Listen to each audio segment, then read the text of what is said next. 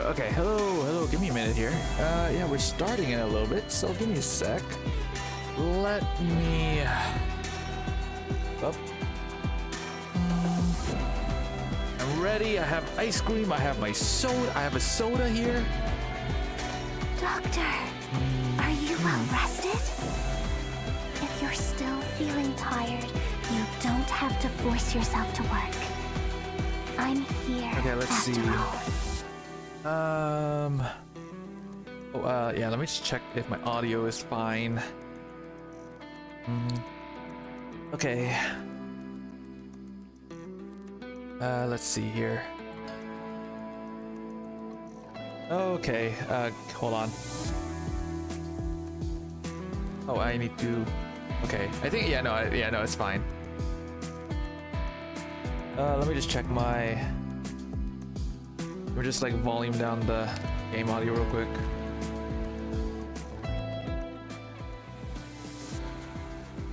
There we go. Yeah, that should be good enough.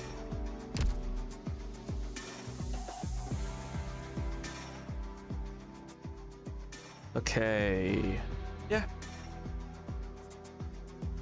So what we're gonna do, we're gonna start off with... Also, yeah, new stuff, new base, there's some new mods, a new character. Only one way to bind accounts now, so yeah, so it's either Yo-Star or nothing. If you haven't bounded your account to anything, there's a chance that you might have lost your account. So excuse me.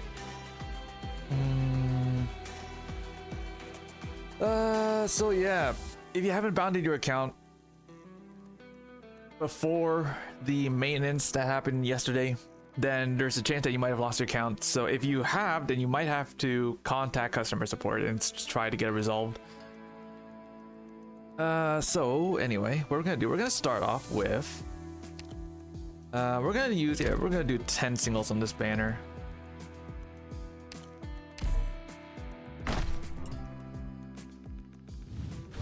One. So yeah, just 10 singles, and then yeah, that would be good enough.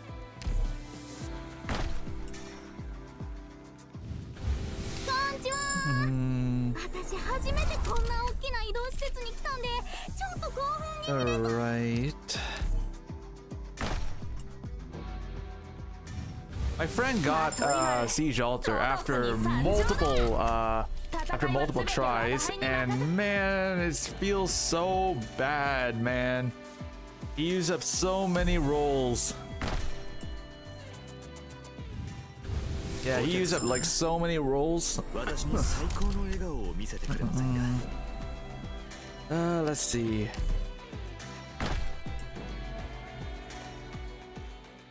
Nothing. So yeah, I'm just like doing 10 singles.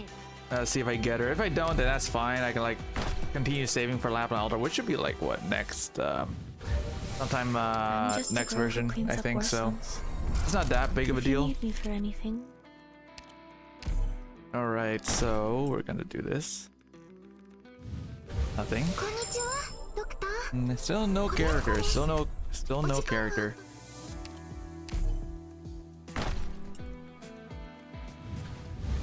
Nothing. At least I'm getting a bunch of 4 stars though. That's kind of pretty good, so that I can keep getting those certs, right? Let's see here. Nothing. All right. One more. Let's see.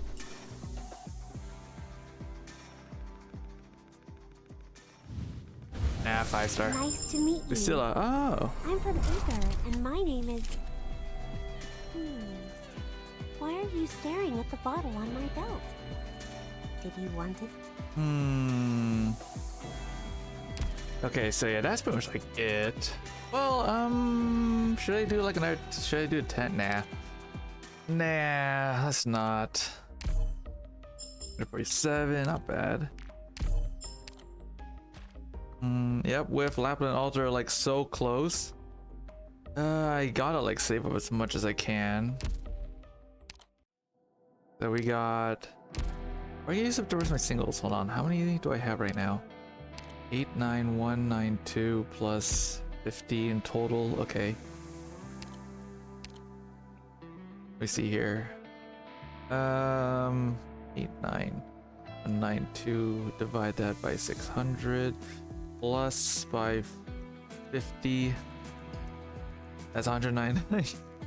Yeah, no. Yep.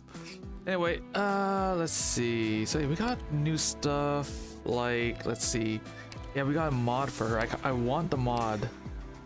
I just need to do this stuff, and then yeah, that's fine. I guess I'll bring along. Yeah, while we're doing this, I might as well just bring along Civilite, and then yeah. All right, let's do it.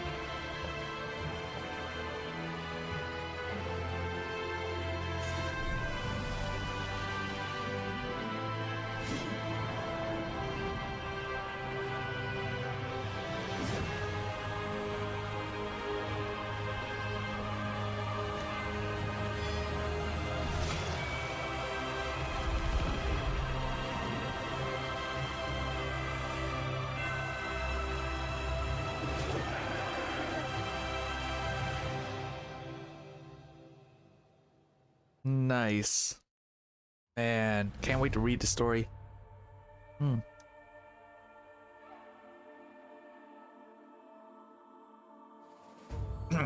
I just had to flip my phone. Okay.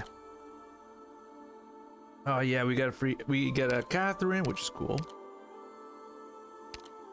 How many mats? Can't wait.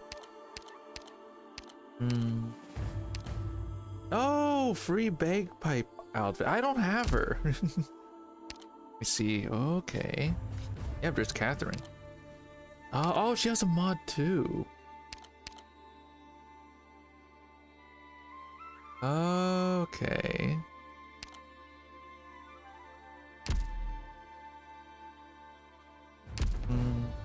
Let's see here. All right, we're gonna do a whole bunch of reading. Who's ready? Isn't this great?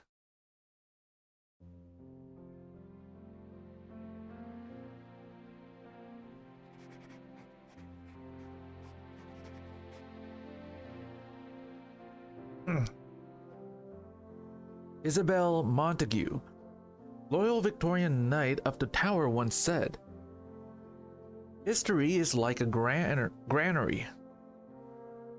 It stands in silence amidst the bustling estate, an unremarkable sight, with a somewhat unpleasant scent of mold. Only ever thought of when stowing something away. Containment, silently containing things, is its sole purpose.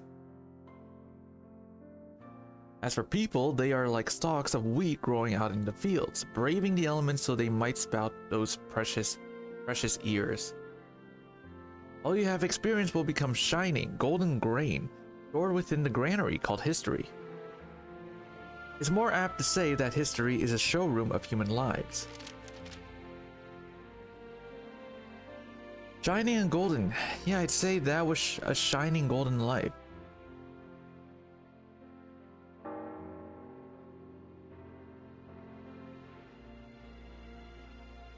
Vina, the sword is yours. It is your destiny. Father, is this.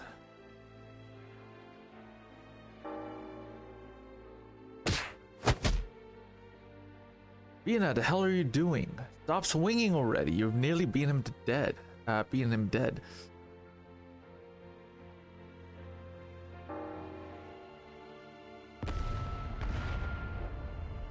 Vina, it's time. Got it.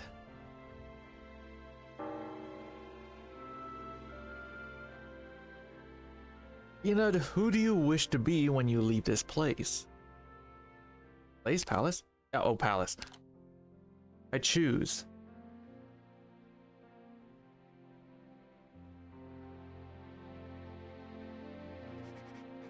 Perhaps this is how history runs its course.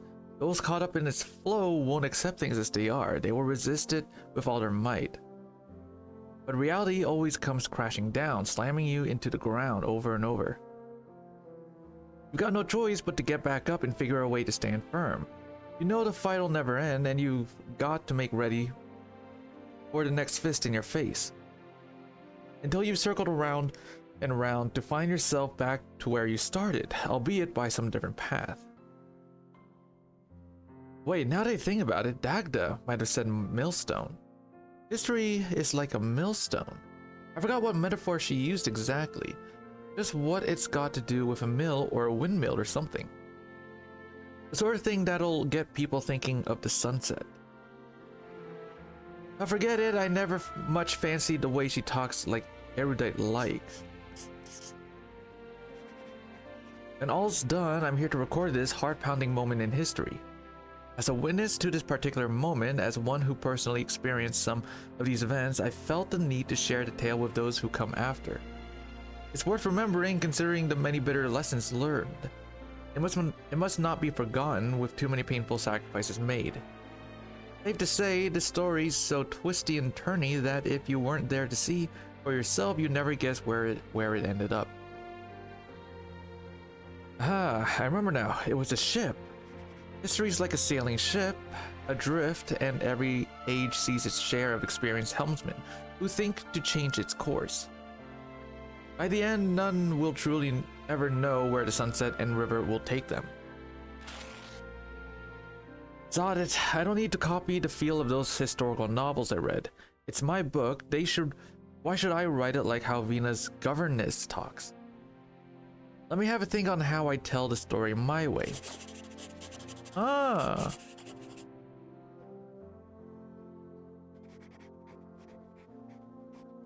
This here's a tale of how Hoodlum became a hero. It's all about courage, friendship, conviction, and power. The heir of the king leaves the palace, and when she returns home, she's already fit to be called hero, standing alongside her merry band of mates. This epic begins this summer of the year we left in the factories of Londinium's Norport Borough. They were the happiest days of my life.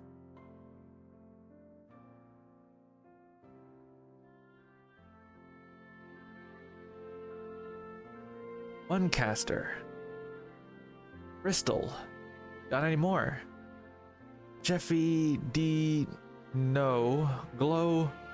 Baird, give me a hint already. Vina, you really gonna watch me embarrass myself like this? Hey, it's your bet. I can't say anything. Baird's right. Wouldn't be fair otherwise. Don't give up now, Indra.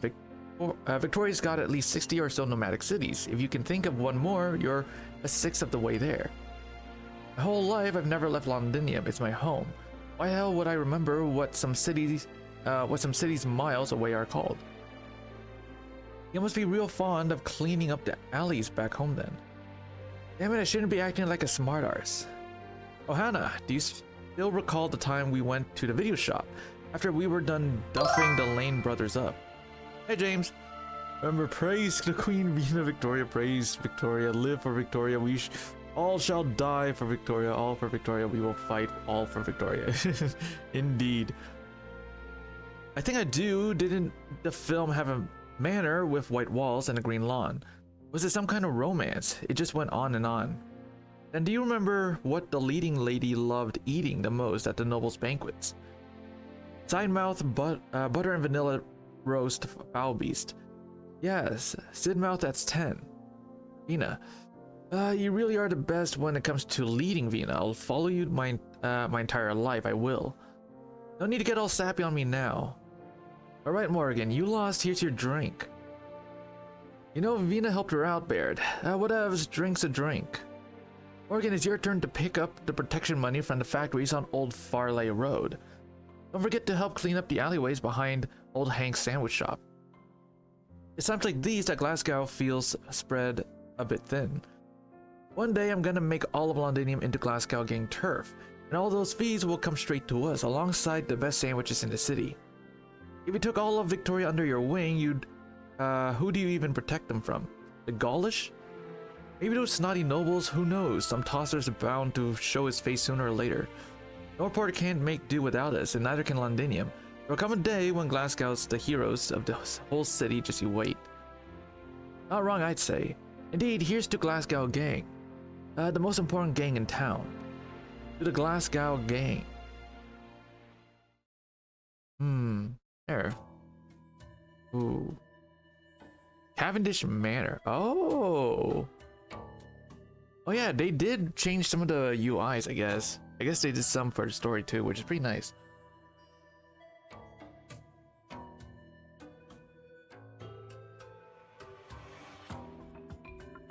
Did you enjoy the play? A Victorian duke's daughter falls in love with a handsome sarcastic youth. In order to eliminate this formidable rival, her would-be suitors conjure all sorts of dreadful devilish plots. I only did 10 singles, and that's it. I didn't get her. Only 10 singles I'm gonna do, and then I'm gonna like save all the rest to Lapland Altar.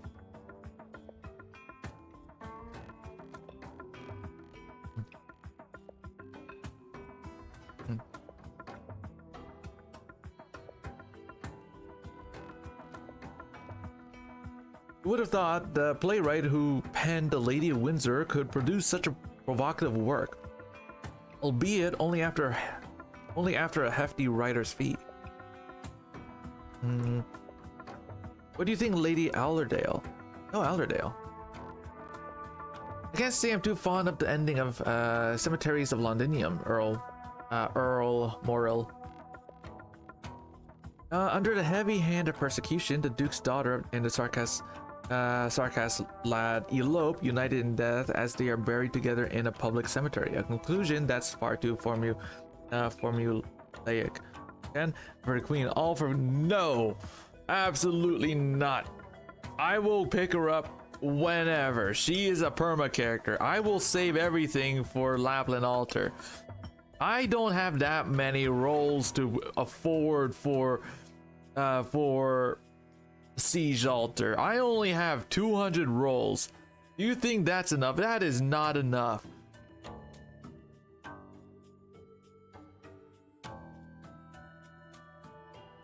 Absolutely not. Under the heavy hand of persecution. Oh yeah, right. I never expected a young lady such as yourself to have taste of haranguing critic. Absolutely no. Never. All of it is going to Lapland Altar. Lapland Altar is literally next version. There's a chance I could get Siege Altar on her banner, to be honest.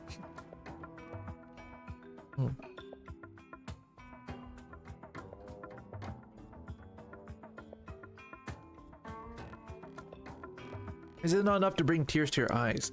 Whose eyes do Cavendish's or the Sarkas regions? Tears will only serve to blind us, my lord, and are often an accomplice to popular works harboring ill intent. Yes, and I stand by my decision.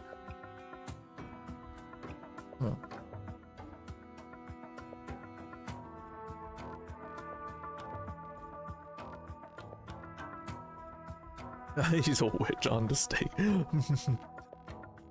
Thank for hydrate. I have a soda here. Oh, thank you for treating Sammy.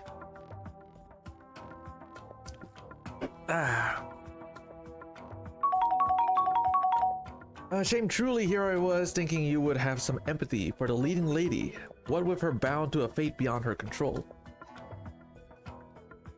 I'm so dreadfully sorry, pray forgive my inadvertent offense. You must know that my family was once on good terms with the Cumberlands. I don't really mind. It's common knowledge that Her Grace, the Duke of Castor, aided me at my lowest. I have only gratitude for her. I see no shame in my circumstances either. Then since you're taking part in today's festivities, may I take your words as Her Grace's own thoughts. You may consider them a friendly reminder. Londoniers should be wary of those mercenaries from Castel. Heaven forbid some ridiculous story to sow the seeds of pity and sympathy in their unwitting minds. As Duke Castor.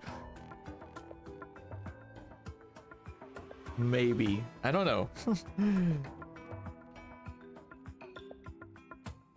I mean, like, she showed up in battleships, and those battleships, I think, exploded. But I think she somehow survived, so... if I remember correctly, I think that she survived.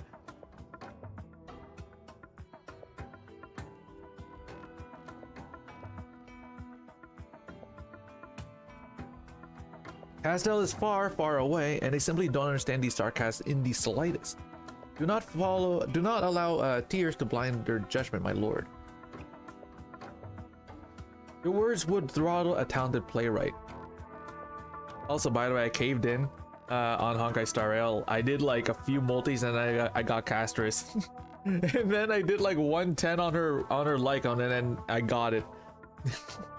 I got like both of them, which is awesome. Oh, which means I still have enough rolls ready for the Fate collab in that game. Bringing the citizenry to tears would hardly be a difficult thing for Duke, I'd say. This is also Her Grace's opinion on the matter. No matter what you might think of this playwright, I do believe The Lady of Windsor is a rare work of art. I wholeheartedly invite you, and perhaps Duke Cavendish, to give a thorough read-through. Finns have not the limbs to drag themselves out of the swamp. Man has not the eye to see beyond time. If Duke Cavendish can understand these words and take them to heart while keeping a wary eye on this matter, he can avoid becoming the next Duke Windsor. No offense meant, of course. I must say I quite enjoy your incisive view on this topic, Lady Allerdale. You just temple for the queen? They just said temple. No. Yeah, no. Not happening. 9 pulls? Hell no.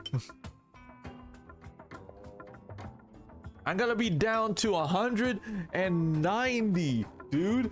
I have 200 pulls. I'm gonna be down to 190 if I were to do a 10 pull.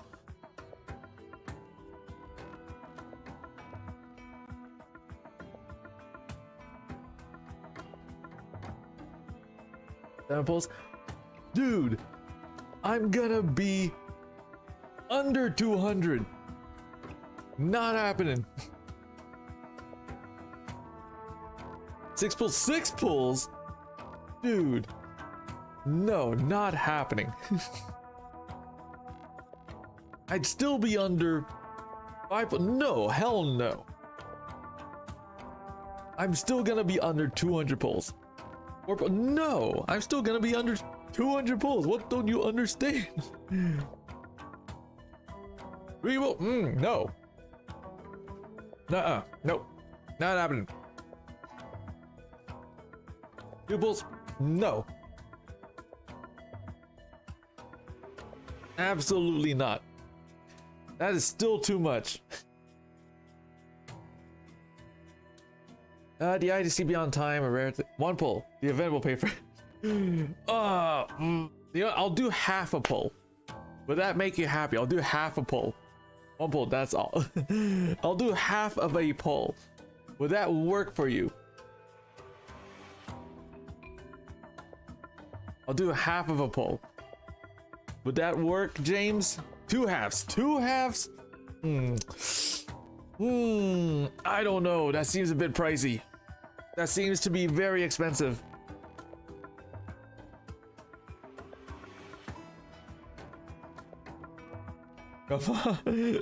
Fine, okay. 1 pull. Okay, 1 pull, and that is it, okay? 1 pull, alright? And that is it. Yeah, to see beyond time or everything. Indeed, in comparison, ambition beyond one's means is as cheap as chips, wouldn't you say?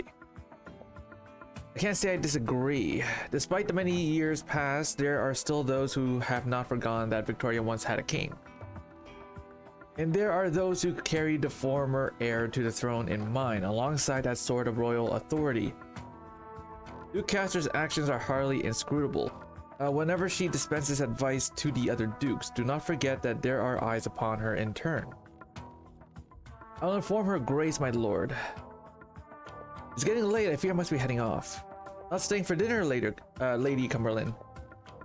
I have an appointment with my tailor to prepare with winter clothes. I'm sure you're aware that summer in London lasts but a few fleeting days.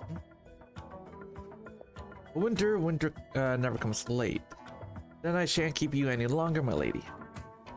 I shall send the ticket for opening night to you beforehand. If her grace would like to watch, Duke Cavendish would happily sponsor the troop to tour the Castor Dements. I pray that her grace will not be blinded by her own tears. Look what happened. Look what happened, James. We were debating on whether to pull out a banner or not. My ice cream has melted. What are you gonna do with this, huh?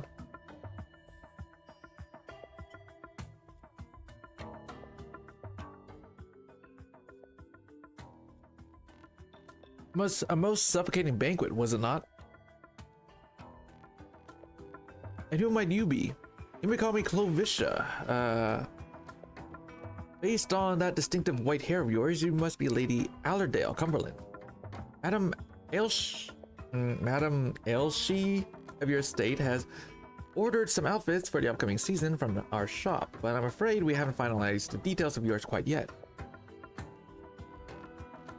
Sorry I couldn't help but overhear your conversation with Earl Morris. It seems your reputation as a critic of the arts is well earned.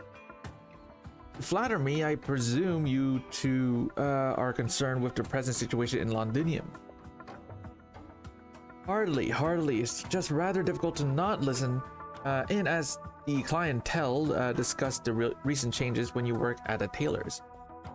I turn the word Victoria propaganda to summon the queen on that single pole. It's getting dark. I should head home. Once you've settled on a design, please have Madam Ailshie contact me at your convenience. Alright, speaking of Madam Ailshie, I don't know. She asked me to pass you the Londinium daily. Farewell. I cannot remember how that name is pronounced. Get out of here, bot. As a bot. Get out of here. Might as well see if there's anything else newsworthy today, I suppose. A vicious brawl in Norport Borough. Is that?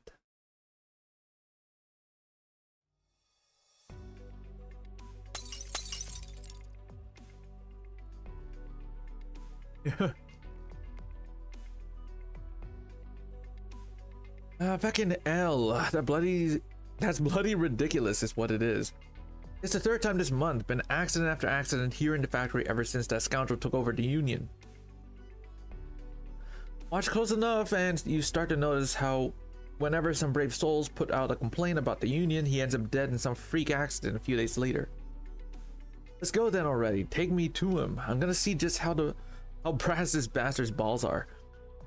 Calm down. The union handles union business. The street handles street business. That's the rule. Giving every bastard I see a right thrashing's my rule. I know, of course, I know, but we've got no other choice. The union's keeping it all hush-hush inside the factory. Not even the coppers can investigate. This new foreman, Johnny, right? Who's behind him? I remember hearing he's got some big name backing him. A relative of Duke Davenditch, apparently. Do you mean Duke Cavendish? Yeah, that's the one. Is he trying to get anything out of your lot? Hasn't been asking for money or any of the sort, but ever since he became foreman, lots of the important jobs are getting taken up by workers from outside. I see, you head on back. We need to talk this over a bit. I remember Baird. Baird is dead. She was stabbed. What are we waiting for? What are we waiting around for, Morgan? Are we gonna let these bastards do as they like? It's not that simple. You heard the man. This isn't your average union tosser. He's got the backing of a duke. Why is he going out of his way to play tyrant in some little factory, though? Who cares why? Since when did we need a reason to take out buggers like him? I know Londinium's rather restless these days. Dukes, been playing their games around the clock. Don't tell me you haven't noticed all these fresh faces on the street lately. Time to come up with a plan, Vina. We're all ears. Since we've taken their protection money, it's up to us to do the legwork. Let's go have a chat with this bastard of a foreman. Doesn't matter if he's got a duke behind him. That's more like it. Alright, if you say so, Vina. But just to be safe, we should scope out the factory a bit, get some info. You're with me, Baird. Sure. Hey, why didn't you ask me?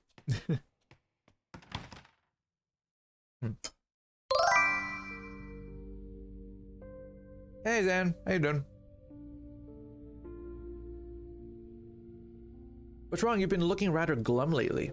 It's nothing, I was just thinking. I might be enjoying myself a little too much. What? Not too happy here? You have a duty siege. I've told you before, Dagda. I found a life for myself now, so why? Is this life of yours helping your neighbors seek the justice of the streets, then heading to the noble manors to lob a few bricks? There's no escaping some things. You promised me you wouldn't talk about this in the gym. Then I'll stay by your side waiting for the day you have your answer. I'll look for, have fun. Alrighty. No problem. Then I'll stay by your side. Yep. Life is long, but the pivotal moments that change you are over in an instant.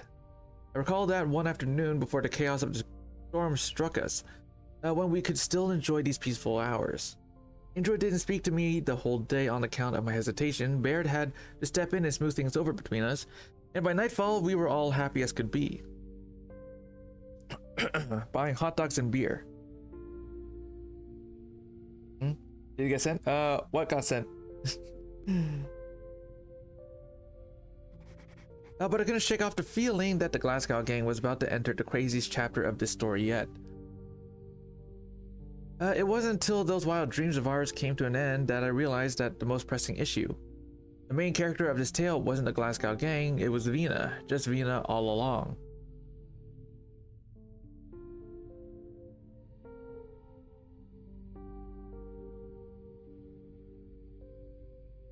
What's the matter, Ailshi?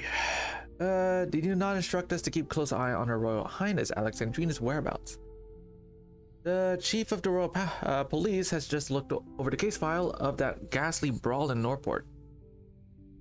It involved a video shop known as McLaren's Place and a street gang going by the name of Glasgow. Oh yeah, nothing else said. I don't see anything on my end. That is.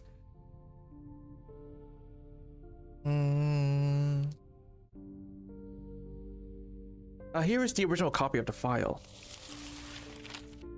It's rather vague, merely a recording of the involved parties, but I thought you ought to know. On a fuzzy black and white photograph, a woman sucking on a lollipop stares indignantly at the camera.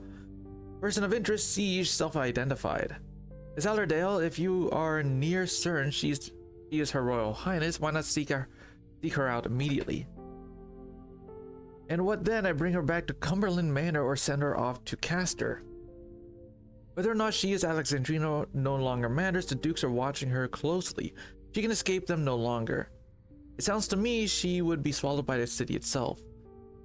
We'll be swallowed too, Ailshi. I'm willing to bet we're not the only ones with an interest in her. This matter has long since grown out of control. There it is, yep. Considering Duke Castor's orders, should you not find her and bring her to your grace? Need some time to think, Ailshi. Hey Luigi, ready for a 10-hour stream? This will be— oh no! Oh no! Oh no! Dude, I did a 10-hour stream in Madoka Magic. Oh, are we really gonna do another 10-hour stream? I saw her once before I saw Her Royal Highness.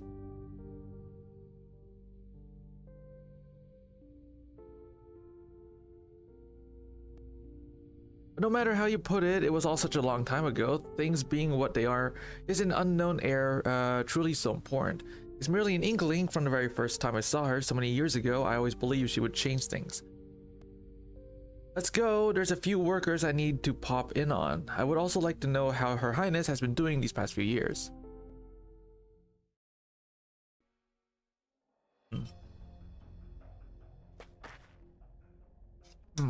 Um. All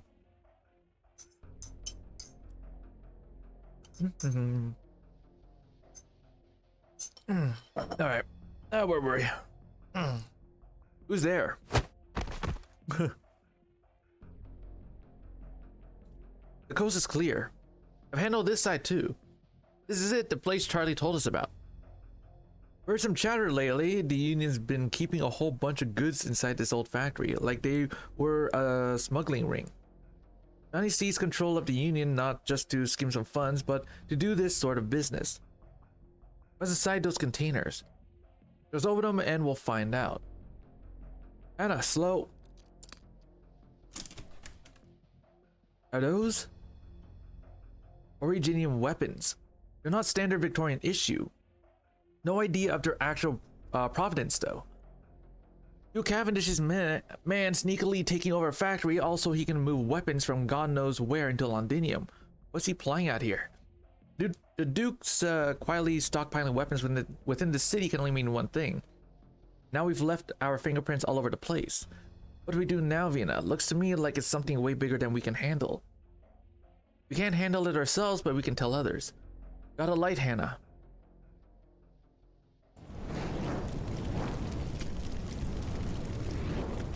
It's fine, please. We need to see your guidance coming to Vina. But hell, you can still see the factory burning from all the way out here. There's no laughing matter, Indra. Of course it is. We messed up some wicked Duke scheme. We did something really big here. At least we can say we've done nothing wrong, yeah? Let the coppers handle the rest of it. They still London is so big it defies borders, but at times I feel it's rather small. Wouldn't you agree? Who would have thought I would meet you here, Alexandrina, your Royal Highness? Who are you? I'm Morrill, humble guest at the Cavendish estate. Nobody in particular, and yet I would say I'm one lucky chap. It's fine, yes. You know about the factory, you know what Duke Cavendish is up to. Though I can boast of sharing some of the Duke's burdens, I was not wholly in the know about His Grace's plans for Londinium. However, at this moment, my only concern is you, your Royal Highness, Alexandrina. Shorter than the original.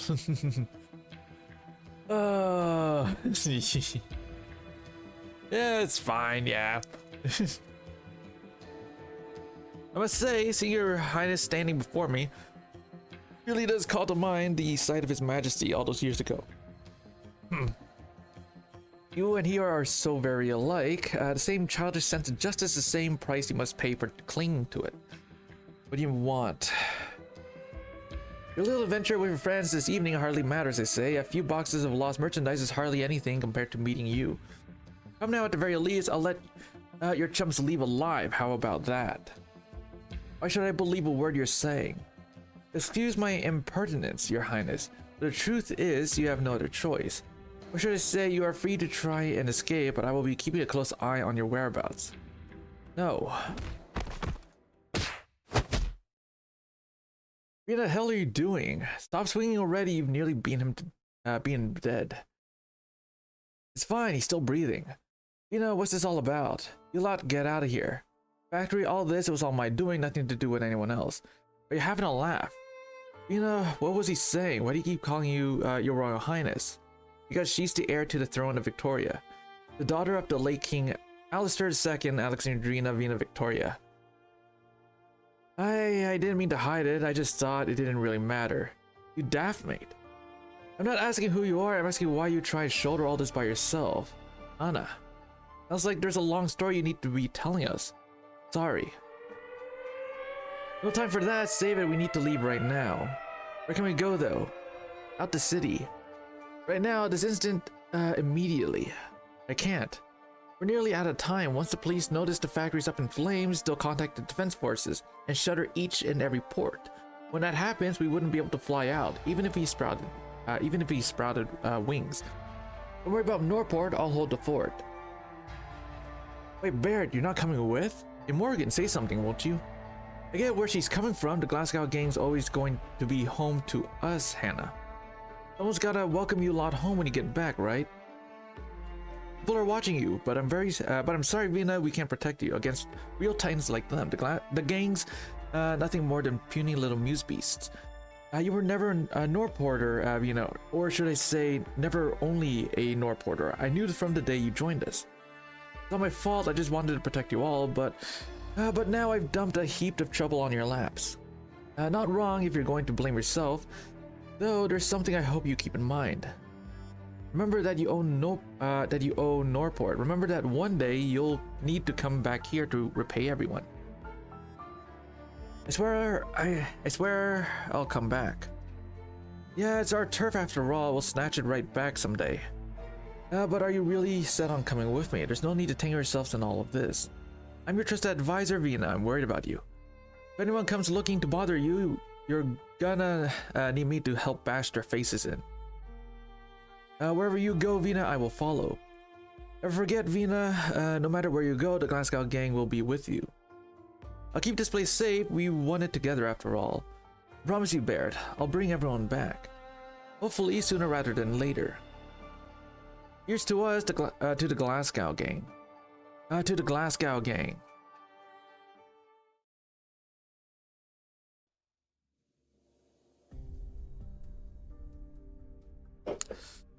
Damn it all, my lady, it's Duke of Cavendish's men. My lady, I'll contact headquarters right away, even if we must turn all of Londinium upside down. Suppress this event. Very well, I'm contacting the hospital. What suppress it? I will have my men handle this. Nothing to come will have anything to do with the Norport police. Do not worry, the chief of the Royal Police will not come calling on you about this, or anyone else on the scene for that matter. Really, how can you be so sure?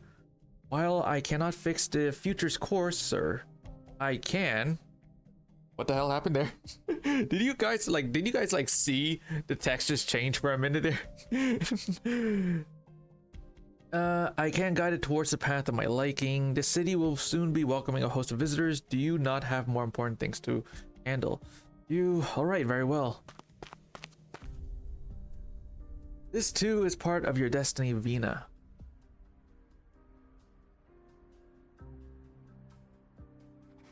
When we found out about Vina's past, I was amazed, sure, but I was more pleasantly surprised, as it were. I could see the entire story in my mind's eye. A lost heir to the throne, a heroic fantasy rising from the streets. Stories usually start from someone leaving and end with a reunion, but reality begs to differ. When we stepped out on the road away from home, none of us, none of us expected the way back could be so fraught with hardships. I'm fond of the words Dagda spoke once we set foot on our home again after many, many years away. History is like a sailing ship adrift, and every age sees its share of experienced helmsmen who think to change its course. But in the end, none will truly ever know where the sunset and the river will take them.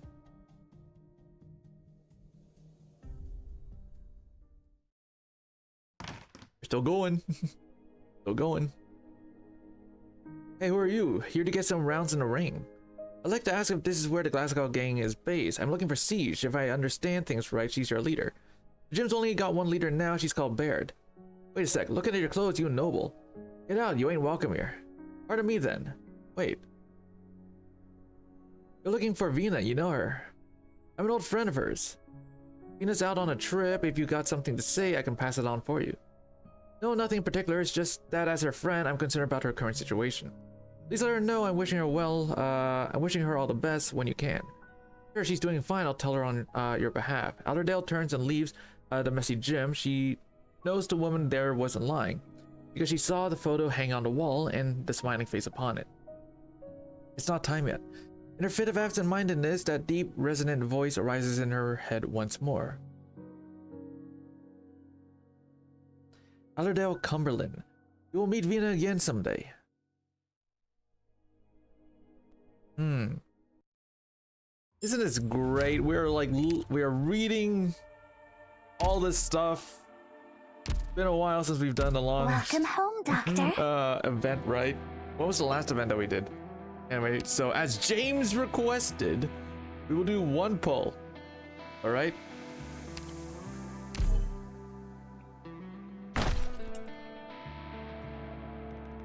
And it's nothing. It's gray. It's Popokar. James, you didn't wish hard enough. That was all your fault. You didn't wish hard enough.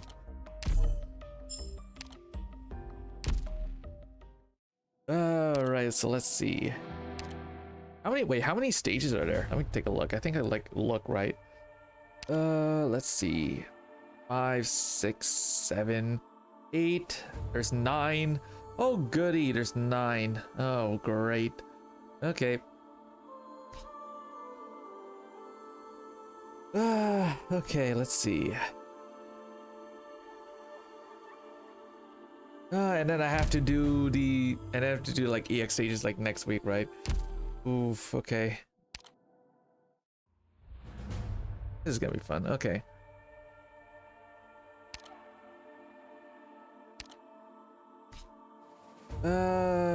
Let's see. So yeah, let me just I need to bring her because I need to use her third skill multiple times. So we're gonna do that, and we're gonna do this. Do that. Let's see. Do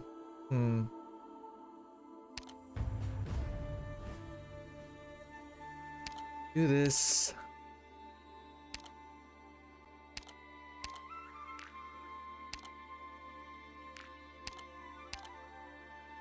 Right. Oh yeah, I forgot a new mod too, if I remember. Okay, then we're gonna do. Yep.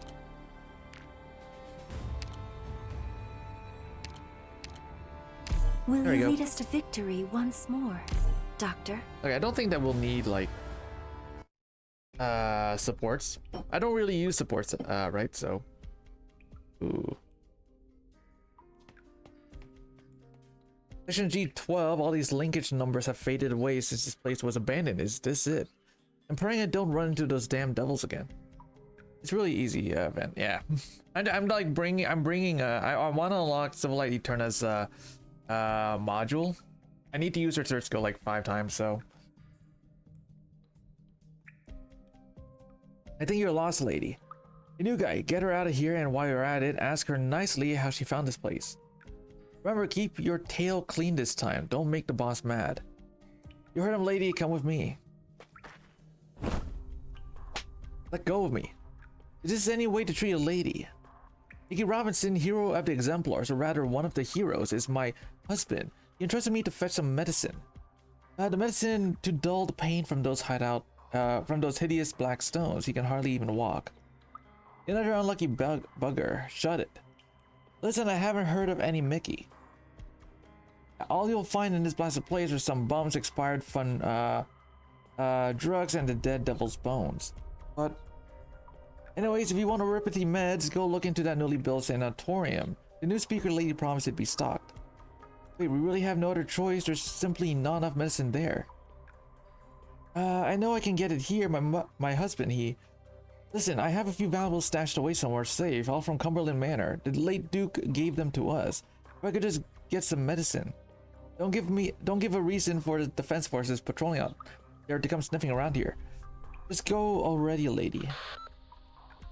Make her sign the list and let her come by tomorrow to pick up the meds. Yes, boss. But what if she doesn't have the money? We do it the old-fashioned way then. That's weird. I don't think the boss ever stuck her nose into this sort of thing. What should I... Just give her the contract. Thank you. Wait. These clauses. My husband never mentioned them. If I sign this, then we... He'll live well at least before we come calling for our due. Seems that the hero husband of yours wasn't quite so honest with his better half, eh? Come on, hold that pen steady. If you can't, we can sign it for you. Mercenary holds her writing hand tight. The trembling overtakes her. She can no longer maintain the veneer of her calm. She shuts her eyes, grits her teeth, and lets the mercenary guide her hand. Go on, enjoy your life. Bloody war's over after all. Asking Milskar for help will be the best decision you and your husband have ever made, lady.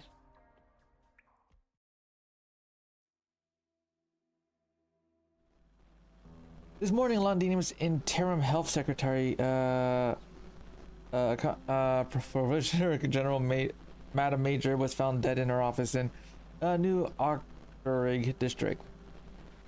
In today's parliamentary session, Madam Speaker Alexandrina expressed her support of Madam Major's work in caring for the infected and lamented her untimely passing. Final point in Madam Duke's itinerary before she passed was a trip to the Dukedom of Normandy to discuss a purchase of medicine so as to relieve the shortages within London's walls. But according to some reliable sources, Madam Major died of an acute oripity attack. Not only did she conceal her infection, she was also often seen arguing furiously with the Speaker in recent times.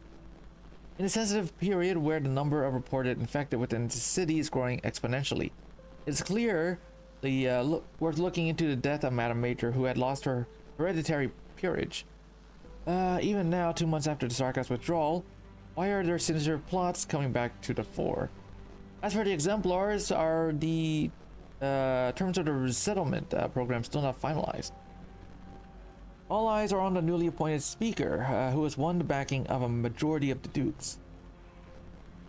We have managed to connect with the Speaker's close confidant, Miss Kate Morrigan, digging deeper into... Broadcast in the Speaker's office suddenly falls silent.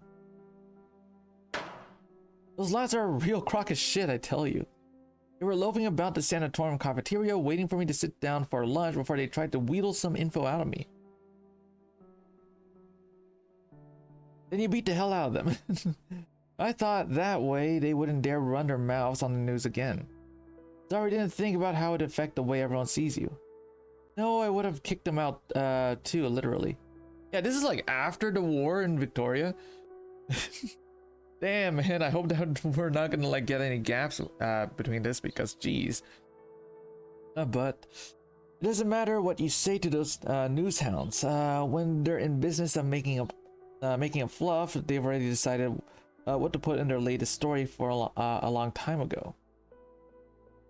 Since there's no way of shutting them up, might as well get straight to the point. Mina strikes her two fists together, putting herself through the paces engraved in her instincts with ease. Just like she always did back in the gym. That's the Vina I know, I knew it. Hannah even said. Whoa. These clothes really do get in the way. Maybe I should find someone to make some alterations. I happen to know a pretty good tailor. He made clothes for the royal family when he was younger. Luckily, he made it through everything alive. Even nobody dares hire him nowadays. Infected as well? Yes. Yeah, any progress on that thing you mentioned in your message? The situation is complicated. We've captured the Sarkas who have been hurting people. They're now cuffed in these sign cells parliamentary chamber. I suspect this might have something to do with the gangs operating out of the abandoned underground factories. Milskar. As for whether or not the Duke of Normandy's heir is behind all this, he and I will resume negotiations. Madam Major's death, the Londiniers' medicine supply, as well as Milskar's gang and those Sarkas. There are a lot of things to handle in the city, and none we can solve with our fists like we did 2 months ago. You've settled into the job quick, Vina. I believe Parliament, as it is now, can manage these issues. So relax, I'm here to help you. Mother taught me how to handle this sort of situation. I won't let her down. Morgan? I'm heading over to the Parliament. See you there. Hold on a sec. Ooh. Okay. She's not quite used to this sort of life yet. None of us are. There is something Siege could do that this so-called speaker can't. How's the victim up to Sarka's attack? In the care of our colleagues of Rhode Island's medical department. No life-threatening complications for the time being. Moreover, we've traced the source of those low-quality medicines. Most of them came from Milscar. Many turned to them in desperation, but in the end, all they got was a pile of harassment from that gang of wandering goons. As for whether this Milscar is in the know, or if it's the work of some over-eager underlings, I'm not too sure. Allerdale knows. Hold on a sec.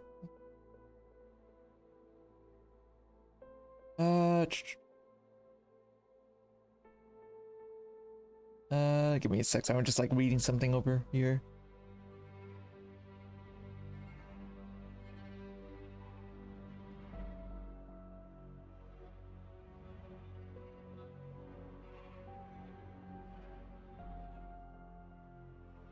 All right, where were we? Milscar, the wildest villain running rampant in Londinium's shadows. Allerdale, she's dead. She's still declared dead? Really? I thought that there was like some inkling that she survived, dude. Or it could be that, or it could be that she just hasn't revealed herself or something. I remember that there was a silhouette at some point at the end of like, I think was it episode 13 or episode 14? I don't remember. There was like a silhouette of her. So others dead. The final fierce flame of Cumberland of ever on high. Vina herself has already forgone when the figures behind those two names slowly became one. It means her also still. She's the enemy. Oh, really? Oh wait, oh wait. Oh.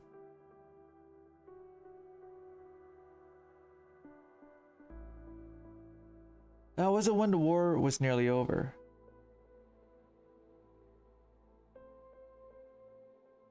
She subconsciously paused at her close by the time the Exemplar's heroic leader walked out of the palace of Westhaleg wearing this old royal armor. She had already torn down the flag Castel's military commission at the break of dawn, and had seen a familiar figure in the steam lights fade away into the all-encompassing vapor. That day, Allerdale did not go to her; rather, she turned and disappeared into the shadows of the ruined city. Let's go to Parliament. Oh.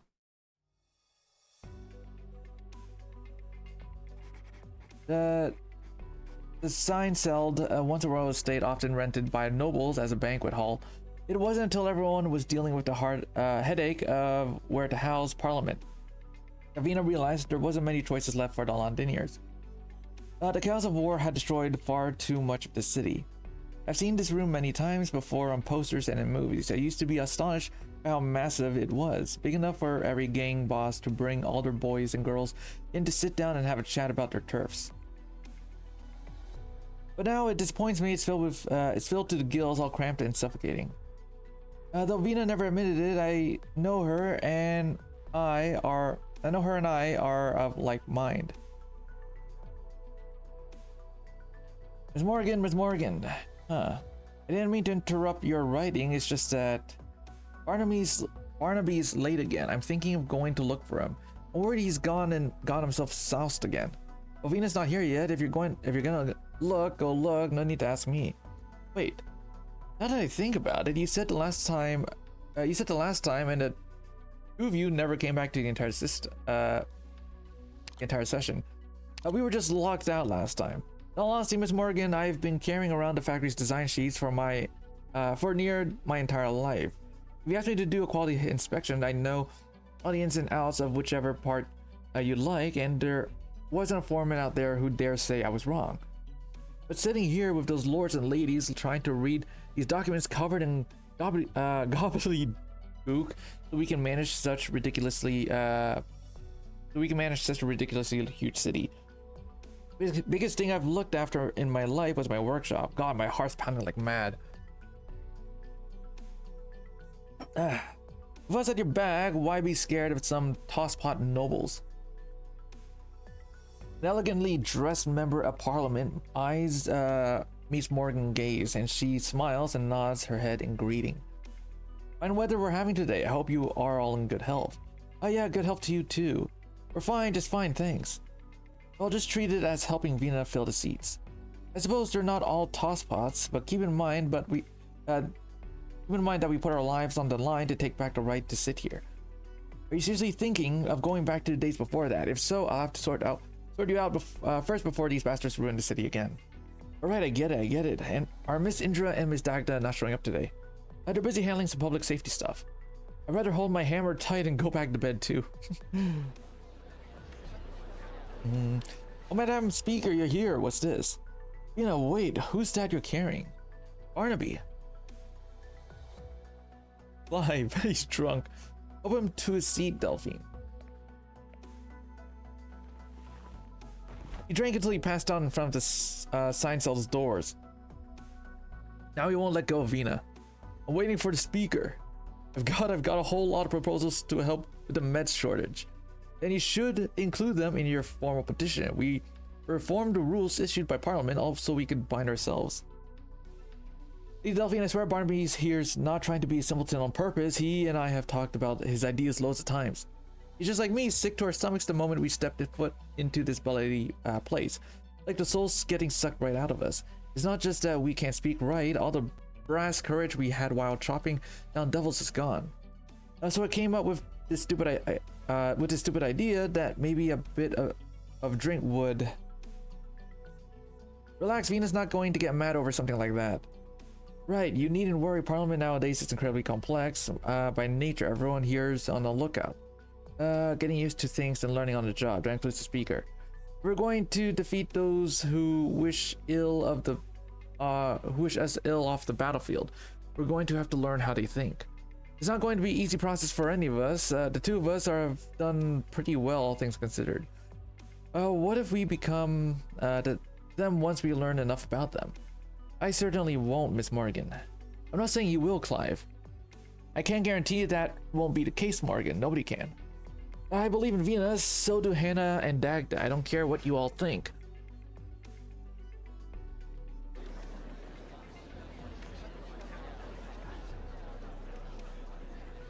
I'm sure we're all very clear on why we have convened this emergency meeting.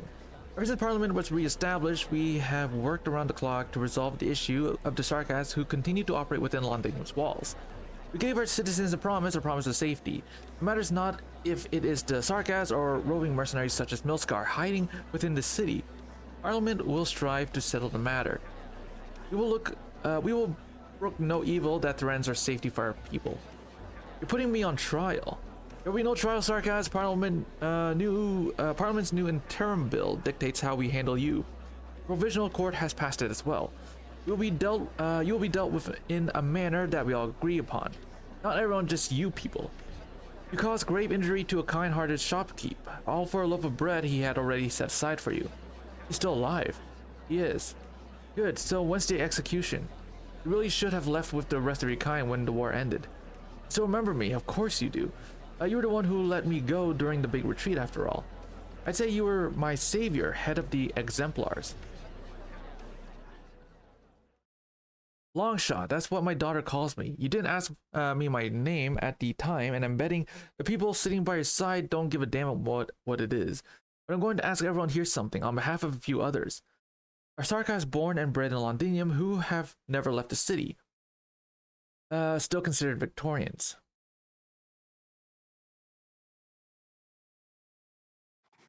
To be honest, I've never really thought about that question. The Sarkas who called himself Longshot never yelled or shouted, but the rowdy chattering chamber went dead quiet as he spoke. I looked at the people around me, paying special attention to the nobles' expressions.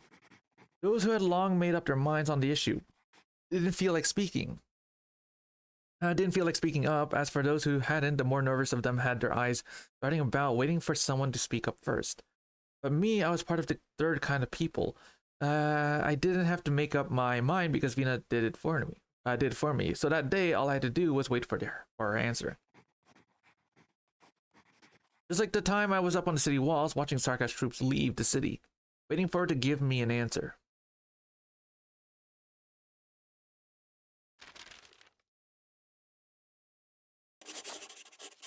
Ooh. Oh. I don't think I'm ever going to forget that sight as long as I live. Back then, I also had a question for Vina. Why are we allowing those Sarkaz who killed Bear to leave with so much pomp and circumstance?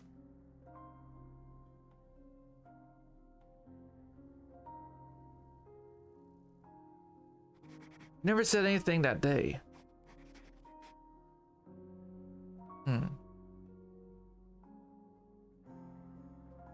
Sarkaz troops are leaving. The airship's shadow looms over the silent, orderly soldiers, and the lifebone tearing ripples through the dark clouds hanging above the ruins outside the city. Vina stands atop the walls, quietly watching them march into the distance. Not too long ago, they were tearing apart her home. The land is scarred and slick with blood. How many years will it take to recover from the wounds Aminam left on Londinium? I don't know what you and the doctor talked about, Vina, but there's still time to beat the shite out of all those bastards. Our men and the boys from the Ducal Alliance are still waiting down at the foot of the walls. Just Anna, we're the ones who most need to stay calm right now. I'd like more than any of you to keep them here, but truth be told, we simply can't do it. The Duke's main fleets haven't retreated too far away, Delphine. Max is right, they can hem and haw all they like, but once we start the fight again, they'll have to help us out, even if it's just keeping up pretenses. Then, are you going to let these people who fought so hard to survive the war just throw their lives away? Don't forget the ceasefire agreement. Now's not the time to act recklessly. All you ever say is don't, screw this, screw it all. I can't take it any longer. All those people, our friends, Baird. Her stays not a moment longer. She fears she cannot stop herself from sliding down the walls to join the crowd below. She fears she cannot stop herself from leading the charge, pulling her battle-worn yet battle-hungry fellows back into the fray. Anna. She's been bottling herself up this whole time. Don't worry, Vina. I'll go keep an eye on her. She's just venting. She's not the foolhardy type. Vina, why are we allowing those Sarkaz who killed Bear to leave with so much pomp and circumstance? This is the best the Doctor and Wizardel could get us. Londinium cannot withstand another war. There's enough dead already. You know this, Vina. Tell the Exemplars no rash action from anyone. Doctor, Rose Island received a few invitations from the Dukes.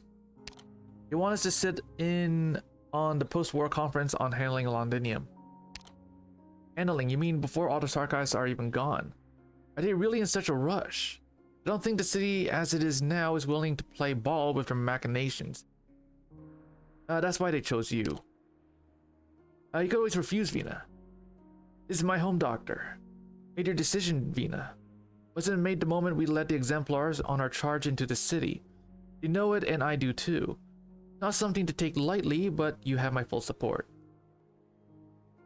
The Rose Island will attend, the conference will stand by your side. Thank you, Doctor. I suppose you're saying the biggest challenge is yet to come. I'm supremely curious as to what they'll spew out of those pretty little mouths of theirs. We'll meet you as soon as we can. Coming home is not always easy, is it?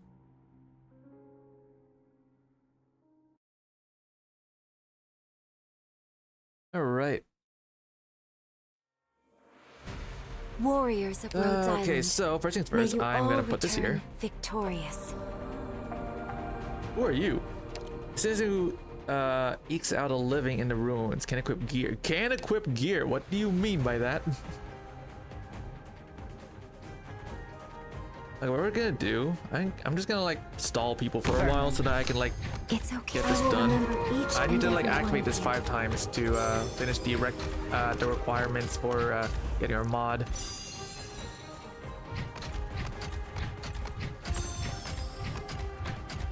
So yeah, we're just gonna like stall this out for a bit. Gang thief, a young worker who joined a gang after the factory stopped. And equipped gear after several attacks, charges up for an attack that also steals gear from steals gear equipped by operators. Okay.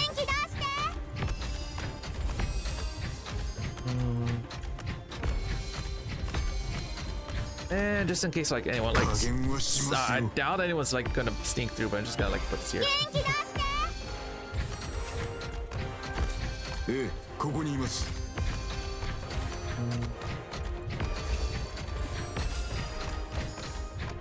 It's okay. Don't cry. It will all be over soon.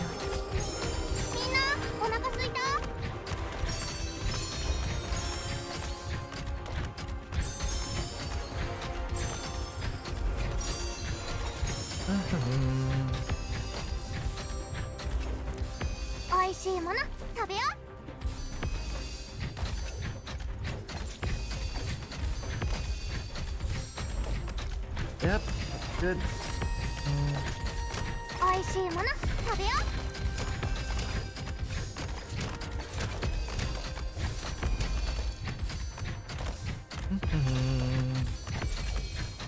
Doctor, I will remember each and every one of you. How many times did I activate it? Doctor, was it just I have faith. I think it's 3 times now maybe? But yeah, we're just like stalling just to get the requirements done. There we go.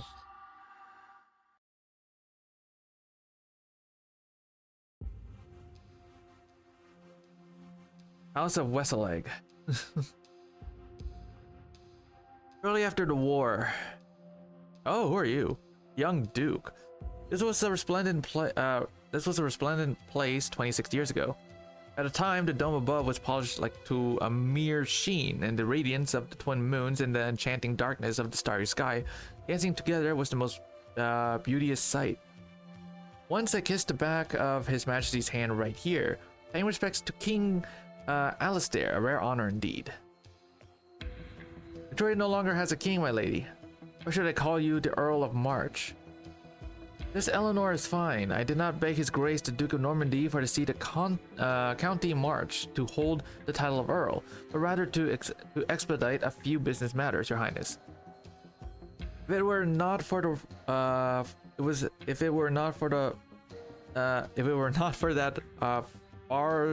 farcical royal hanging, we might have been much closer, Vina. He takes out a gilded purple business card, its face embossed with nothing more than a golden loosestrife flower. Please take it, since you're more accustomed to do things in a business-like manner. This might put you at ease.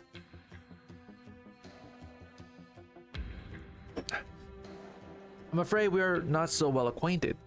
You always decide the future of Londinium here, my lady. It was never up to me where we met. Besides, considering all that's happened, happened here, surely there is nowhere else more suited than this.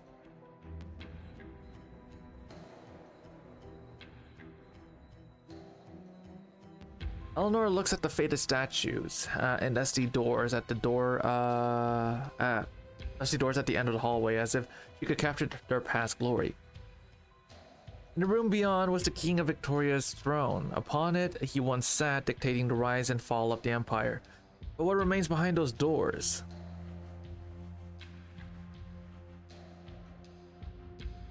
I arrive early to both walk down memory lane and meet with you. We have much to talk about. Did you not wish to meet me too? You know I'm holding a... Vina, surely your friends from Rose Island have divulged what the other dukes are thinking to you. The other dukes, I don't see much difference between you, them, and the Duke of Normandy backing you. Look, oh, don't get me mixed up with His Grace. He's a man worthy of respect, but it's not worth bothering him with trifles such as handling Londinium. As for the rest of them, I dare not say I'm worthy of comparison. The Sargas withdrawal does not mean that Londinium's troubles are over. None are willing to tally up the change in the infected population, but the outcome is rather clear. Victoria's pharmaceutical production lines are insufficient, and nobody wants to rework their precious factories for the sake of the infected. You know what I mean. What do you mean? I have a long-standing partnership with the Colombian military. They've even referred me to several pharmaceutical companies. There is no crack that cannot be plugged for the right price, of course. Is that a threat? Only if you think it is. Don't be too hasty to respond. Figure out what bargaining chips you have first before you come find me, Vina. Let's start a future partnership on the right foot. Oh, and you can tell just by looking around that your family once steered the course of all Victoria from this ancient palace. Your Royal Highness Alexandrina Londinium is far too small for you. The city is far too large, if you ask me. It shames me to admit, but the wailing of I heard all across Londinium had me quaking my boots, and in my panic, I went the wrong way. So many tragic sights in this city. Oh, it's this guy. I completely forgot about him. You really have grown, Ellie. I still remember how you used to clamber up my back and grab onto my antlers. I am ever grateful for your generosity, His Grace of the Duke of Normandy, who reminded me that he is off soon to convalesce in greener pastures. You may join him if you wish. I'm not one to leave my manor before I drain my wine cellar dry of the fine vintages within. And here I was thinking old Normandy would understand the importance of this little meeting of ours. But no matter, you are the reason we have gathered here today, Alexandrina. Your Grace didn't mean to cut to the chase quite so quickly. The old soldier's running late. Did he refuse your invitation again? He turned his eye away from Londinium a long time ago. I'm sure your spies will have all the details of my meeting with him served to you with breakfast tomorrow. Yet even now, his elegance is no less impressive than the time Gaul was swallowed whole. I wouldn't consider that this a good thing for Victoria. Tara and Dublin, though, he has not explicitly declared independence from Victoria. Only the blind fail to see the reality of the situation. Abercorn and Fife suffered tremendous losses, and so have forfeited the right to take part in the big decisions.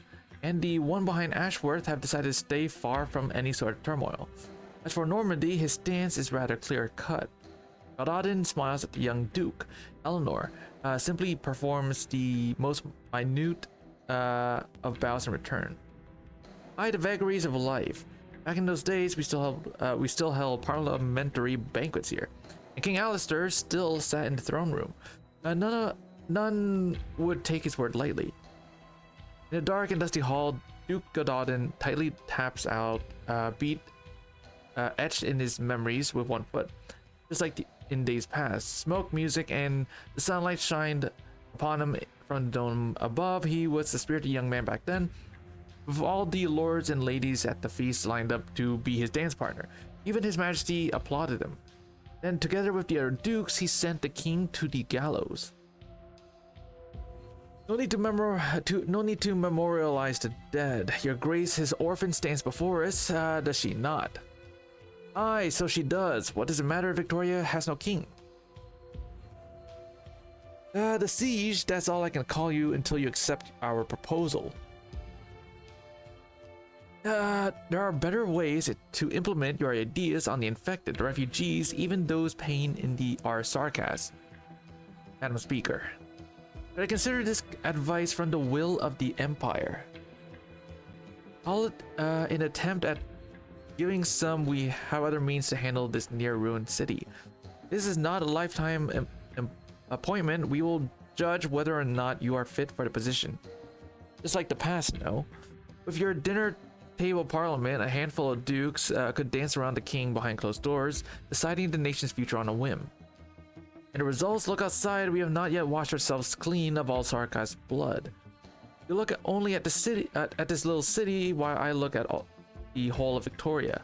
The Londinium has become an ulcer, sapping Victoria's strength. I do not mind gouging it out. I will allow other nations to see Victoria bleed, but I will not tolerate them mocking our scars, nauseating though they may be. If you stand in a sewer, you cannot expect to have a full view of an ancient empire. Do not forget that the family name Victoria is no stranger to me, your Royal Highness Alexandrina. Only the strong and the heroic have the power to steer the empire on its future course. Let's not frighten our future friend, Your Grace. Didn't we gather here to soothe our worries in a more pleasant manner? Old Wellington is far from the core. Windermere is in a constant state of uproar, and the rest are keeping an eye on how we stand. Since it's rare for us all to see eye to eye on a matter, let's keep things simple.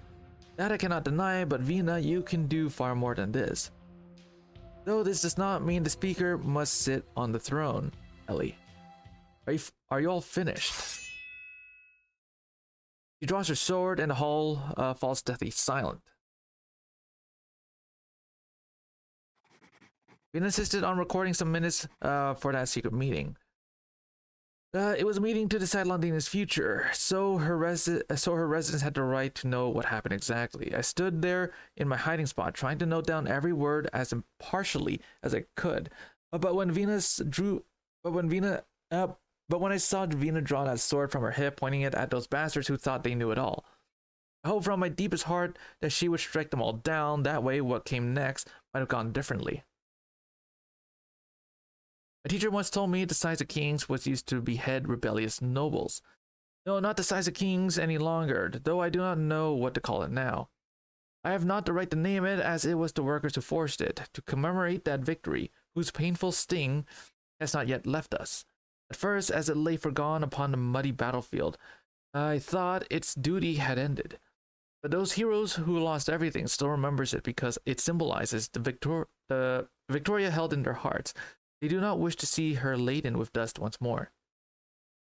I know what they intended when they gave it to me. They wanted me to judge in their stead, judge those who brought them to desolation and ruin.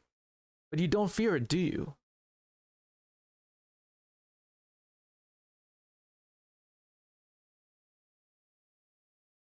It was never the sword you feared. Vina gently caressed the flourishes on both sides of the sword's crossguards, every detail sculpted by the artisans of Londinium. A hammer and a sword, they glimmer in the darkness. So long as the sword gleams, Victoria's honor will shine eternal. They begged my aid in reforging this sword, broken to the point of no return, using my hammer as its core. Once reforged, they offered it to me without hesitation. But at the time, I could make no promises. King, speaker, as far as I'm concerned. Either title is worth a damn. I'm no different from them. I'm just a woman who wanted to go home.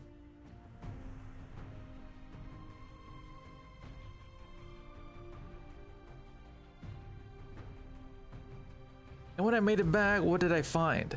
I didn't see the grand Victoria you did, but I did see infected children in the boxing gym, hoping to learn pugilism so they could defend their homes, and drunkards, mouths full of rotting teeth, donating the drinks they had stashed away to the hospitals. Also, soldiers on the operating table could be saved. The glory of empire has long since left us, so far in the distance, it can no longer warm our hard beds in the winter chill of the new year. This sword is the duty they entrusted to me. I need neither parliament nor royal authority to know what I must do. I will do what I can to show them the power they hold in their hands. I make them understand the land is theirs to protect. But until that day comes, I must stand at their forefront no matter what title I bear. Stewards too may bloom, and so here in my home. I will not be lectured by the likes of you. Vina firmly plants the sword into the ground, its point passing through the stone like butter. It stands tall before the dukes. All eyes follow upon the quivering sword, a very clear provocation from Vina. Realm Blade and Miracle in the wake of the war, those two words have become joined at the hip. Rather than the late king's orphan, they are much more concerned about Vina's either identity. Well said, my lady, there's really no point in us keeping the sword nowadays. Best you pull it right out, no point in nicking such a fine blade. Your teacher really did give you practical education. It seemed we were worried over nothing Duke Castor. Indeed, a rather childish way of doing things, but one that will win over the people parliament. We'll see her mature faster than ever. Wait just a bloody minute. We have no choice, Siege. Sundered Victoria needs a new voice, and you have stepped forward. But I have seen many die by their own blades, leading me to think long and hard about taking up that particular one. Do not let it cut you, Madam Speaker. This is my advice. He's more clear-headed than your Grace's things. I say you've done pretty well so far, Vina. Doctor. Pardon me, your Grace. We were unable to stop the doctor. You are dismissed. Londinium needs a leader who can protect everyone. You cannot rely on anyone else. Doctor. The final decision is yours naturally. We will do everything we can to help the infected here. How interesting. A pharmaceutical company specialized in neuropathy that often dips in its toes into areas outside its expertise. You circumvented the Ducal Alliance and tendered a ceasefire with Dosarkas. Well, there was no reaction from your Grace's fleet. You assented to it, did you not? Merely a gift as thanks for all you have done on the battlefield. There are some lines that must not be crossed. You will await your answer, Siege. As for Rose Island, you lot have been keeping quiet for a while now. Why these sudden urgencies? Time itself makes for irrational decisions. Oh, time is it? Vina, have a good think about what the people you're still protecting really needs. And remember, if you do make your decision, don't get too close with those Rose Islanders. I believe we have a good relationship with Duke of Normandy, my lady. That's exactly why I'm warning Vina, Doctor of Rhodes Island. He's not quite like the other dukes. So what should we do now, Doctor? You already have your answer, don't you, Vina? It's not good for Rhodes Island to get more involved in Londonium's affairs. Army's already left for Kazdel. Most of our staff will withdraw from London ASAP.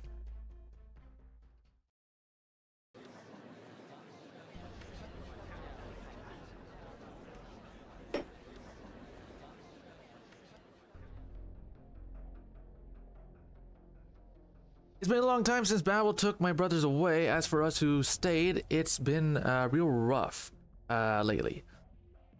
Just do it already. I've got nothing else to say. He looks all around and watching the people on their benches whisper to one another uneasily, an unconscious sneer on his face. This place fettered him, and in its magnanimity, it also fettered those who would decide his fate. Not too long ago, Vina vetoed a proposal to use the palace of Westalag to house a parliament, instead choosing this building off rented out by the royal family. She hoped this would be the starting point of a new parliament. I finished looking into Vina. Long shot, lifelong mercenary, hails from a place called hails from a place in Kassel called the Scar Market. During the war, he took part in defending the city in the name of the military commission. He never saw the front lines. Months ago, Babel organized a withdrawal effort. He didn't follow them. Instead, he got captured by Indra and Dagda while covering for some local sarcas as they evacuated. You really did save him. I don't remember that. After he committed this latest crime of his, we followed his trail and found the people he was hiding. His daughter has been helping a few sarcas leave the city these past 2 months, but this time she's part of the group sneaking out herself. You attacked the shopkeep who recognized you for supplies, didn't you? Restrain him. Don't lose your temper just yet, Longshot. Your loved ones managed to slip through our fingers. Someone's helping them. Milscar sounds familiar, right? Their business is creeping into places they shouldn't be creeping into. I don't know a damn thing, Feline. Just kill me already. Where my blood's going to get this pretty little place all dirty? The wars just ended and you're already trembling at the sight of some red. None of you sitting here have 1/10 of the honesty of those sarcasms you refuse to call Victorians. Just leave the rest to me. Alright. Any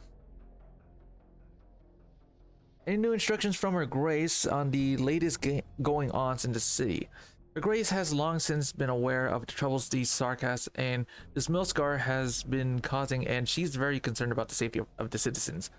But now Parliament is fully assembled, and since the Speaker has been doing a fine job of solving the issues plaguing the citizenry, he believes things will improve. However, when it comes to rooting out the risks against Londinium's safety, Her Grace is of the opinion that we should not tarry, especially in regards to Milscar. And so there are still problems in the city that we must urge the Speaker to resolve sooner rather than later.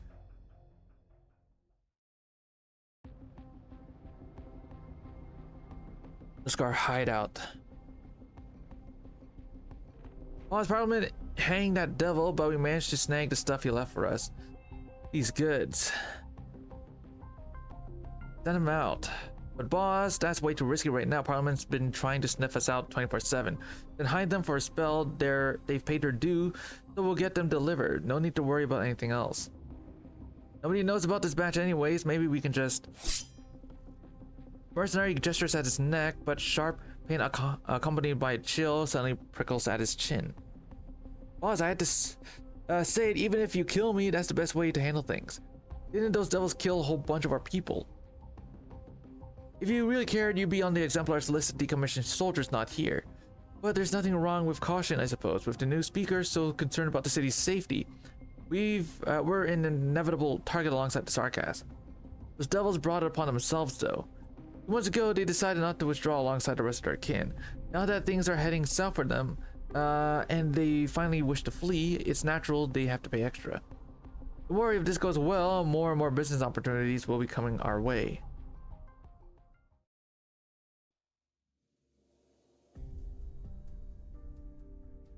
You're back, how'd it go? Did you manage to get any?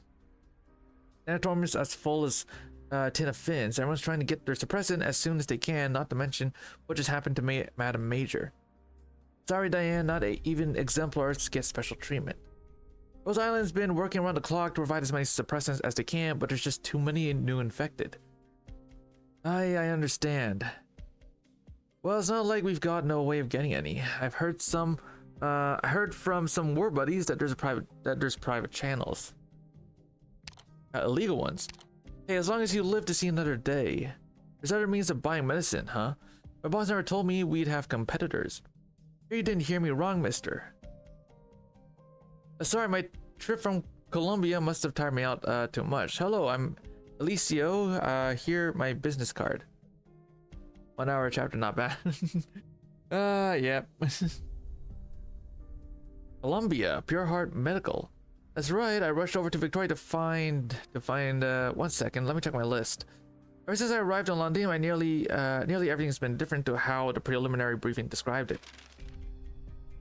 Found it, London's interim health secretary, Madam Major. Could you tell me how to get to the Office of Provisional Supply Procurement? Rest assured, I'm here representing Pure Heart Medical to discuss medical cooperation. The situation here will get better soon. Did I say something wrong?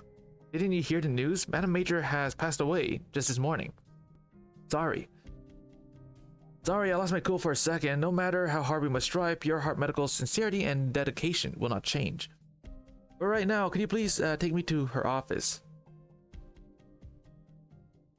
You always make the perfect calculations so that everything falls into place we're just gonna be as here you planned, forever. don't you? We have a tutorial? Okay. Okay, let's go.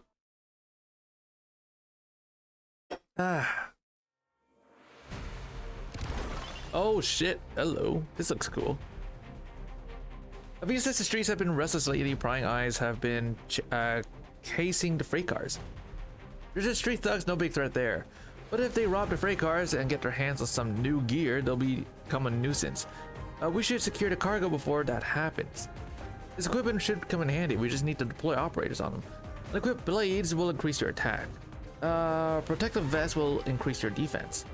With Assault Arts unit, operators can temporarily prime enemies using their arts, dealing arts damage.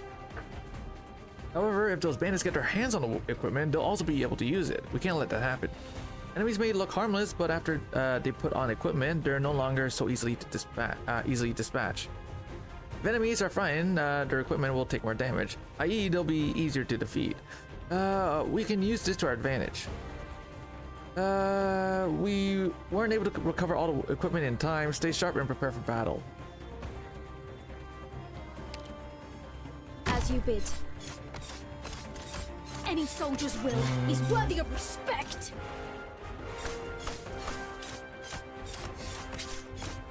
I see. Aha. Yeah, my energy's nearly spent. He's got an assault arts unit. Stay focused. If we can get him to drop his equipment, we'll be in better shape. Forward, back, forward. Got ya!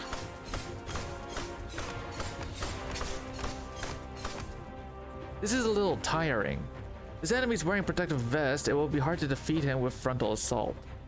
This spot is ideal. We can also make use of the assault arts unit up there. I'll give it a try. Any soldier's will is worthy of respect. Oh, so focus on taking down these enemies that let us get ambushed. Do something about it, Morgan. If the freight car gets wrecked, our gear is going to be scattered all over the streets. Give it up! Oh, this isn't good. We need to activate the munitions factory command center to reroute the rail. By guiding the freight cars towards the command center, we'll be able to protect them. I should get moving too.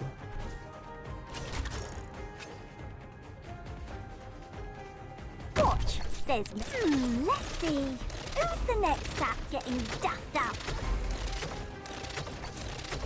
There you go. Okay. Doctor, want to celebrate the Glasgow way? First, me and Hannah grab a leggy. Okay, it then we seems pretty shut our simple, so it eyes, shouldn't be and then we hip problem. hooray and send you flying. Hey, no need to run, love. I'm just joking. Oh boy, okay,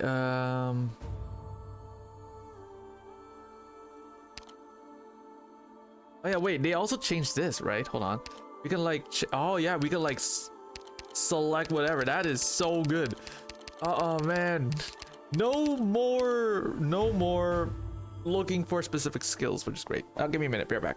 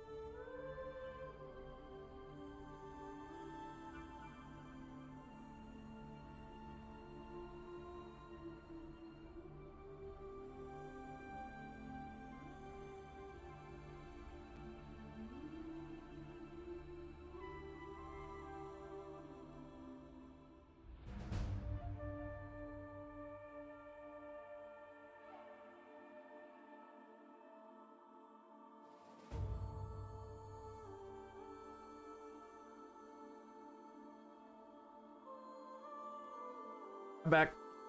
I knew you can be so. I know, right? I can like, I can like make, I can like make formats, for what characters to use.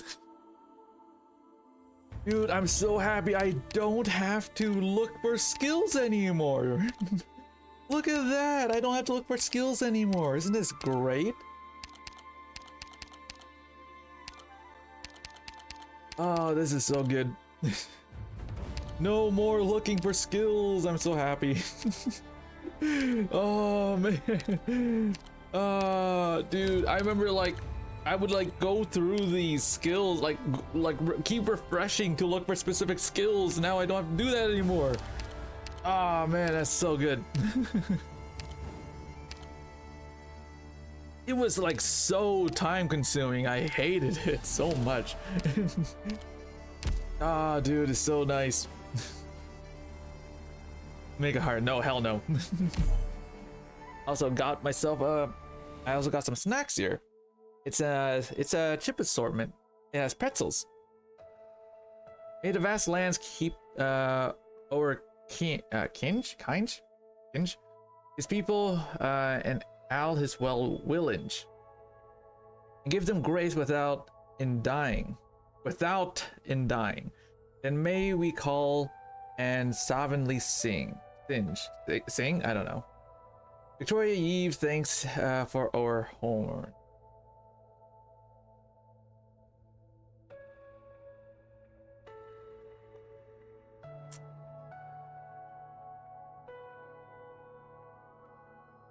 We've been humming that song ever since we stepped into the throne room. Like it's too strong a word. It's just left an impression on me. My foster parents would hum it by my bedside whenever I couldn't sleep. I thought it was a lullaby. It's only long after they passed on that I realized whom it was to them. Who was their king? The song became stranger from that day forth, but the tune has remained familiar. I would never forget it. You still remember him, the king? I'm not familiar with him. As for the man who is my closest blood relative. I won't lie, Doctor. I tried to piece together an image of my father in my memory. But when I saw him again with my own eyes, there was nothing familiar about him. He was a king, and I'm just a gangster from the streets. We have nothing in common, save for the name Victoria. There are more important things for me to think about. You heard the Dukes talking. They're ready to abandon Londinium, my home, to whatever fate. This wasn't what I expected when Dr. Kaltzit got you out of Chernobyl and got me to place a return to Victoria.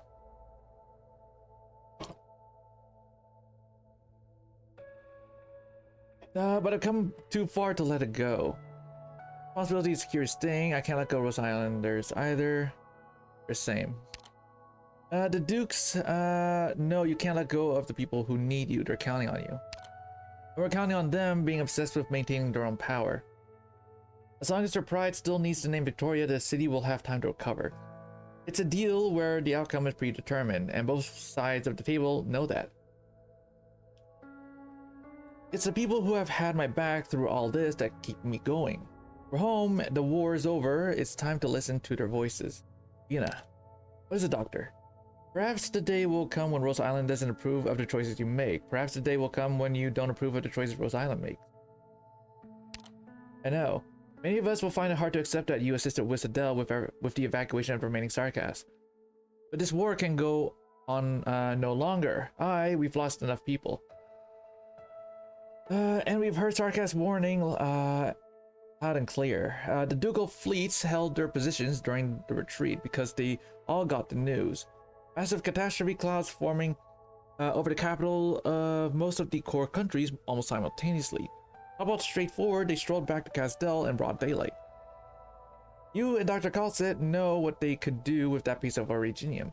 They won't abuse it unless their back is to the wall. For self-defense only, maybe they think that way for now. But there is no such thing as a guarantee when one is in possession of power far greater than one can control. I've seen many gangs rise rapidly with the backing of the nobility, only to fall apart from the inside just as quickly. That's why Ami is going back to Castell with them. Ami will keep the regime under our oversight. But you're not in a position to determine Sarkas' destiny either. Both sides have been inflicted with wounds that will not heal so easily. The young Sarkas regent has gone his wish. The Sarkas are once again united by concrete hatred and obtained an origin shard that belongs to them. Hatred always ends the same way. Where will you be when the time comes? Oh.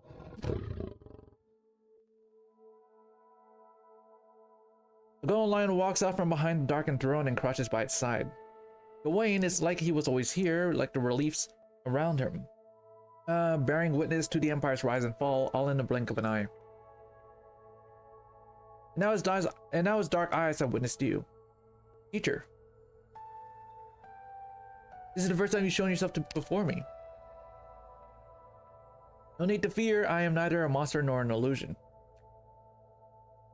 I show myself now because I must. Yuna has chosen a path that she had not even considered until now. She must grow, and you are in a position to help her. Rose Island is already assisting her work in Londinium. That's not what I mean.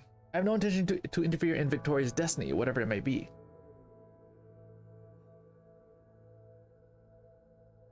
But you have led her towards a confrontation with the destiny of Terra itself, on which a hope is hard to come by. I promised one who is long gone to walk with her until the very last, but now even my own being is no longer a certainty.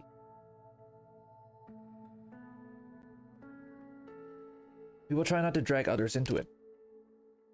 I know Vina, when the day comes, she will stand with Rose Island, and you will need her. But where will you stand when that day comes? There's no need to answer, she will witness on my behalf. You are neither her follower nor mentor, nor foe. You already realize that the ties you share are one of a kind. Perhaps we can afford to wait for a chance at a fresh start, but Vina cannot.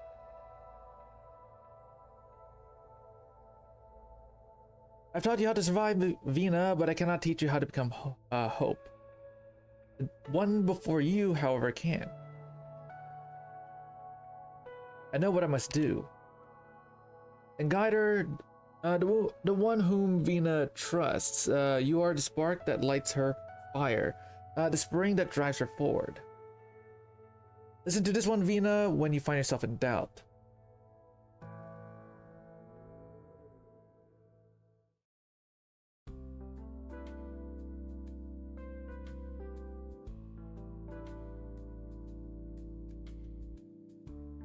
What is this instrument, Vina? An engineering sample made by Rock says it keeps tired workers from growing drowsy, but how's that different from just taking a nap? Does it work?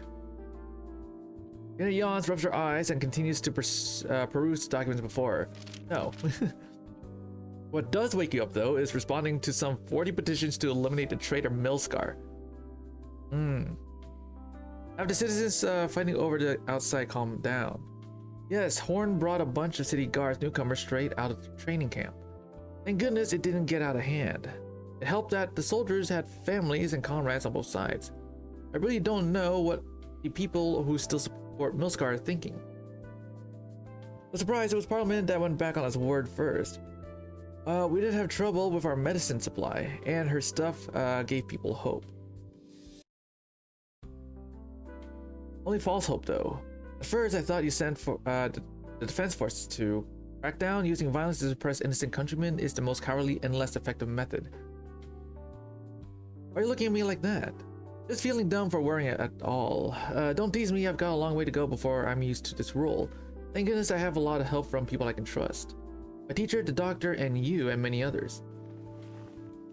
She stretches, puts down Rock sample, and lets out a long exhalation. I'll be stumbling in the dark without the intel from your informants and our Rose Island colleagues.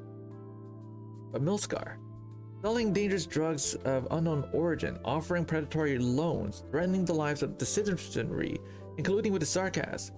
All the evidence lies in my drawer, all of it corroborated. She cannot be allowed to run unchecked just because a few benefited from association with her. Allerdale, it's not just her, Delphine. No one wants to see this hard-earned peace broken again after all we've been through. Parliament promised safety to the people. I know what must be done. Very well, an old friend has a lead on her that might interest you. By the way, I've given serious consideration to the doctor's suggestion. Once things have settled down for a bit, I'll return to Windermere and take back certain things that have always belonged to me. How long will you be? I don't know, but the doctor's right. I need what Mother left behind. If I'm to help you, even if I was reluctant at the time of her death. Thank you. It's for myself too, Victoria Windermere Lincardin. I must see for myself that which Mother cared so much about. It's the only way I can get closer to her.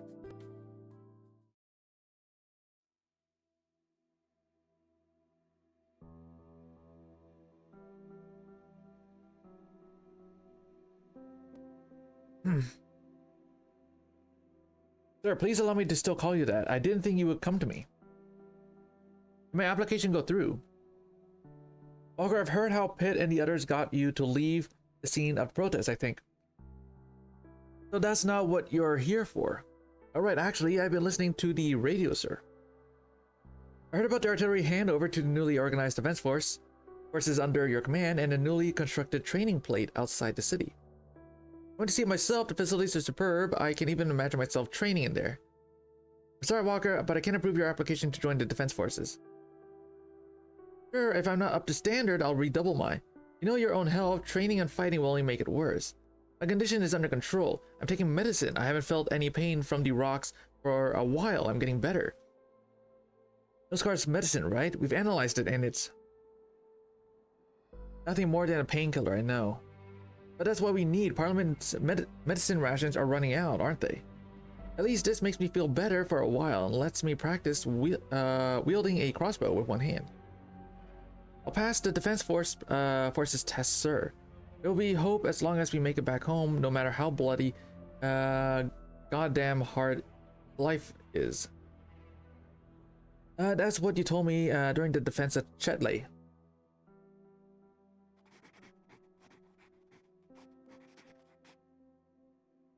We are the exemplars.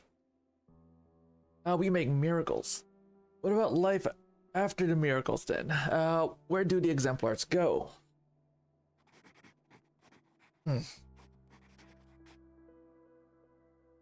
Horn said the miracle of the previous exemplars lived on in Gaul.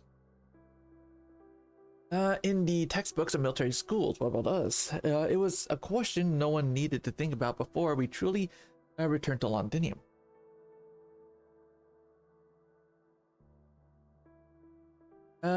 When the city broadcast announced that the city belonged to the Victorians again, the youngest girl in my group asked me, where do we go from here? I said we go home. I'll go back to the slobber knocker with Hannah, Vina, and Dagda, and you get to go home too. The girl told me, I don't have a home anymore. I only have you.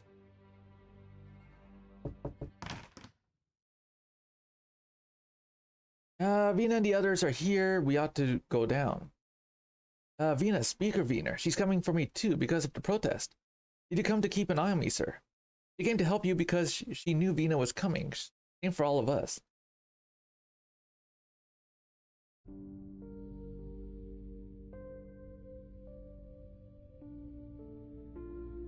There's no warmth in Londinium's sunset.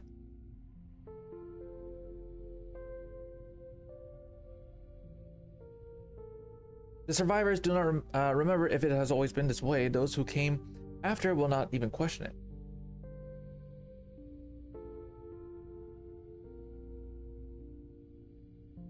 Once the shard was the pride of this whole nomadic city. Now people pay careful attention not to step into its shadow. They all remember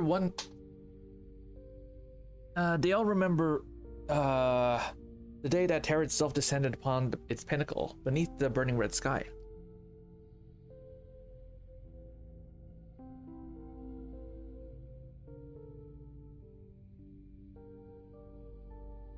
Two walk side by side through the sparse crowd, the setting sun drawing long shadows behind them. Those they pass bow to them, then they go back to work at hand humming. Then may we call and safely sing. Victoria, Yves, thanks for our home. Refurbishment of the shard seems to be proceeding ahead of schedule. Those island helped a lot, providing medicine, taking in patients, and the engineering department has been helping with construction work in the city. The initial incident left such an impression on the people that the proposal to modify the shard met no significant opposition.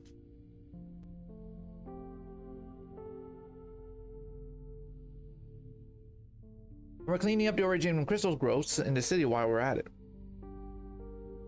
But the engineers of the Self-Salvation Corps say it'll take some time for things to go back to normal.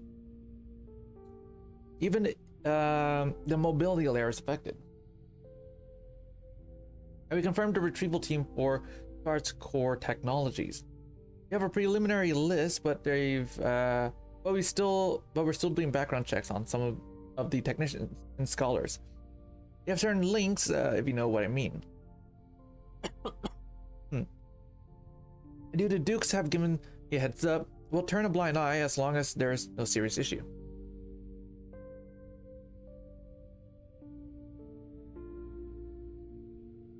I, for one, am hoping that they find something worthwhile in that scrap heap. It would be a good thing for Victoria.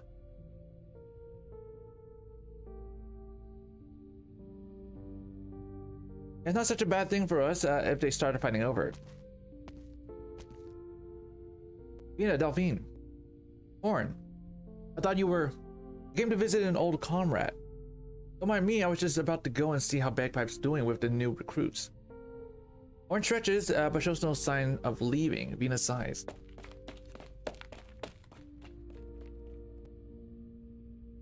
Vina, you would never guess what Walker and I talked about. You remember the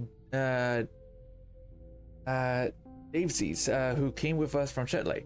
Well, the wife just gave birth. I know why you're here, Morgan. Walker and the protests are a matter for Parliament. It's not something I should get involved in. We're just here to talk about the whereabouts of Milscar. Thanks, but there's no need to make things difficult for Madam Speaker. Because Parliament, I know many MPs fine people. Parliament is not as simple as you think. There are those who would prefer to escalate the issue. But resolving the Milscar issue as soon as possible is in the best interests of everyone, including you.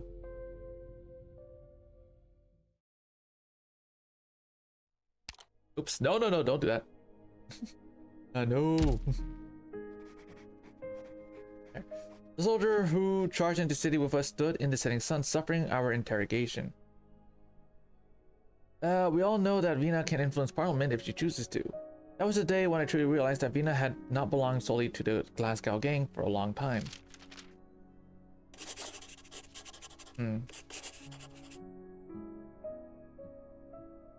Maybe my Vina already said goodbye to that afternoon. That day, all factories of the city came crumbling to life and steam gushed up to the sky. I saw her golden hair flying wild in the wind.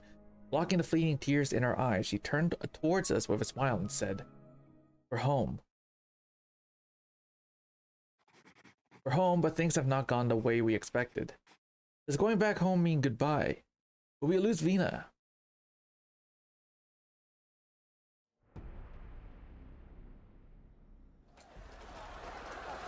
Factories welcome us. There are survivors in the city. Why do you stand in our way? I'm sorry, Duke's orders. The exemplars must not act on their own until the Dukes have come to a conclusion. Why are you pointing your bow at me? Weren't we fighting side by side just a moment ago?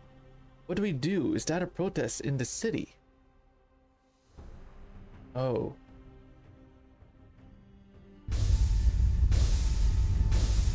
The city was angry. Troops just stood in our way. Are they falling back? Factories are waking up. I thought the Sarkas had shut everything down. I remember these factories. I know where they are. I always will. That's Miles Industries on York Street. That's Coppola Foods on Scott Street. And that's Consolidated Incorporated. Hankins, South Wicker Cargo. Vina, I thought those that were silent, those that had been abandoned, those that had been commandeered by the Sarkas, and those that continued to run timidly. All the city's factories came alive at the same time, but Sarkas, hastily pulling back from the battlefield outside the city, had no time to notice. The steam that gushed out was the breath of steel and machine. The factories were roaring. What's going on? They're helping us. Londinium is helping us. March on, exemplars. It's time to bring this to an end. This is Lieutenant Diane Weber of the 6th Column, 10th Infantry Regiment. Lower your weapons, soldiers, and escort the exemplars in their advance. You're defying the Dukes. Before I was a soldier, I was Londinier. This is my home too. Go siege, the fight is not yet over. We will take back what is ours. First squad starts lowering their crossbows, and they are soon followed by others who step aside to clear a path. Exemplars forward. We're home.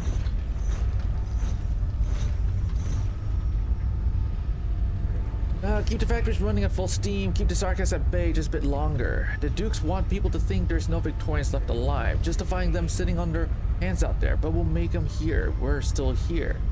People outside the walls will know that we haven't given up yet. Oh, it's Percival. Thanks for the assist, Madam Catherine. You can trust our guys. Everyone has a trick or two up their sleeves. 9 and the others are working on the other factories. The whole city is about to rise up. Are you coming back, Feist? Is it on? On it is. The other factories have also been restored just as the doctor planned. It's not just the citizens start helping us though. There are other people, and they call themselves Reunion.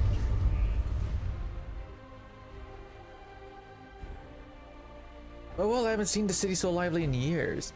I just got word that Alliance troops have cleared a path for the exemplars. That wasn't our order. That wasn't our orders. Are you happy with the test results? Seems we have underestimated the influence of a miracle. We should hasten our preparations then.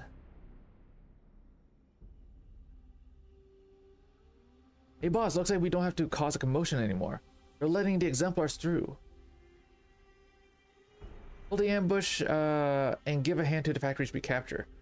Tell the people in charge that the boilers keep burning until I say stop. You got it. Welcome home, Vina.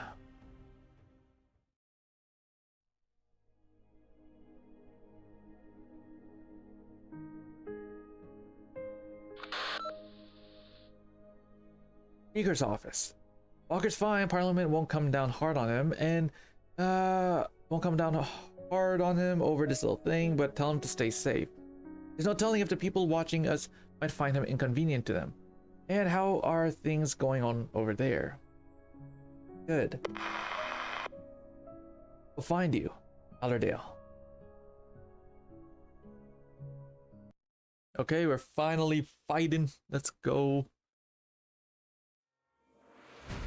Looks like it's too late for second thoughts. Ooh. Time to move out.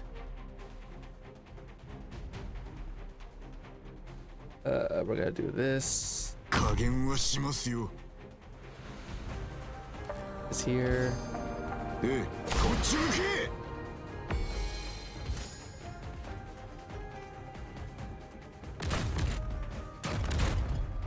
全員の行動力を奪う。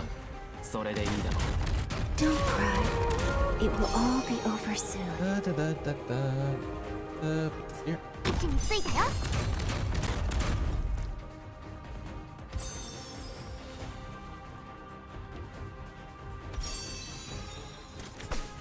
Oh boy. Okay. It's fine.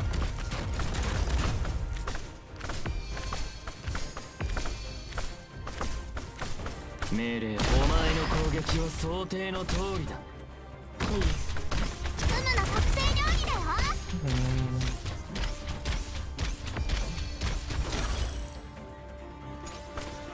Where do you experience the fire light?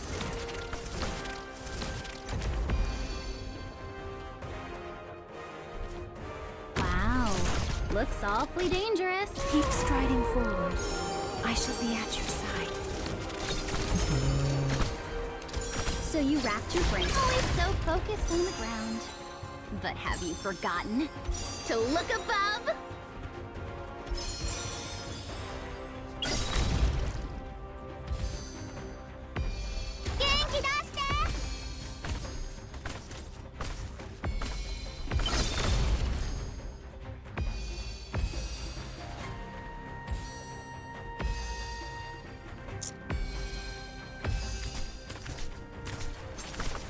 Ready with this endless burn.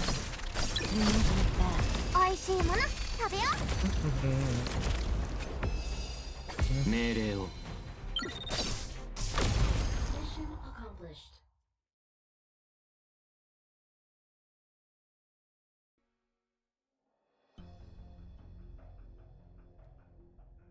I just go over there like this. I just go over there and ask what the price is. All right.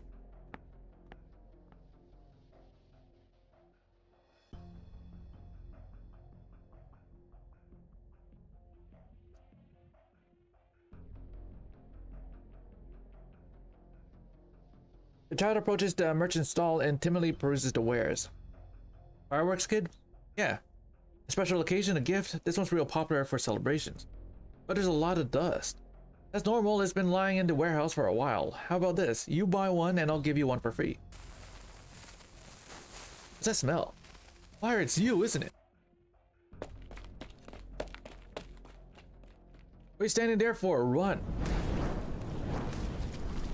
Merchant tried to put on the fire to no avail, and is soon surrounded by flames himself. Exploding fireworks draws a gawking crowd. Practical Joker has long fled the scene with the child. But wasn't it supposed to be a joke? There's some right for marrying a double woman, that bastard. Fire's getting bigger. I'll grab the man. You get the crowd out of here. Yes, ma'am. The pile driver's spear rips the flames apart. The sounds of explosion and crackling fire sing joyfully in cacophony. Wolverine emerges from the flames, spear in one hand, the merchant in the other. He puts the merchant down in a safe place and sits beside him, wiping the soot off her face.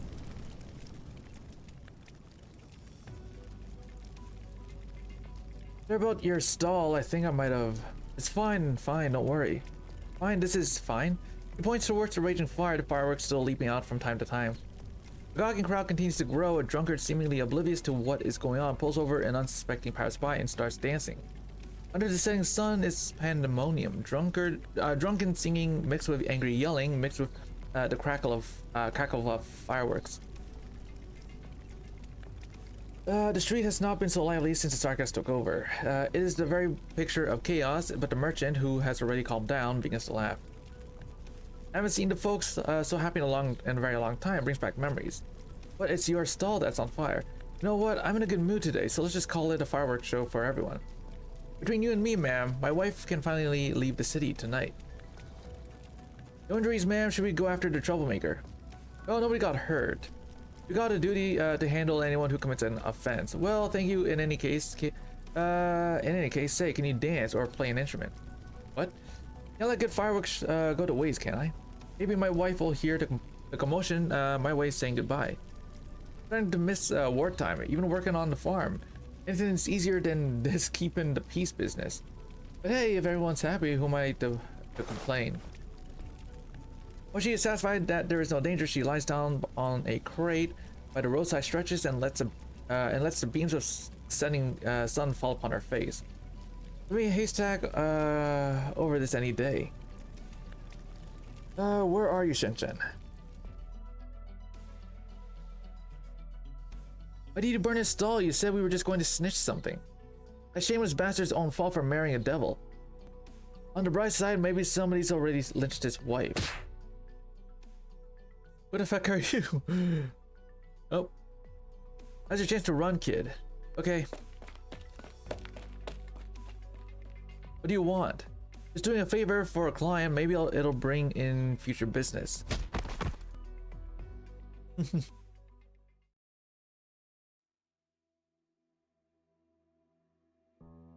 Now, what's the situation with this batch? Wasn't clear and the head count checks out, no problem. The word on the streets is that Parliament is looking for you.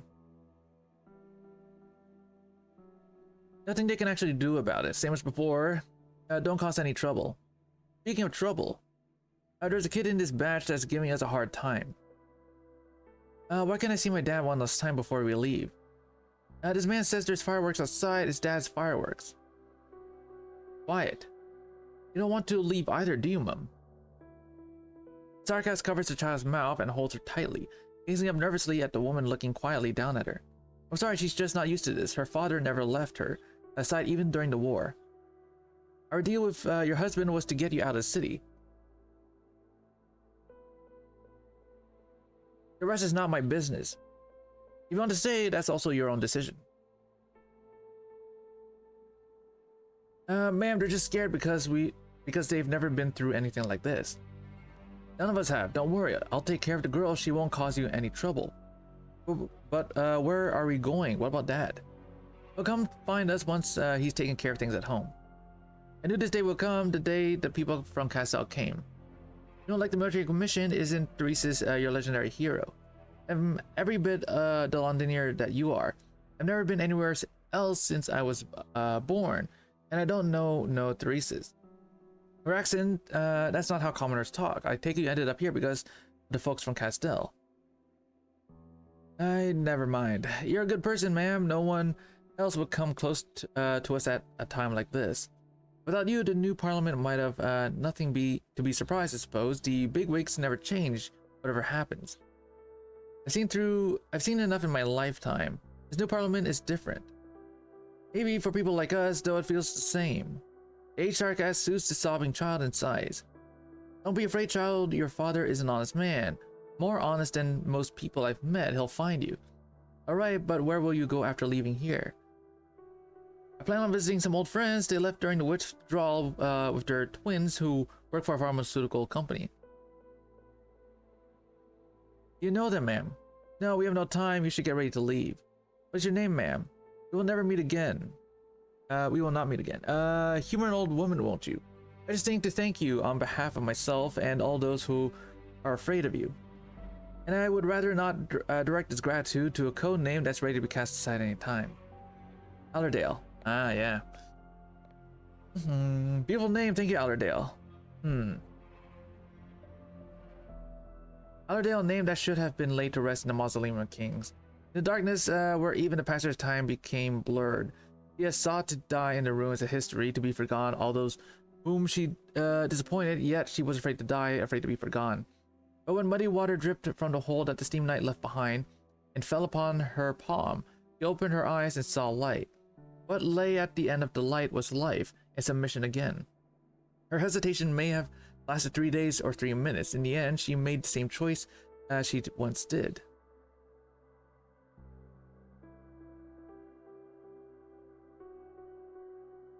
You will meet Vina again someday.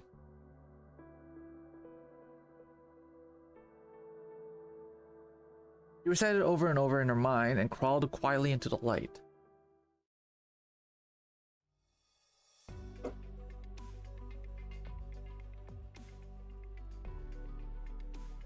What do you mean the reservation with Madame Major is no longer valid and I have to get in queue again?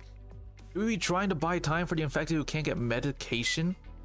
I'm afraid the reservation system is under maintenance. There are a lot of files that need to be organized following Madame Major's passing. However, we are all very busy with preparations for Madame Major's funeral. How long are we talking? It should be up and running within 7 business days. We will inform you as soon as reasonably possible. Have you been to the Center of for Biological Infection Control? More and more citizens whose conditions are deteriorating rapidly are being sent there by the day. Most Londonians didn't know how to handle acute oropathy attacks before the war. The ones who need help the most are the ones getting the least of it. They can't afford to wait, not to mention the proliferation of drugs that have a little actual effectiveness. Your feedback is noted. We will pass it to the Center of Biological Infection Control. Is there anything else I can help you with? Tell me where the speaker office is. If you would like to visit the speaker, I can assist you in making a reservation. No need to ask him, I know where the speaker is. Come with me, Alicio. Apologize for the inconvenience. Please let us know if you need any other assistance, and thank you for the coffee, sir. It's a very valuable gift.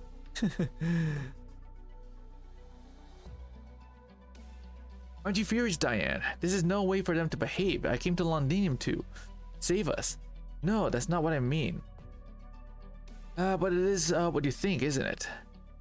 I mean, no offense, I'm grateful that you've put a roof over my head, but I also see there's nothing but chaos in the matter of helping the infected here.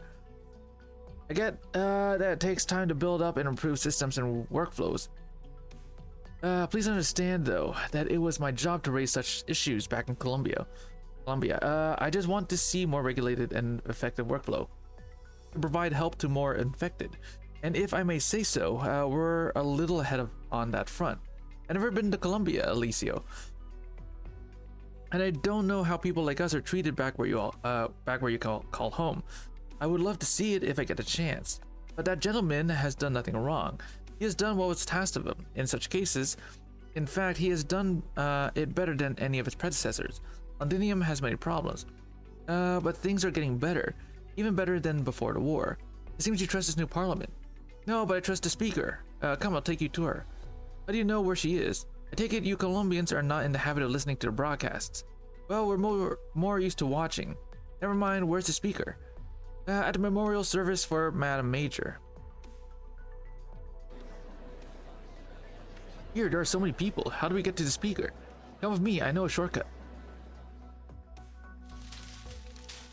Through the window, Alicio sees Vina Victoria for the first time. He has done his homework and heard the legends of the young speaker during the war.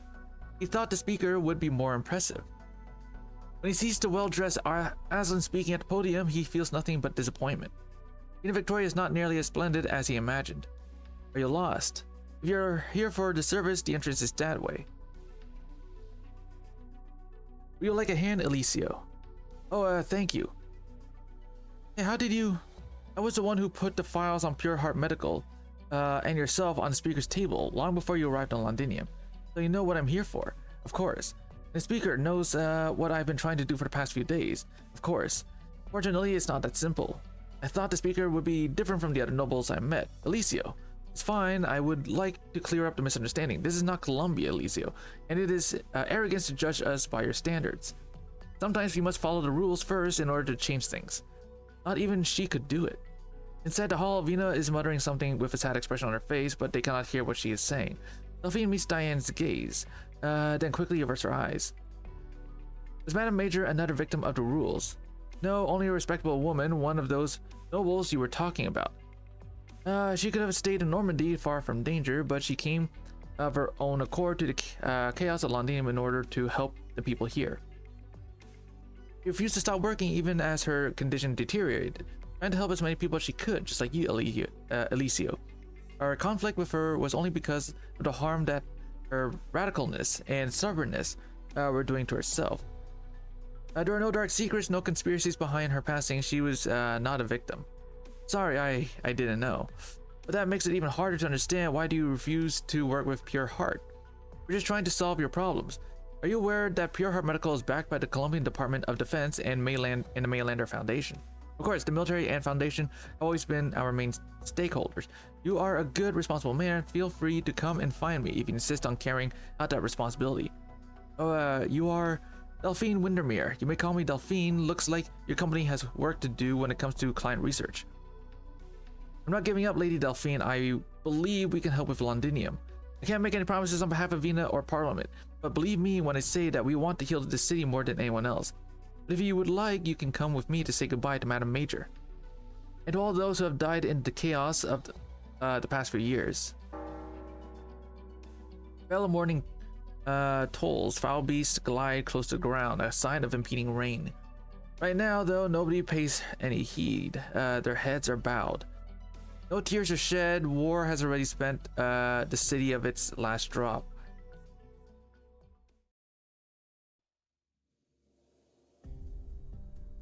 Elise pointed this place being Milscar's hideout. Why are you still taking your time? The thing is too easy. Besides, there has been rumors of unidentified Sarkaz activity here. Can't hurt to be careful. I say it can't hurt to have an accident or two. Good exercise. Why do you think I refused to help Morgan with her stupid paperwork? You're an upright girl to come along like this. I thought you'd shut yourself in the tower as soon as you came back. You really ought to be staying put at the ship, Hana. How many times has medical reminded you about your condition? Sound of bells echoes in the sky above the city as if everything has gone quiet for a moment. The memorial service has started. Well, no time to wallow in sentiment. Let's go, Dagda. I don't want to get my arse kicked while I'm trying to wipe the tears from my eyes. Sometimes I just don't know what to do with you, Hana. What do we do if we run to Allerdale? Punch her in the gut and leave the rest for Vina to worry about.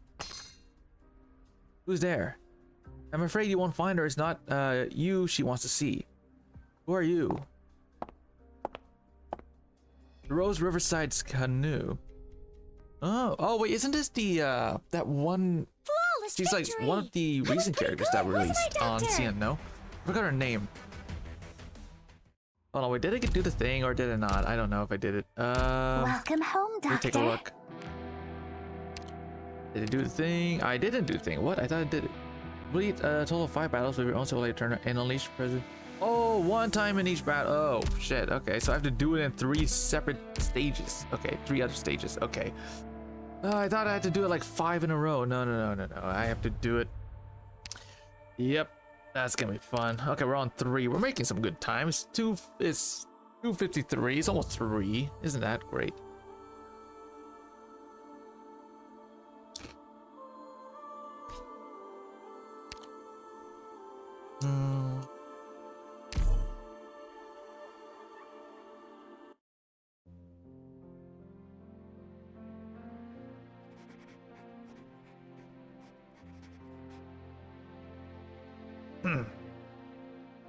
I couldn't decide how to start the chapter on Allerdale when I decided to write one for her. I realized I knew so little about the name that should have been so familiar to me. The last Cumberland, the one who betrayed us, the one who gave her life to save us, the one who bragged about her cream stew. Milscar, Castor's minion, Cumberland the ever on high. Which one was the real Allerdale?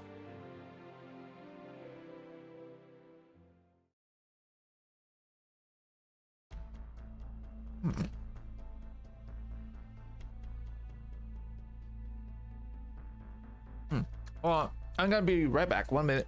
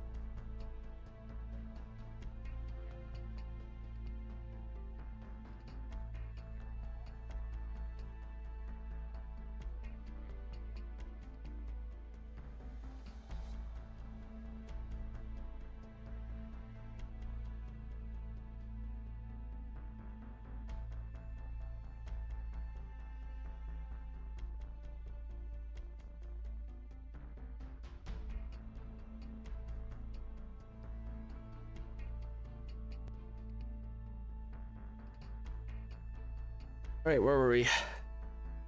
Wait 4 minutes until the exemplars break through the blockade. Word is confirmed, boss. The location in the anonymous warning message is just ahead, and we've identified the source. Rhodes Island.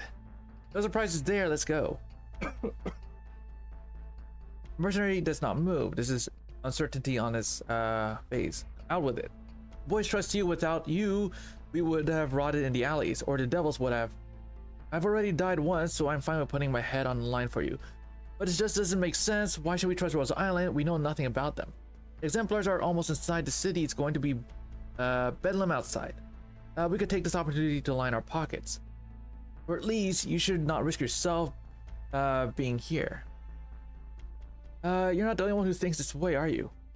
Mercenary is silent. He dares not meet Milscar's gaze, fearing her wrath. But nothing happens.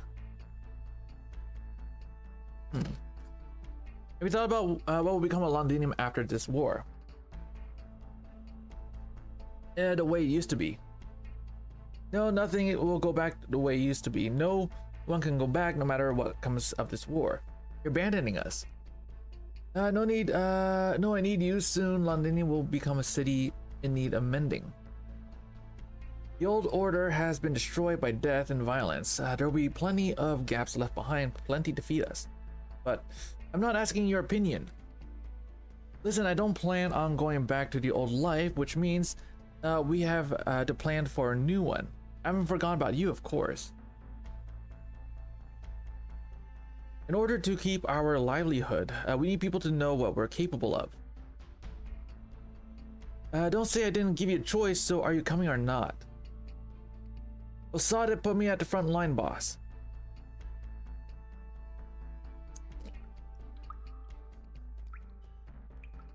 I'm not imagining it, am I? What is this? The blood red rocks in the gaps of the frame and in the furnace. Did the devils hide them here? What are they planning? Vampire stuff. There's a small vein of blood in the air. She recalls the onrushing, squirming monsters that came straight out of a nightmare. Oz, I found something here. A Ducal Alliance soldier. Something's not right. He hasn't been dead for long. The name tag 5th Infantry Regiment, 8th Column rank Major.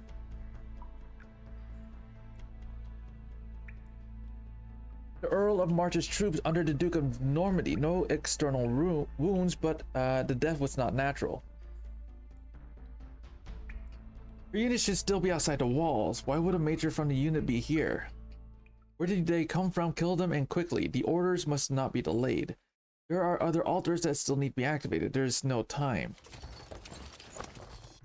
The devils have us surrounded. There's no way out.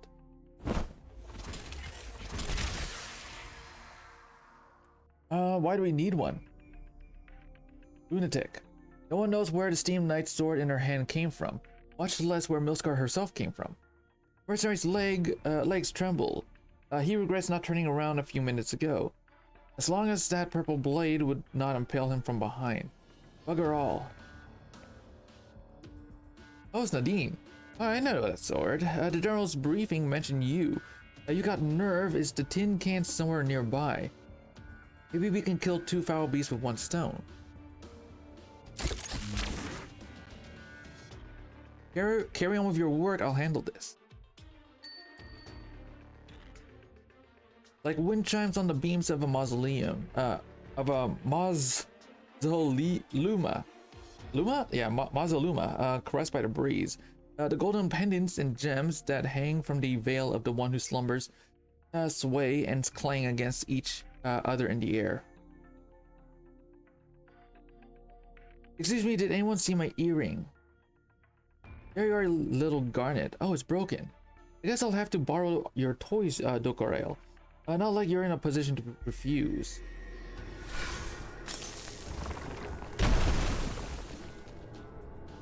The blood-red altar within the iron frame begins to glow, but quickly goes dark again and then shatters.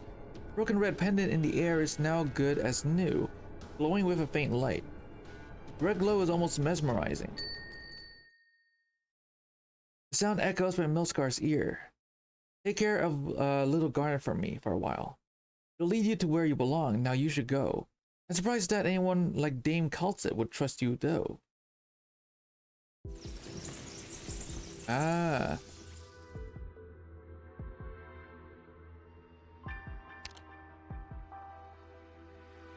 Shot it.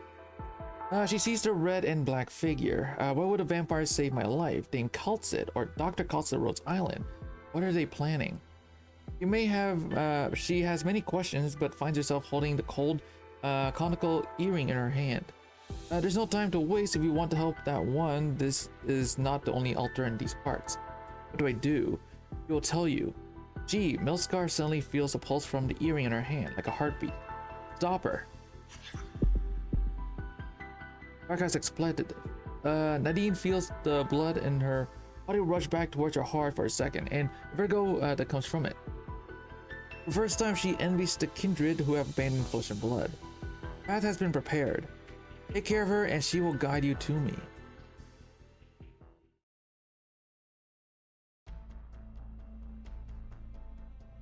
Hmm. 6 minutes until the exemplars break through the blockade. Let's go to the next one. Oh, it's that weird vampire thing. As we destroy the altars, it just keeps getting prettier. We're getting more important things to, we got more important things to worry about. Word is that the exemplars have made it into the city, but they've been impeded by the Ducal Alliance's troops. After factory's gone, the order. They're getting ready.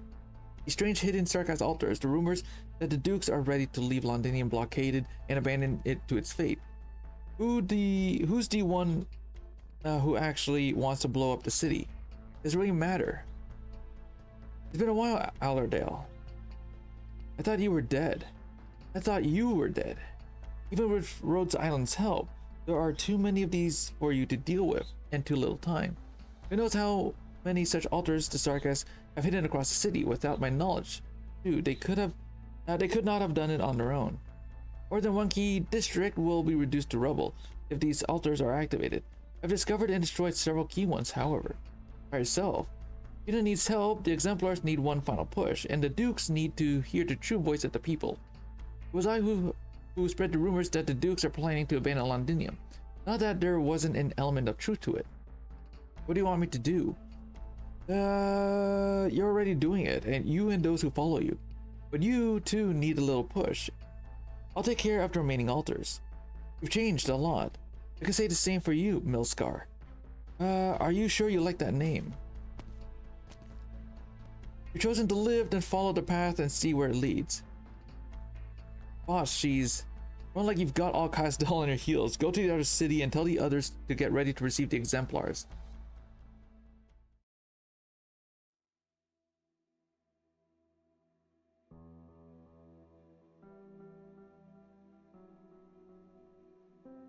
Oh, you know, I actually didn't get a chance to screenshot this one, did I? Here you go. The exemplars break through the blockade across the city. Factories roar to life, welcoming them home. I keep thinking back to that afternoon. Factories, Vina, steam, cheering, boxing, angry yelling, bared. The bits of memory gush to the surface together, mixing together, wiping away what happened that afternoon. The one thing I will never forget is when Vina said we're home. I wanted to cry. It was a long, long journey from the day we left the city to the day we came back. We're home, but how many did we lose? How many who walked with us on this journey?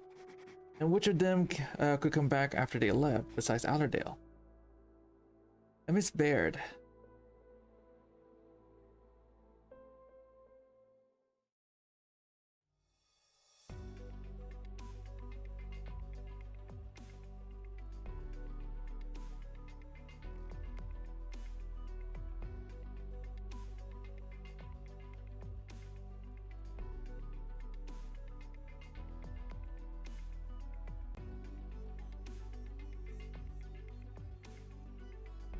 Two days after the exemplars break through the blockade.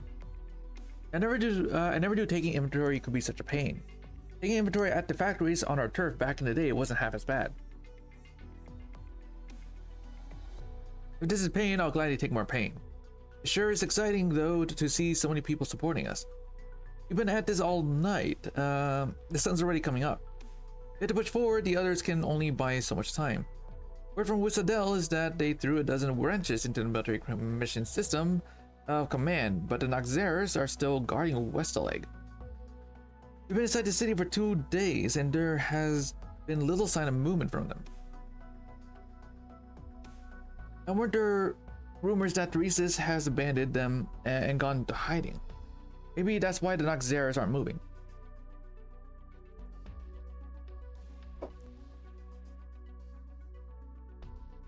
That's just speculation. Not even the doctor's team has been able to confirm it. Go home. Get some rest, Morgan. The Alliance's orders to attack will come soon. I just don't like counting, that's all. I want to help Dagda. I reckon I've got a little more experience sweet-talking people into helping us. Delphine is persuading the nobles who are still on the fence. Hannah and Catherine are organizing the surviving workers in Salvation Corps. I have no doubt they can get it done. But Dagda, she's not really the temperament for this. We'll help her.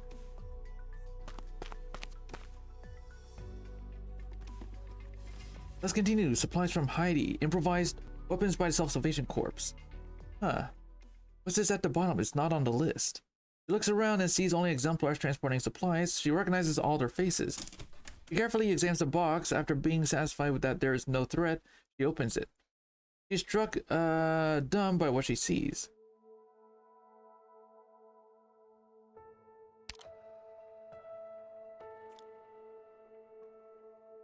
It's a set of clothing. The cool rays on the morning sun shines upon an emblem. The emblem of House Victoria, her house. Ina feels about anger. Is this some kind of sick joke? Wait, no. She recognizes the outfit in her hands. It belongs to the Victorian royal family. Why is it here? Who found it and delivered it to her?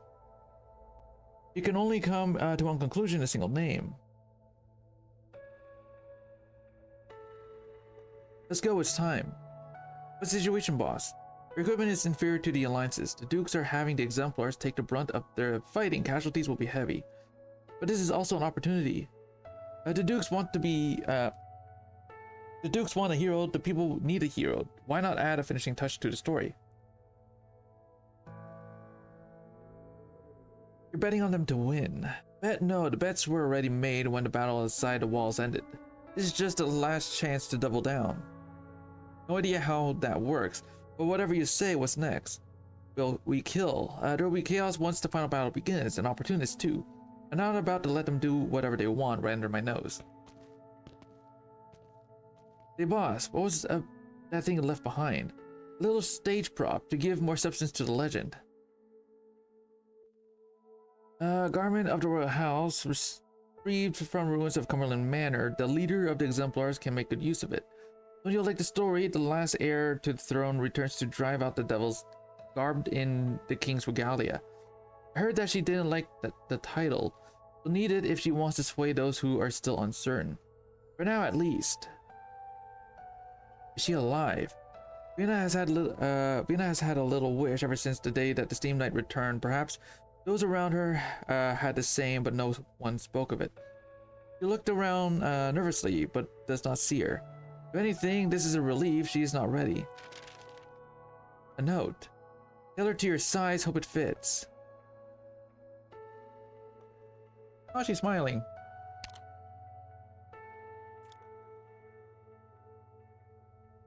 There's no name on the note, but for the first time she knows that Allerdale is still alive. There's something else. A few photos with the following words scribbled on the back. Something you might find interesting concerning a certain duke.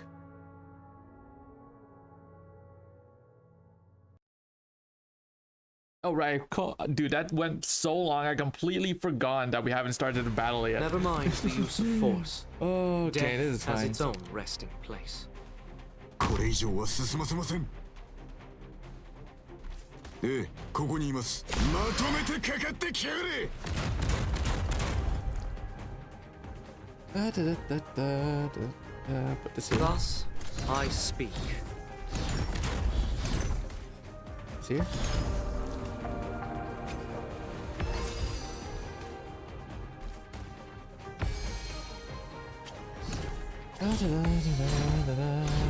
Here.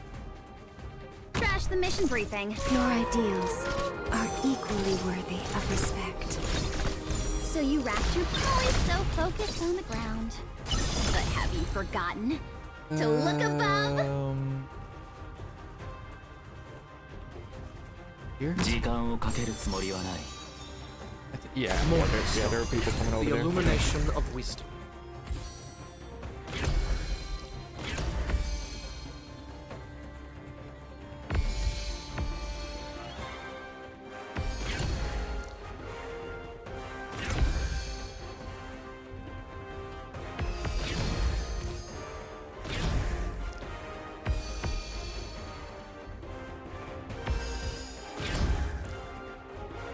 I'm still kind of nervous. I can handle this. 位置についたよ。みんな、お腹すいた？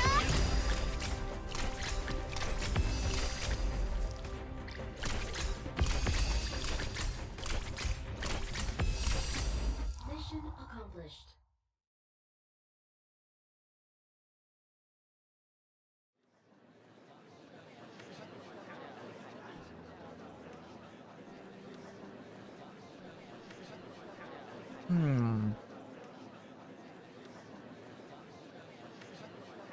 About the Defense Forces files that were requested. As Speaker, since the establishment of the patrols, we received no fewer than 200 requests for assistance involving Milskar and her followers. There is concrete evidence of their violation of Parliament's newly enacted laws. What are we waiting for? They're getting in the way of honest people doing honest work. Give the order. Put their heads on pikes outside this sign cell. Feist and Rock have already reported this situation to me. I want the rebuilding to progress smoothly as much as you do, but that's not how Parliament works. Go ahead, Viscount Elsa. Milskar's behavior is certainly questionable, but their medicine has at least provided consolation to those suffering from the current shortage, if nothing else. Balderdash, they're exacting payment in lives. Sit down, Lord Allen. You are in Parliament. They are using underground facilities, relics from the war, to evade our pursuit, Viscount Elsa. They've been decentralizing their operations, of course, but there's also evidence indicating that someone associated with Parliament is helping them. I believe we need an explanation for that, don't we? Are the Londinium Defense Forces requesting our assistance with the investigation, Lieutenant Scamandros? We are, of course, eager to help the citizens to face the Milskar threat. I could contact Her Grace the Duke of Castor to arrange for personnel to be deployed to Londinium. It is much reassuring to hear that Her Grace the Duke of Castor has, at long last, deigned to generously offer her valuable assistance to Parliament. Viscount Elsa, I am very curious to know if other dukes will do the same. Baron Hector, Viscount Gideon, Dr. Herman, and academician Erwin, may I trust you to pass on the message to the other dukes? Would you, by chance, have the opportunity to communicate with them?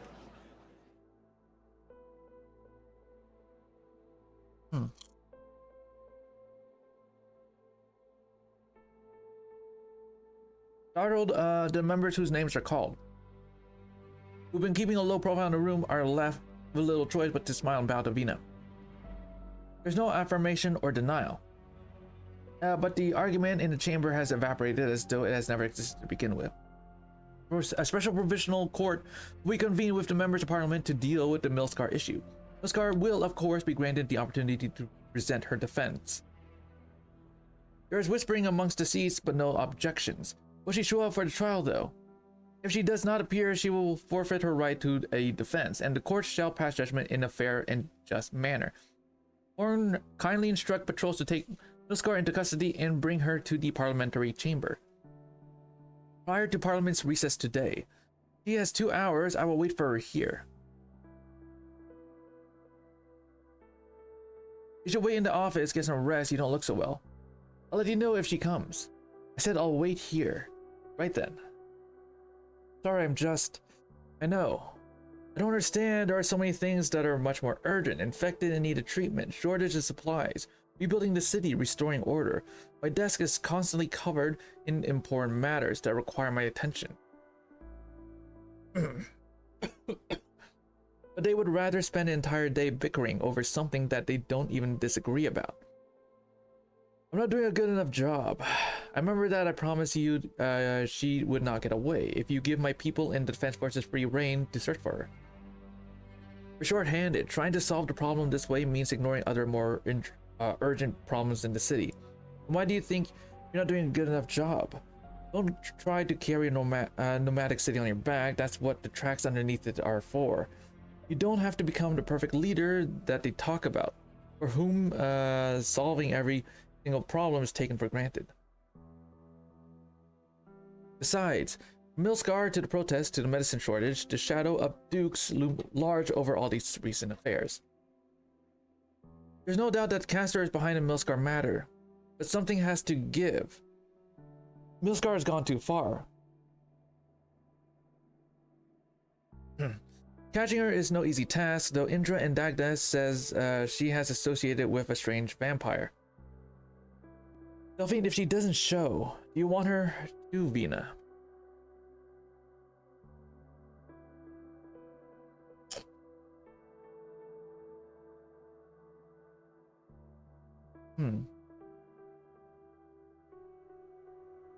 Why are you blindfolding me? I paid my husband's bill.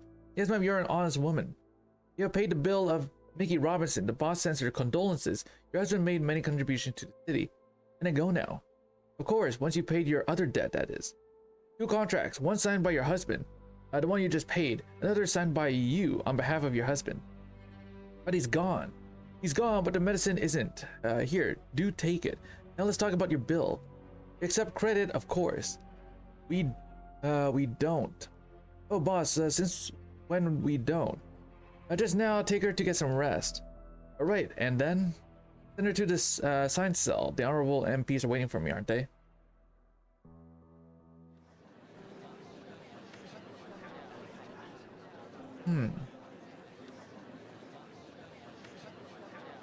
Oh, give me a minute. Give me a second. Be right back.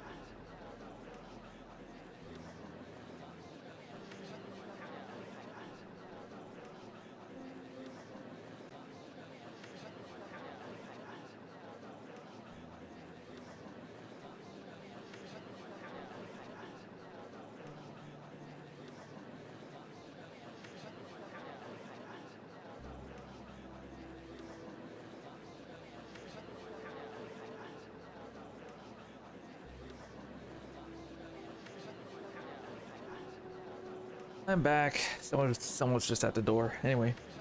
By the way, let the doctors work. We've identified the victim, Vina. One Mrs. Lawrence of Norport. Are the injuries life-threatening? No, the vital organs were unharmed. She just lost a lot of blood. Milscar's people did it. The rumors are beginning to spread, and that's not a good thing. Her husband, Mickey Robinson, recently passed away from acute erypathy after being unable to get proper treatment. He was one of the exemplars who came home with us. This is her answer. Escort Mrs. Lawrence to the Defense Forces Medical Camp Delphine. What about you? 2 more minutes. I'll keep the word of the Provisional Court and my own. At Delphine's behest, several MPs carefully carry the unconscious woman out of the parliamentary chamber. The carpet on the floor, which has only recently been replaced, is soaked in her blood. It was Sarkaz who had bled here 2 months ago.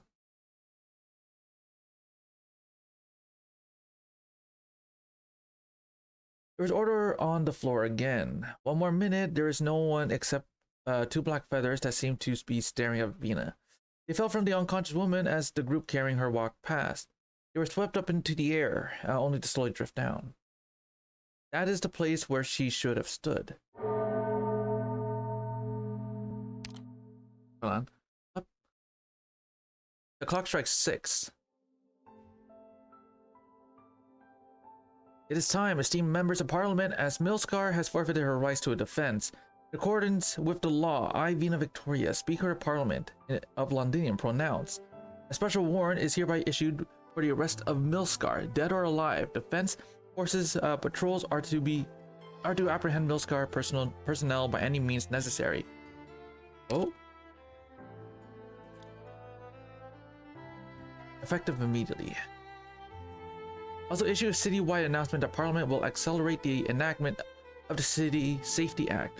On behalf of Parliament, I vow to the citizens of Londinium that the curfew will be fully lifted within a month, and the reorganization of the police forces is complete. The Provisional Court will complete the necessary personnel movement and additions within 2 months, at which point it will be renamed the Londinium City Court. The court will continue to process backloaded cases concerning public safety following the conclusion of the war.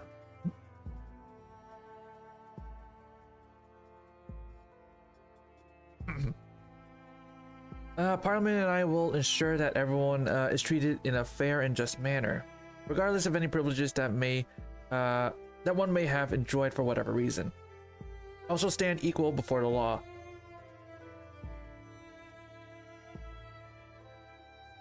What kind of leader do you want to be, Vina?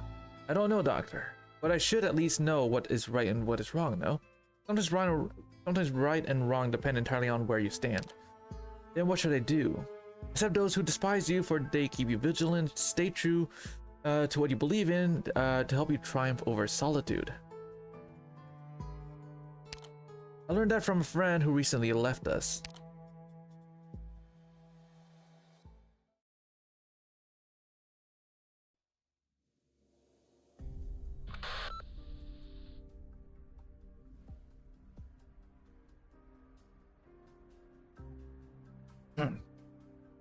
Back by reporting in. Sweep complete in T11 and T32. No sign of Milscar.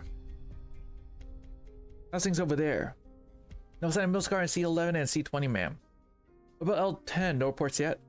Reynold, is there a situation? I'm here. There's nobody here in L10.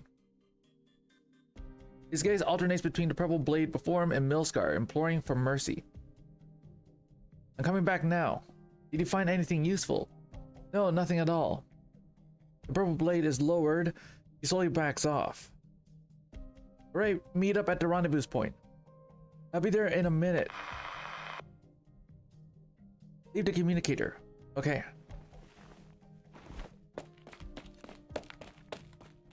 He keeps his eyes on Milscar in the shadows once he is sure that she is not going to kill him. He drops the communicator and flees for his life.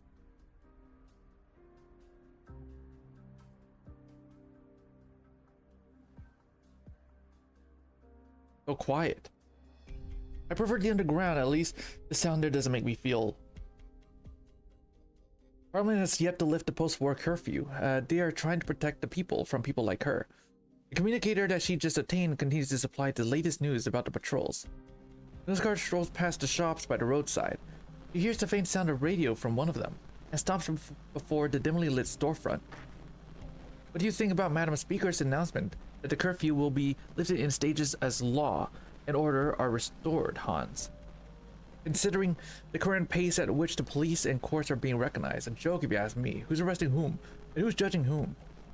You don't trust Parliament. Many citizens sleep sounder in their beds knowing that Parliament has been hard at work rooting out the remaining devils over the past few months.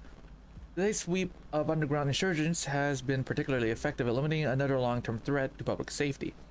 In the span of 3 hours, we have received thousands of messages from citizens expressing their gratitude to Parliament, in particular to our honorable, dare I say, majestic, even Madam Speaker. Do not deny that she has been a decisive leader up till now. How long do you think she can keep it up, though? I bet you 10 pounds that in 3 months you wouldn't be able to tell her from those fat, filthy, lying nobles.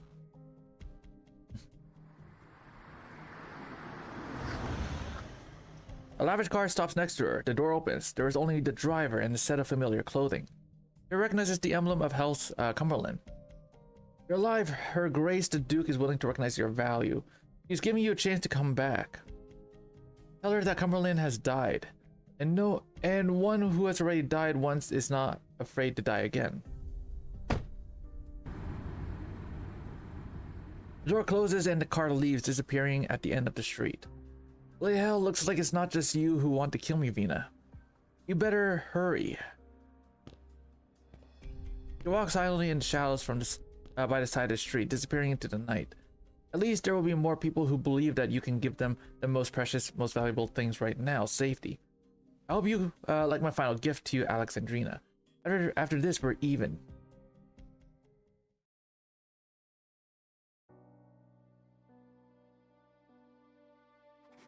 Morale was high before our attack on the Naxera position at the Palace of the Westaleg. Couldn't say the same about the people in the city, though. They had lived for so long under Sarkaz's rule that they could hardly even conceive of resistance. Dagda and I found it difficult to persuade able-bodied citizens to join us, until Vina showed up. She was wearing an outfit I never thought I would see her in, an outfit for a king. Never said who gave it to her, but we could all guess the answer. Allerdale. I was dumbfounded. I looked at Dagda and saw her fighting to contain her trembling. I saw the frenzied crowd rush through streets and alleys, scrambling over one another to join us. They carried Vina further and further away from me. Her Royal Highness Alexandrina has returned. She'll lead her people to drive out the Sarkaz and take back our home.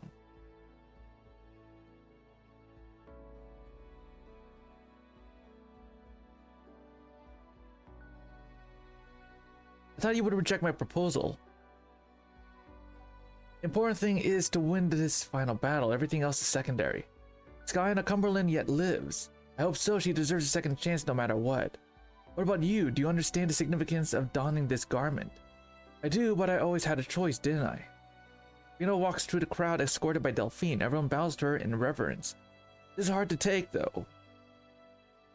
She thought she saw a certain figure in the crowd, drowned out by the onrushing soldiers and citizens. What is it? Nothing. Let's get the troops in order. It's time to put an end to this.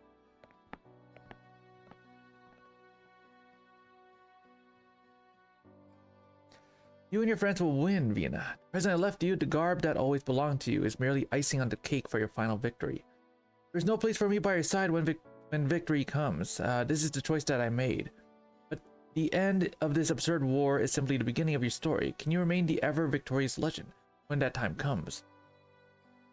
Victoria is not easily changed by anyone, not even you. But perhaps I would truly have believed. Goodbye, Vina. Goodbye.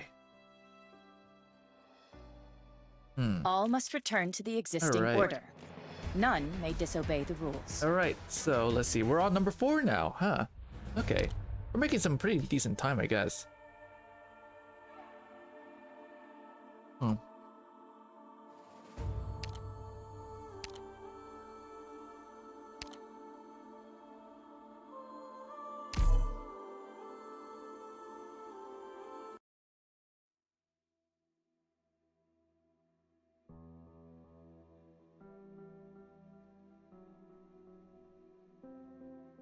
Good job, Madam Speaker, I say. Rip up every town in London and root out the devil scum hiding under them.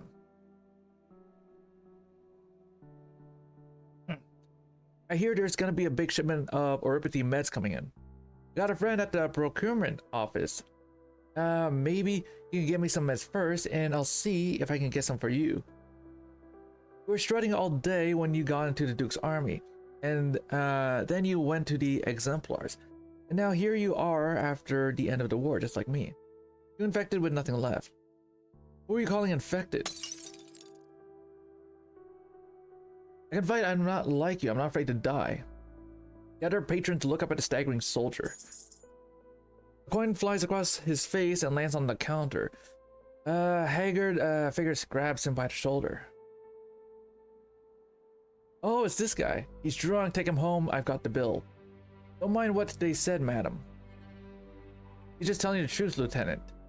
I'm retired too, but suit yourself. Sure, as for your question, it doesn't matter if I was talking to the one whose name's on the warrant, or reunion, or anybody else. The workers want to do something for our home. I can't just stand by and watch everything get worse. Extraordinary times calls for extraordinary measures. That's how things have always been for us. Just friendly advice, I've seen that medicine from dubious sources can do. I watched a soldier collapse into his drink a couple of days ago. I performed emergency surgery on him during the war. That time he survived, but this time is the last checkup he ever got. You're a kind soul. The apothecary in my neighborhood says he can't remember how many came to him for poison during the war. I don't remember everyone I've ever treated, of course. I've seen much worse in my times as a field medic, but at least I get to see those who walk out the field hospital again.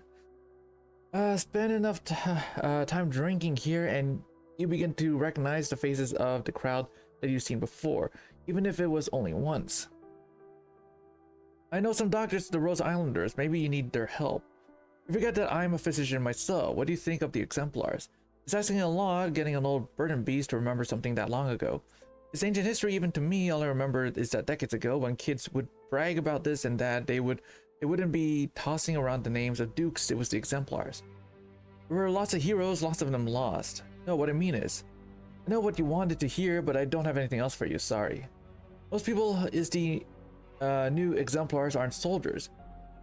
Most people in the new Exemplars aren't soldiers. You can't compare them to the old ones. We didn't start celebrating here in the city when the Dukes defeated the Sarkas, and that's the end of it. The walls were on fire, and unarmed Londoners trapped inside with the Sarkas. Nobody knew if the Dukes would spend the next 2 months talking before they entered the city. Nobody knew what would become of us. It was the Exemplars who came. No one can take away what you did, not in London at least. Catherine pauses. She notices the officer's hand trembling in the dim light of the tavern. He reaches on into his pouch trying to find something, but finally sighs and takes a big swig from his mug. These days, the only contribution most of us make is to the business of the city's drinking establishments. Thankfully, this kindly owner here doesn't throw out loitering drunkards. After all, most of those who fought tooth and nail to get back home no longer have homes at all. A hard-won victory. Shearer raises his mug, but Catherine does not do the same. I'm afraid you found a wrong drinking partner. I have an appointment to keep, and I intended to be sober for it. You're drunk, medic. Leave the alcohol to your later days. I've heard the rumors about the Exemplars. Why don't you talk to the speaker directly? Catherine gets up, goes around the other patrons, nods at the owner behind the counter, and disappears behind the door in the corner obscured by boxes.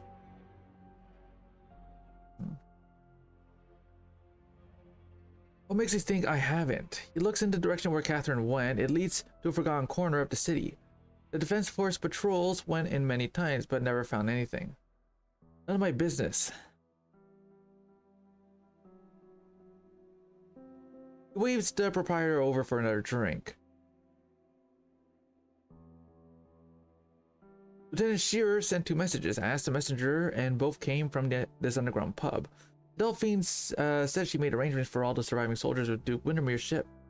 Are you sure we don't want to check out the street that Delphine talked about first? No, let's go in.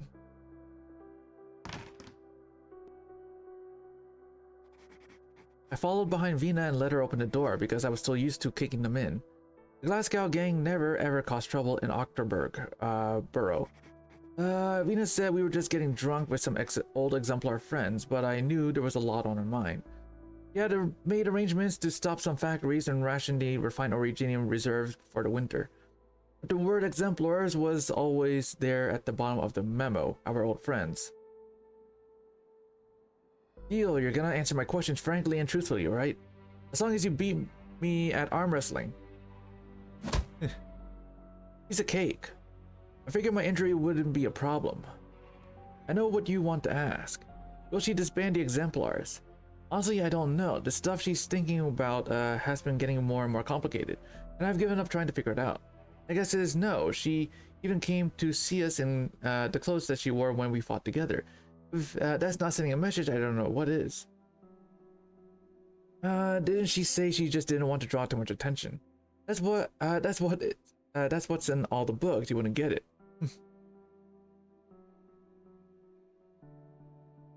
What you see here is no exception. Many exemplars are suffering from their lingering war wounds. With medicines in short supply, alcohol represents one of the few sources of comfort available to them. While some are here for information, most are here all day and night because they simply have nowhere else to go. This is why you wrote to me to stand up for them. No, I see you have not read my letter. Sorry, there's been so much going on. You used to be more straightforward and forthcoming, Madam Speaker. If you think the exemplars are calling for you to pay more attention to veterans' welfare, I can tell you that you're wrong. You're waiting for your next order. Everyone I've talked to for the past 2 months believes that she's just grown since becoming speaker, that she's getting even better as a leader. And the question they ask the most is, where do we go next? Are you telling me to continue to send them to bleed and die instead of trying to make life better for them?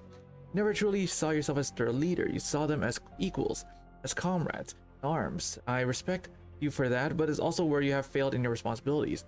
Forgive my frankness, but for many of them, what's left of their lives never know a greater happiness than the taste of victory they enjoyed as the exemplars.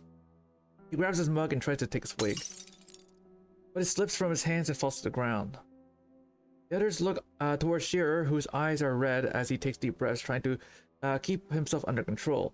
He takes out a coin, puts it on the table, and raises his hand at the proprietor. Without looking at him, on this part, the proprietor simply goes about cleaning up the mess without batting an eye. One more of the same, please. Where were we, Madam Speaker? Hold on.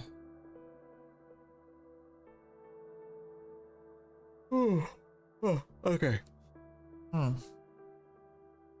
Shoot, hold on.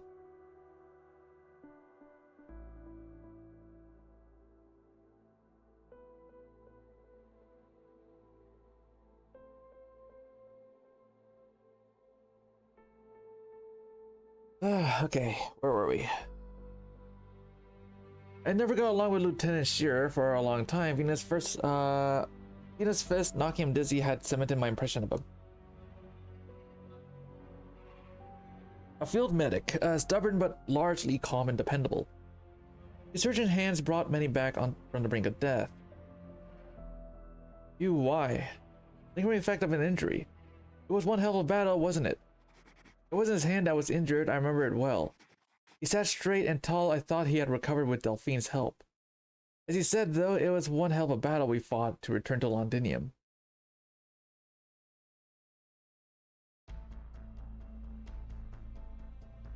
City walls.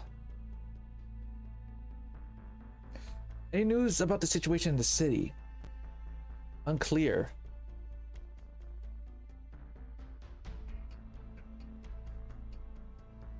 As of yesterday, the military commission still had a heavy presence in important areas.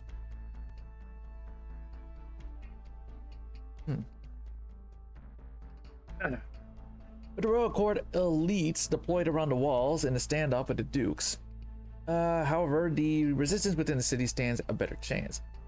The siege has gone on 10 days already. When are the Dukes going to charge? If the priority is to minimize casualties amongst the allied forces, then besieging the city is the best way, particularly with the Duke of Wellington's position still uncertain. But playing with the lives of innocent citizens if this drags on much longer. You're really okay with taking over in an empty city. But the truth about the situation here gets out. Nothing gets out, they will not allow anything to happen out of their control. People often underestimate the Dukes, but the truth is they have never changed. Just like how they treated the Steam Knights.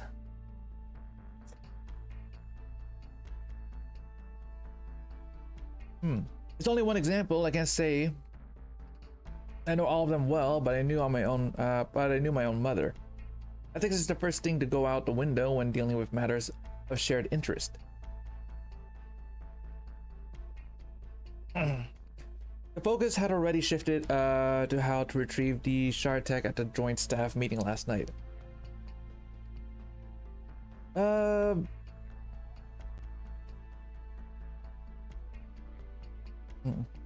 So they've already accepted this outcome. Dagda.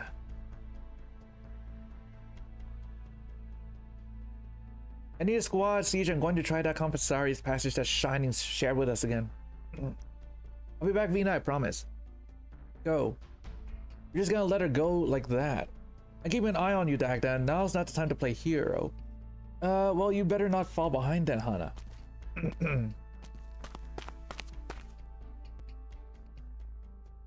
Delphine, any updates from Feist and Rock? They've reached the backup access port from when the wall was first built, but they can't find an opportunity to get close with all the Sarkaz patrols. The Doctor's team is trying to give us an opening. One feint attack is all that it takes to create an opening, but the Alliance doesn't plan to attack at all. Correct. Delphine, can you guarantee that you'll find a way inside if there's a gap in the Sarkaz lines? Yes, but I need help. We could try to persuade the Dukes again. Vina shakes her head. Give me 2 hours. I'll pull a squad with decent art skills and some battle drones. We'll feign an attack on the access port at N12 to draw their attention. You take the rest of them. No, you'll be going to your death. Redley, Brentwood, and the Gloriana Silver Rock Bluffs, we were going to our deaths each and every time. If somebody has to do it, I'm with you, Vina. There's no answer from Vina. Morgan notices a strange look on her face. Vina? There's a message from the Doctor. Lao Shinny just went into the Wellington encampment. Who's Lao Shinny? There were many things on the battlefield I didn't understand. Calm and storm, victory and defeat.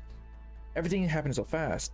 After the Alliance had besieged the city for 10 days, the Gastro, which had long departed the Ducal Alliance camp, suddenly moved into the heart of the Allied position.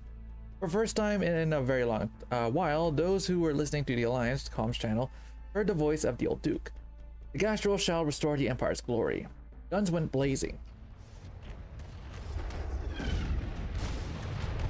Broadsides fired straight at our city walls.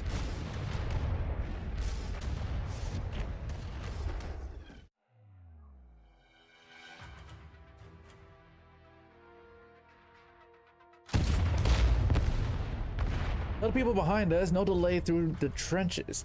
The bulk of the Sarkaz forces are being tied up at the front, but that doesn't mean we have all day. Sir, there's a lot of equipment in the camp that we need time to.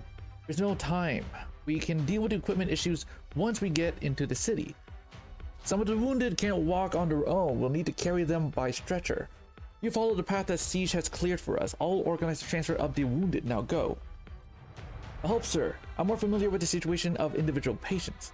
Plus, I promised them I wouldn't leave them behind. Grab your own share, suppress it, and protect the gear for the patient's supply is better than nothing at least.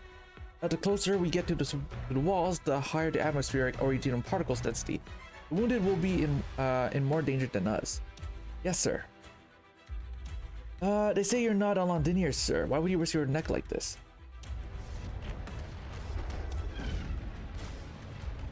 Look, another battleship is giving covering fire for the Gastrel. The Duke of Castor. Weren't they saying that the Duke of Wellington betrayed us and fell out with the Duke of Castor? Shit. Contact its liege. We have sighted a small force of Victorians. Request permission to engage. Get them. Leave survivors. Find out what their unit find out what their unit's objective is. What happened to clouds? Fire. The sky lights up with the fire on the city walls. The first wave of purple flames came from the bow of the Gastral, gushing towards the walls of Londinium, and again and again. Like the cold waves of death that splash against the sheer cliffs of Iberia. It fell upon the Naxxramas before Shearer, burning away the rot. Londinium walls are alight, ignited by Draco fire. Zarkast's defenders became kindling for the purple inferno. You're dead. Careful, the fire has cleared a path, but is a threat to us too. In the distance, he sees the figure on the withered throne fade in and out of the purple flames, gunfire from the ships roaring beside it. On the walls, death ignites death. Beneath the walls, the living walk amongst ashes of the dead. This is a war that will shock all the coronations. It is not the number of casualties that will interest them the most, but how many people on both sides are actually fighting for the city of London itself. It's a long way home for you. All right. Bring your sight plans, everyone. Watch out for accident-prone areas. Oh, we got a transport vessel? Okay, hold on. これ以上は進ませません。ええ、まとめてかかってきやがれ。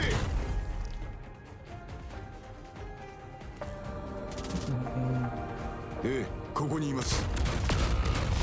Oh shit, wait, what? Oh! That's an enemy, isn't it? Okay. Hold on. Thus I speak.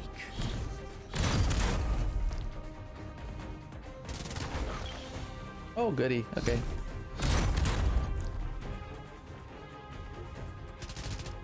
Crash the mission briefing. I know what you want. So you wrapped your brain. Always so focused on the ground. But have you forgotten to look above?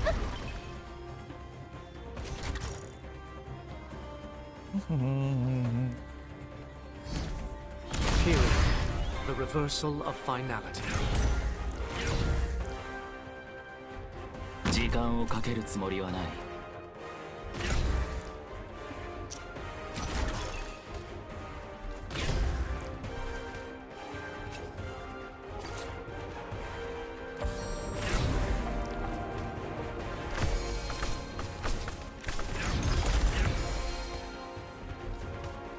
It's okay.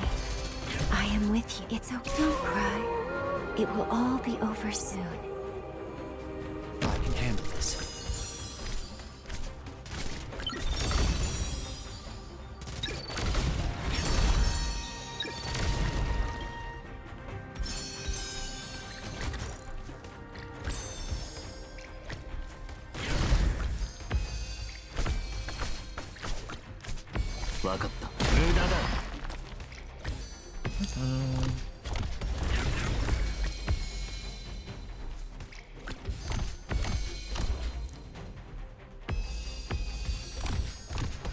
As long as I think we can do this.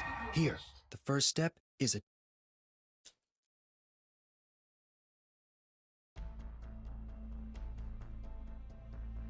Lieutenant Shearer, wake up. He sees a pair of hands reach out towards him. Hey, Delphine.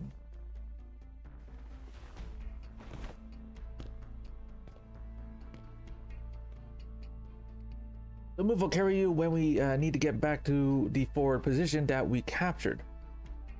You have to move before more Zarkast arrive and fill this place with witchcraft bombs. I thank you for saving my life. No need, it was a brave soldier and nurse, Sarah, who saved your life. Use her arts to protect you and the other wounded soldiers from the witchcraft bomb, despite her limited experience. It was her. Wait, did she? Don't worry, she just passed out. We've taken her to the forward position at the access port. But you've all been exposed to high origin environments for too long. I knew the risks. You succeeded in reaching the access port? Yes. I saw fire on the wall. It's out. Is the battle for the walls over? No, it has only just begun. The Noxera is locked in a standoff with the Ducal Alliance, relying on the city's defensive artillery and the elite troops. Is there anything we can do? Break through the access port, create a gap in the wall, and reveal a weakness in the Sarkaz lines. Just like the Alliance helped us, even if they didn't mean to. Understood. Lieutenant Shearer, you are dismissed from this operation. That is an order. Does that come from Siege? It comes from me. Stand by at the forward position. You need to rest.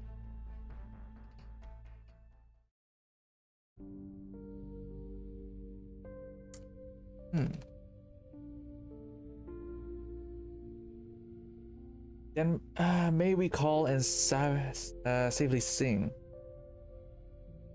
May the vast lands to keep our king, his people, and all is well. And give them grace without undying. Why aren't you singing? Spirit man, I know we're all hurt, but we're almost home. Then may we call and silently sing. Victoria, Eve, thanks for our ohm. Victoria, Eve, thanks for our ohm. Here, you can have the rest of this ration. Couldn't finish it. It's our first breakfast since we came back home. Got to fill up. Once the rest of our men make it into the city, we'll show those devils who really runs Londinium. I don't like that song. What about you, Vina? Don't ask her if she hums it in her sleep. Hannah, such a goblin, eat up, Indra. Or I'll take it if you don't want it, and I'll lead the assault since you got hurt attacking the Confessary's passage. Not a chance, it's just a scratch. A little scratch won't dull my fists. You're not getting ahead of me this time, Dagda. I'll do another round of patrol and scout ahead once I'm done. Make sure there's no mistake. The military commission set up defenses at the back of access port, which should have only been known to the workers who built the wall, which means they know the city much better than we expected. I'm back from patrol, Lady Delphine. Fair ration, I haven't had breakfast yet. Lieutenant, I thought you were recovering from your injuries. I'm a medic, I know how to restore a soldier to combat effectiveness as quickly as possible. I understand my own body, Lady Delphine. I'm ready to return to duty. Giving protective equipment to the wounded, getting exposed to higher originium environments, and being in a close proximity to witchcraft bomb explosion. You know exactly what all this means, Lieutenant. I do. A blood test is not possible now, but I understand the pathological progress of infection. What about it? Is that not normal in this place? Looks around, exemplars are crowded around the narrow passage. The dust and originium particles that cover up their faces have not diminished the fire in their eyes at all. They know what they are doing, they know the price they will pay. But they are singing. Singing with joyous grace. Delphine, do you give the lieutenant permission to return to duty? Delphine can see the painkiller injector that Shearer is trying to hide behind his back. Without sufficient access to Erypathy, suppressants, painkillers are the next best thing to deal with the suffering brought on by Erypathy. Will you pull through?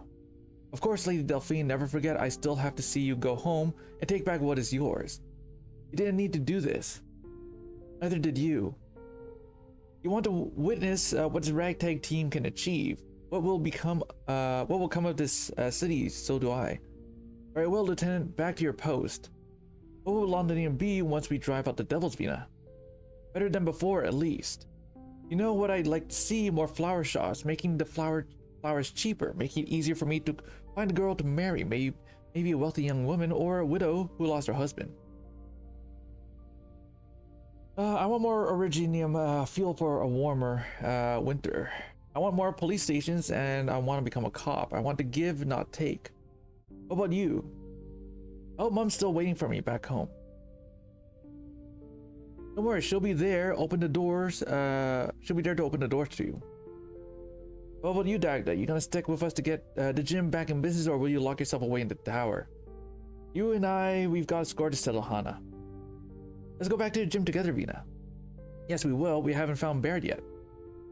Oh. One more step until we're home. That one step took us 3 days. We were welcomed by steam gushing from the factories, reaching into the clouds. But many didn't live to see it. They walked into the tunnel singing and never came out again.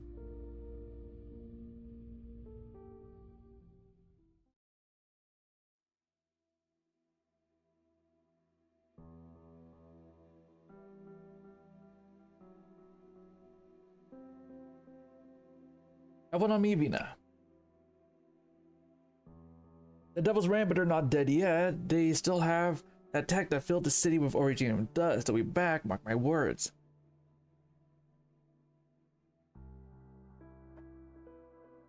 And you can bet those dukes won't give a shit about us when something happens again. Like you said, we need to defend ourselves.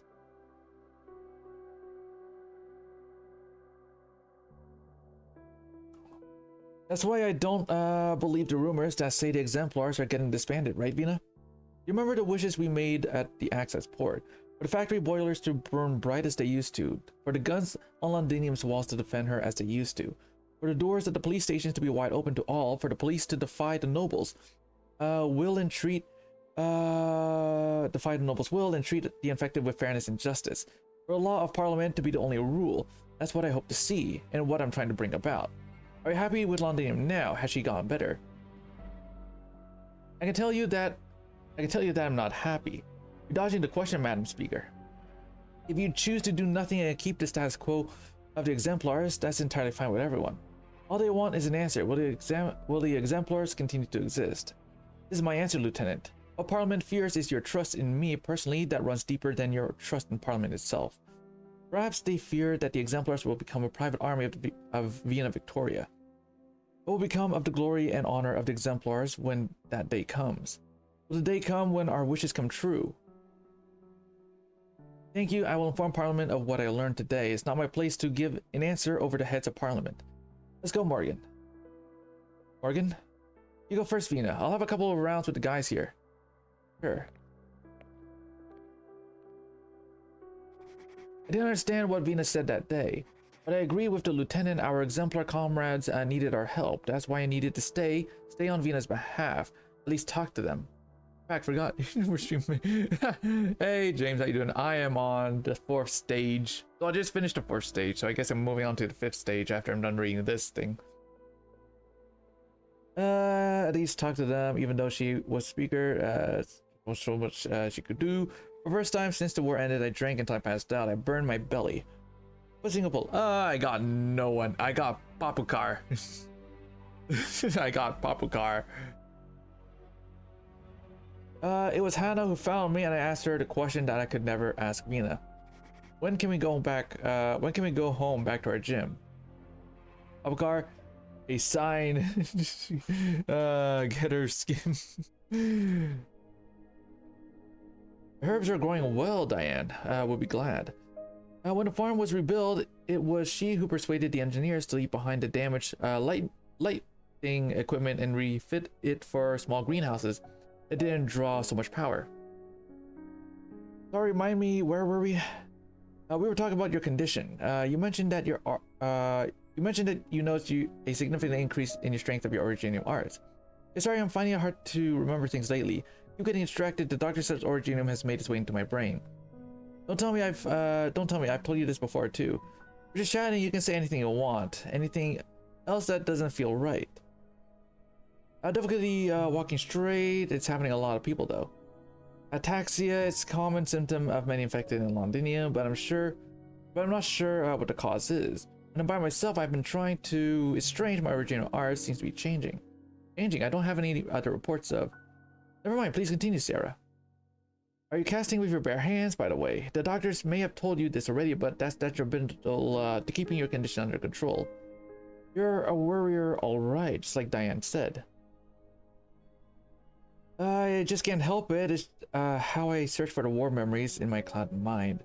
Battle for the Walls. You said you were a nurse and you were trying to stop a witchcraft bomb explosion with your arts, but it didn't work out too well. Yes, I remember I was behind Lieutenant Shearer, and the blast threw me off my feet.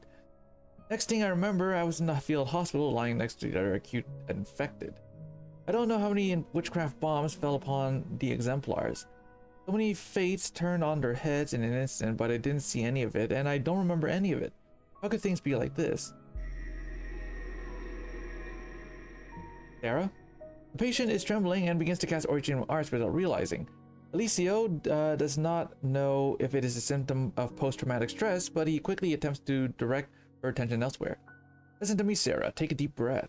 Can you smell the flowers? You're in a sanatorium. The war is over. The exemplars are home. You're back in Londinium. You're... He pauses and looks up at the damaged lighting above his head. A strange and unfamiliar city, one that, to his eyes, is not far off from a pile of rubble. You're in a place where everything will get better. The alteration of Sarah's origin of ours is a symptom that has never been observed in other infected. I should ask my colleagues to keep an eye out. I wonder if Diane could get me in touch with an international messenger. Waiting for Mainlander's regular messenger would take too long. Londinium needs supplies urgently. Huh? Oh, Alicio, you're here too. Why didn't you stop her? Weren't you looking for her? Who? Speaker. Speaker? I saw her coming out of an underground pub. That's where I came from. I happened to run into her when she went to have a drink with old friends. Sounds like she really considers herself your friend. Yeah, if only she considered herself more than a friend. Alicio, I've always felt that Londinium could become a better place, that Victoria would be proud of her. Can the speaker really make that happen, though? There we go.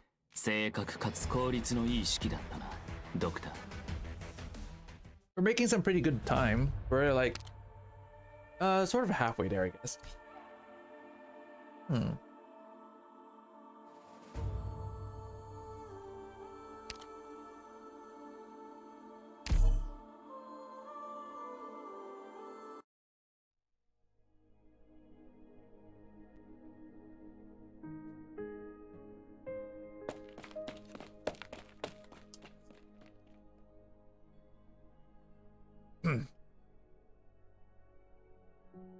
Captain, take a look at this blueprint. OCC has been saying it's pointless to design a new electrical transmission distribution valve. But more and more big guys are gonna roll out from our factory to the other plates of Londinium. I say we ought to make preparations ahead of time. I don't want to hear people complain when they find that these things don't have enough power and torque. Those short-sighted idiots. Stop calling me captain. This is a factory. We're not in the Self-Salvation Corps anymore. Besides, I'm sure OCC has thought about it too. I just, is it supposed to, wait, am I supposed to pronounce this Ock or something? I don't know. I'll just call this Ock or Oak or whatever. It's just about saving costs where you can. I know, but it's the young ones coming after us who would have to deal with any problems. I know how you feel, Martin. But we have to take things one at a time. Closure shared a bunch of drone technology with us that I would love to put into our new four-legged crawler. But problems like power supply and automation don't just solve themselves. It's all good to have them in the blueprints. But let's take one step at a time, starting with the present. Let's do it Ox way for now and get a basic version out to meet our present needs. File your blueprint with the Londinium Industry Development Association. Don't lose it. His mission is to restore Victoria's technological superiority. With the support of Parliament, new ideas should be respected. Whatever you say, you're a consultant for them after all. There has been so many new ideas lately that it's getting hard to keep up.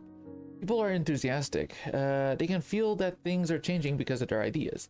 Yes, factory production lines, a railway system that links all the districts, and walls and artillery that protect all of Londinium. We can build them the way we want with our own two hands. I could agree with everything else, but please, not the way you want. Feist, or we're all gonna end up in one big amusement park, where the only forms of transportation is zip lines. Come on, that's just one. That's just the one that drew the most laughs amongst the proposals. That got shut down. Not all my ideas are all like that. By the way, are you sure your factory wants to keep Ock in the core workshop? I heard he didn't get along with you at the old place.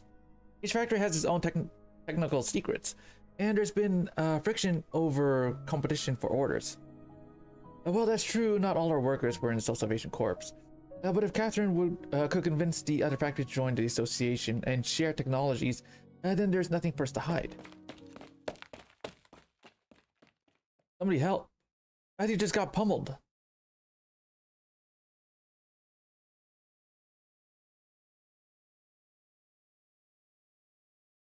Have you met before, sir?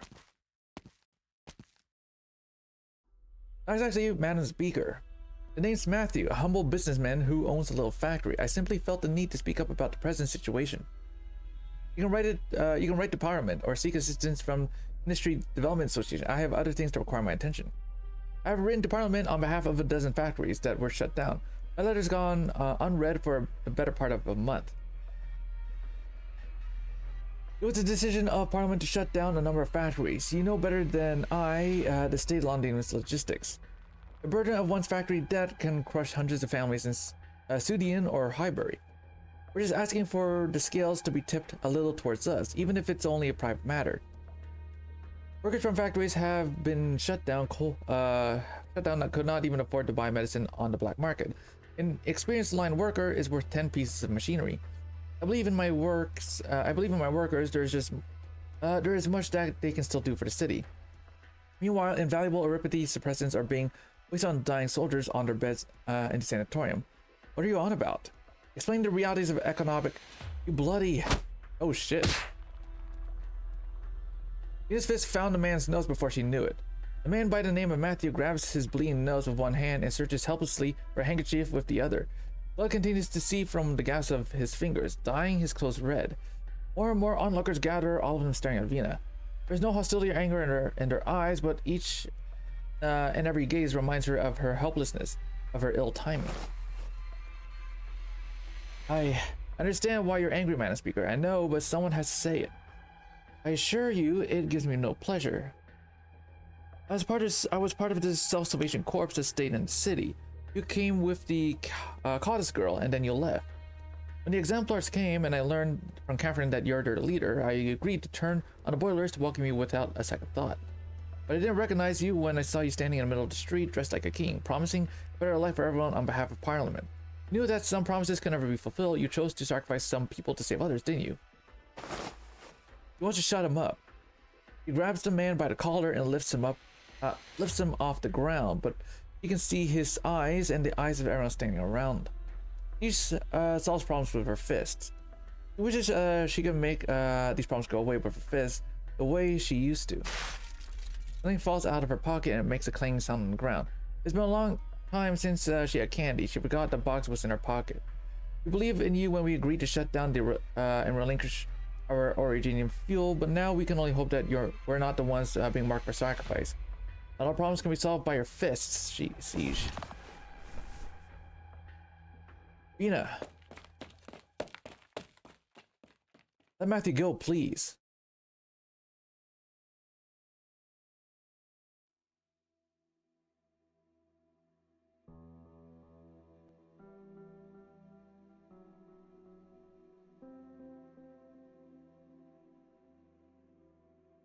Matthew's views don't represent those of all the workers. Neither do mine, of course. All I know is that a few friends have reached out to Rose Island through me, hoping to improve the state of equipment at this sanatorium. We can't make new equipment appear out of thin air, but maybe we can make the existing kit more efficient. Most workers still support the current medical system, I think. No, you don't have to explain, Feist. I was the one who let the blood get to my head. You know, you have done so much as you could possibly do. Improve medical equipment effectiveness, reopening the fast transport tunnels, the central heating system under experimentation. Experimentation. A lot of people have benefited from changes in a short period of time. It's all thanks to how you've given us the green light and fended off trouble for us in Parliament. That's my job. How is Catherine? Granny? I doubt she would answer even if I asked. She won't even let people see her though. She won't even let people see her cough. Otherwise she's the same, still busy even though she's not working at the factory anymore. I rarely get to see her. I had a conversation with her like this last month. She sat on this very chair and turned down my invitation for her to become a member of Parliament. The secret workshop that you kept hidden from the sarcasm and the weapon inside. Londinium doesn't need it anymore. Yes, I have reached a consensus with Catherine on this matter. As long as you and Catherine were able to unite most of the workers, it's not a bad thing for the weapon to stay under your watch. Parliament needs oversight, so do I. The system of Parliament is yet immature. We're still searching, and there's still people trying to get something done through it. But sooner or later, they must understand that Parliament, which revolved around the king, is long gone. Was it when the king was... No, nothing changed with Parliament when he was hanged, other than power being transferred from the king to the dukes. It was only recently that the surviving fellows of the Royal Academy of Sciences were able to resume work on the Chronicle of Londinium. A million words that took half a lifetime to compile and edit, encompassing every aspect of Londinium. I never thought I would get to know my own home again from this angle. It was only after reading it that I realized the city's resistance began a long time ago. When Sarkas gained control of the city, it was the Londiniers who still live within who had of their own accord come together to maintain the city's core functions, irrespective of upbringing and status. The Academy's fellows see it as a precursor to the new parliament. It's a little far-fetched, but it does make sense in a way. But I see in our side fights during the war, we were able to set aside our differences, our own interests, in our struggle to survive. Now, though, I'm not sure. There are times that I can't even guarantee my own reason. I need someone to pull me back when I want it to be us. That was my promise with Catherine. It was you lot who gave me my sword after all. The war destroyed many things. Londinium needs your help in order to not fall behind the changing times.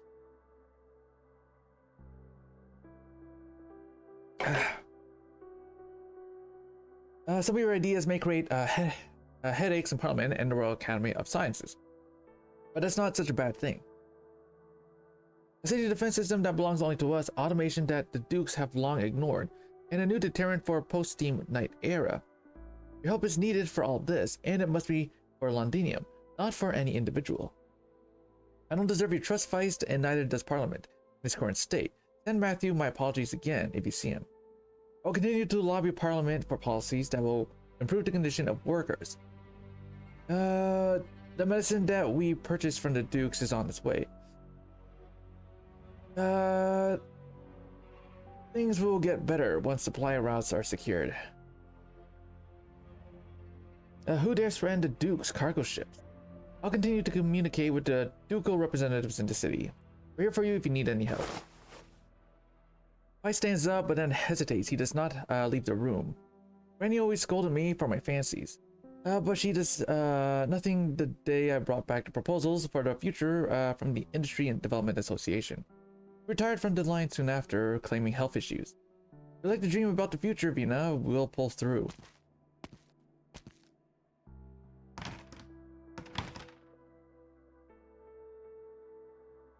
The office falls quiet as Vina stares at the mountain of papers on her desk, then turns on the radio. Late afternoon today, citizens witnessed the Speaker of Parliament, Alexandrina Victoria, put a scoundrel in his place. It was reported that a gentleman had attempted to bribe the Speaker for his own selfish interests, which the Speaker rejected in the most direct manner possible. Many citizens speak highly of the Speaker's Victoria's charisma and believe that she...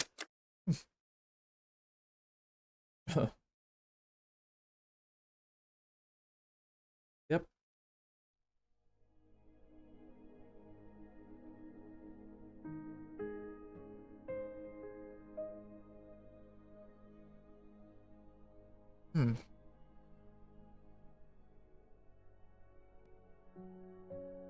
I guess we finally learned to trust each other a little bit. Whether you're confident that this supply route is safe enough for one person to manage, or that most of you have left Victoria just as you said. Some sign of trust when you have your little trinket in plain sight. This is a city full of homeless, desperate people. Who knows if somebody won't get ideas? Or said you're not part of the threat, of course. Not that many people in London remember reunions past. Go ahead, check. Everything is on the list is here, and I'll deliver the next batch of medicine on time. You said most of you have left. What about 9? Left along with many people for whom there is no place in this city. Our factories outside the city won't be affected, of course, and the routes you found for us will continue to be useful. You're not going with them. Londinium isn't a great place for infected anymore. Isn't a great place spoken with true Londinier irony. When I was little, I was fascinated by the Londinium in the storybooks, the palaces and the gardens where the kings and the young princess lived. The adventure to be found in maze-like factories. I find that Londinium is no different from anywhere else in Victoria. It's no place to make a home. I stay because somebody has to, and I like doing good, honest work. Because besides, the treatment of the infected in Londinium today is not terrible. Really.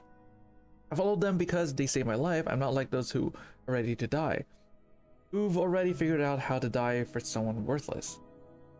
Besides, in the end, it usually isn't worth the while. Nobody deserves to die. You saved a lot of lives. Thank you on behalf of the workers. Stop by Highbury the next time you're passing out pamphlets in the city. I'll see right through that disguise. Good to check out. I'm off then. One more thing, Catherine. Go ahead. If the rocks hurt at night, I know a few techniques that make you feel better. I think you know our medicine doesn't work as well as stuff from the big pharmas. Yes, it may fool the other workers, but it can't fool me. Same for most of the suppressants you can get in Londinium right now. At my age, though, I don't have too many lucid days ahead of me, and I guess you could say I've seen worse. One more day with my senses is one more thing I can do. That's plenty.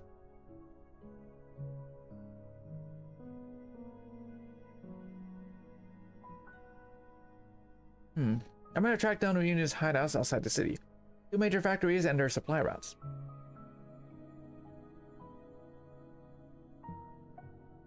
We shut them down.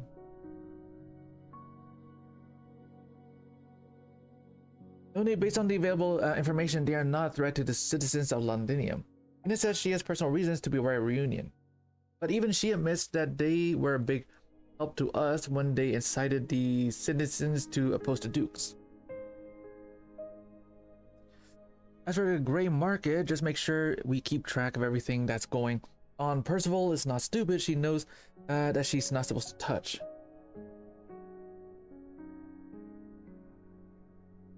The Reunion threat is much diminished now that their main members have left Londinium. Continue to monitor the situation. I will even go so far as to say that establishing contact at a private level is an option if there is a consensus about improving the infected situation. Understood. We will continue to monitor Reunion activity without taking direct action. I suppose I'm wasting you lot on this kind of work. Of course not, Lady Delphine. From the day we left the Duke Windermere's ship to setting intelligence work aside to focus on assault on Londinium, and now. You missed the waters of Lincardine.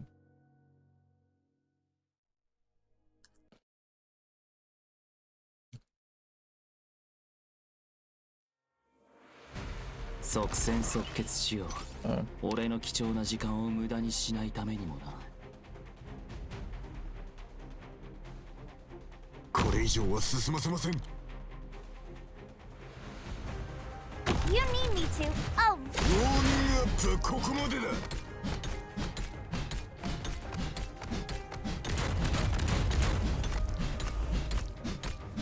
I'm gonna put this down here like this. Do it. Oh shit! Capacity Wait, wrong one. calculations complete. Thus, I speak. Okay, whatever.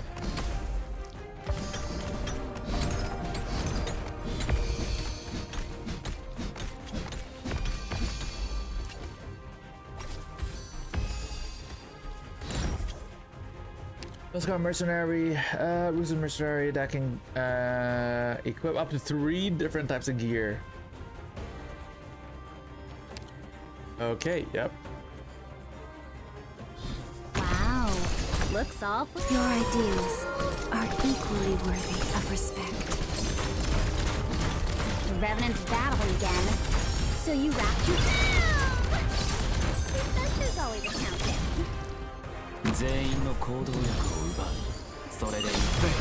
The curtain of destiny.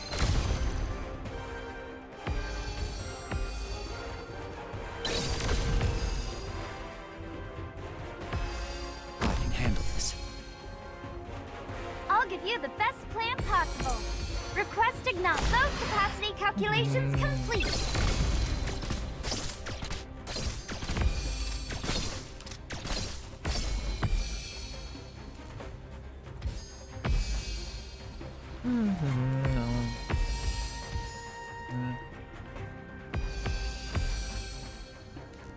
It's okay.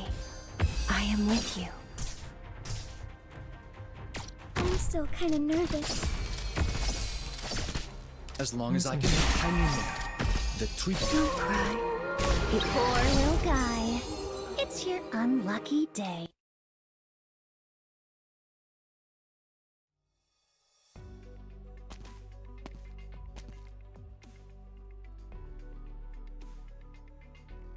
It's hard to believe that you're leaving, Lady Heidi, after all the effort it took to return to this great city. But perhaps it's time you return to your father. Back to Toron. Well, maybe I'll go further than that. My father's not the only guide I have in life. Your advice has been most enlightening, of course, such as your story of dinner with the envoy of the Earl March. It's my pleasure to offer first-hand information to an aspiring novelist who is not involved in the political world. Or perhaps I will write my familiar homeland of Toron into the story of this terrible war in Londinium. Yes, it can be painful to recall those shameful times. But someone has to remember the heroic deeds we performed for the city. Heroic, you're right, maybe we're all heroes. Well, a love story. A girl from the Victorian borderlands falls in love with a young man who came on holiday. But the young man dies on the battlefield of Londinium.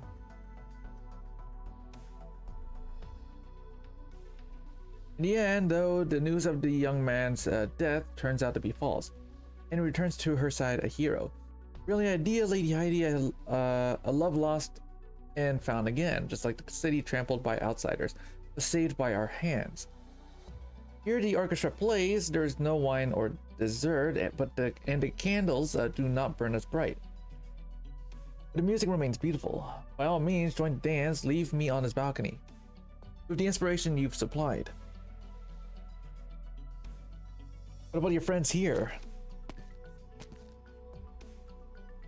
An emissary from a foreign land, yet unfamiliar with Victorian customs. Surely you will forgive him. Of course, of course. Lady Heidi, is that right? I can show you around the place. No, we shouldn't bother you any more than we already have. Thank you for the assist. The place turns away no one. Next time, you should come in through the front door rather than the balcony, though.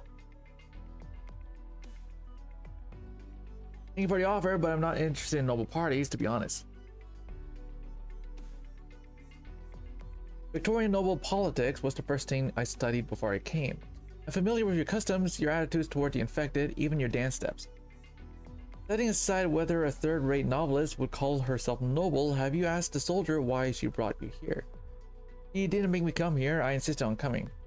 I apologize, Lady Heidi. He said he wanted to stay in Londinium and learn more about our infected problem. So I was taking him around in less than conventional ways sometimes. You can laugh if you want. You see how he is, not at all adept at lying or concealing his thoughts. Rather fits the Pure Heart name, doesn't it? Alicia, representative of Pure Heart Medical. I didn't expect our reputation to precede us. It's easy to recognize the people who are interested in the infected problem. Less easy to see through the concerted deception of the nobility. Like how most of the people stepping onto the dance floor are infected.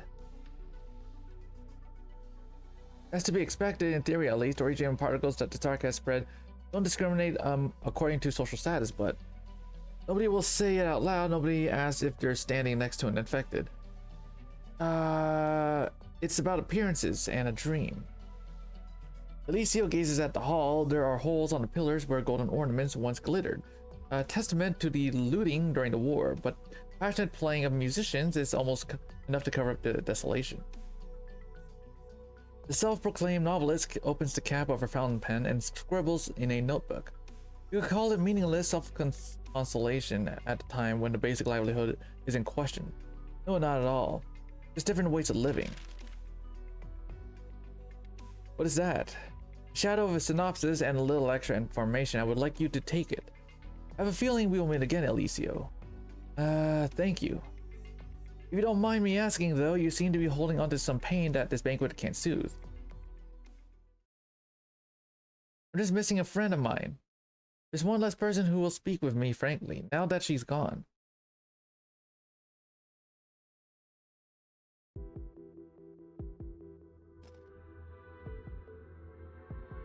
Summon the nations. Oh, it's Orin, dude. This little shit, dude.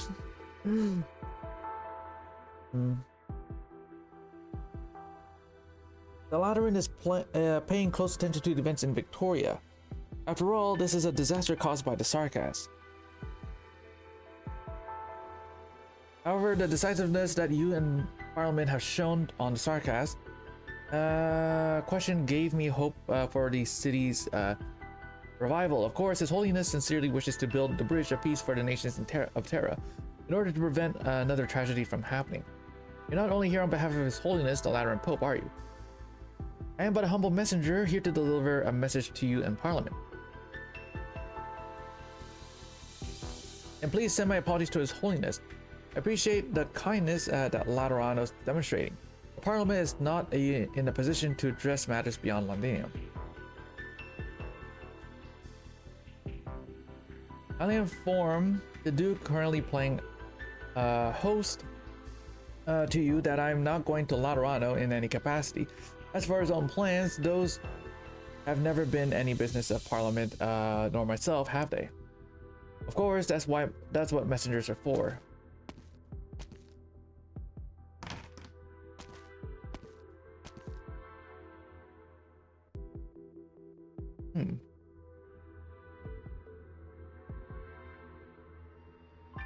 Orin Argiolus. He was on Duke Gododin's battleship during the war, but never participated directly on behalf of Laterano. As I thought, does Gododin have a sweet tooth too? If so, we don't have much time for him. We don't have much for him here in Londinium. So much for Parliament's day off. One interesting tidbit: the Lateran messenger went on to with a group of refugees. He made an oath by placing his hand on his gun in order to convince the Duke to accept the refugees. And the scorching hot barrel gave him a blister on his hand. That's out of nowhere. Is it important? Day off.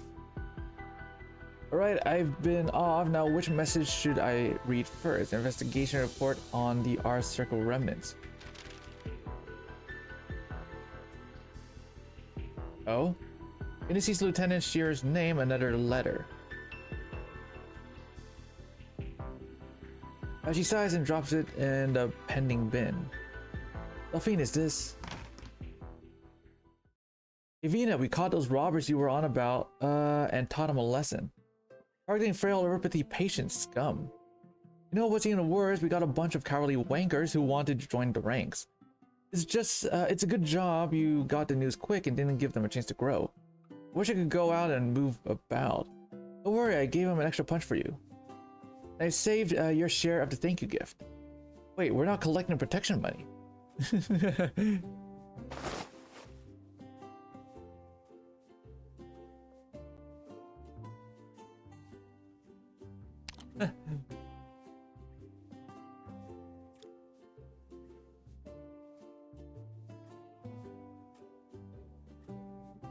When was the last time you had candy since we got back to Victoria? Indra. The lad who got robbed said he made them himself at risk of every mouthful. It's not like you ever like normal candy sticks. He said he couldn't get his hands on regular sweeteners, so he tried potatoes, carrots, originium slug fluids. I tried all of them, didn't throw up or nothing. Sounds like a real pick-me-up. Can I try one? Sure, there's plenty. Are you okay, Vina? Fine, I've had worse. What about your speaker duties? Yeah, what are you worried about right now? You lost announcements, reports? Any work you need us to do, especially the ones that involve punching, which you can't do yourself. I even took on a new lackey today. He's built like a straw, but I can teach him a few moves to defend himself. Time for Glasgow to rebuild. When can we go back? She just scratches her head. She did not need her friend's reproaching glances to realize she should not have asked. Vina glances across her desk, where the amount of papers has not grown any thinner. Delphine walks to her side and takes the letters that she was holding. I think it's time to give a public answer to the issue that concerns our citizens. Most don't come to listen to parliamentary debate, and they'll listen to the radio at the end of the day. The situation in the city is stabilizing. I've requested a third engineering team for Norport. Soon our home will be back to the way it was. Better than the way it was. You can go back to Lincardine, Delphine, once we've taken care of this business.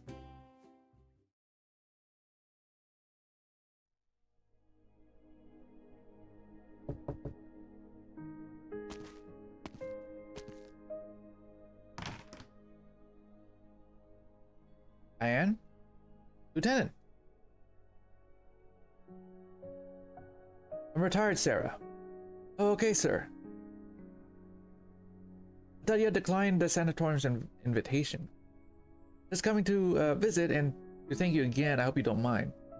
I don't remember much, to be honest. The doctors say the rocks have gone into my head. Your hands are trembling. No need to hide it from me, sir. I haven't forgotten what you taught me. Looks like addiction symptoms from the war. Excessive painkiller use. After that thing at the walls. You must stay. I'll go for a doctor. Maybe they can at least find you some... Or painkillers. Yeah, maybe that would soothe the pain. That's why you're here, isn't it? Supplies are short, but maybe we can spare... But maybe they can spare some. Lady Delphine has been very good to the sanatorium and to us. This moment, I'll be right back. He wants to stay. Maybe he could really get some painkillers, even if there was little enough to spare.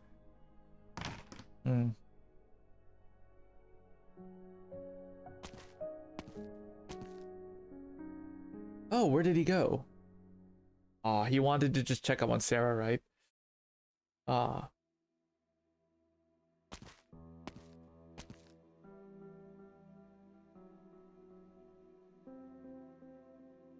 Hey, watch where you're going.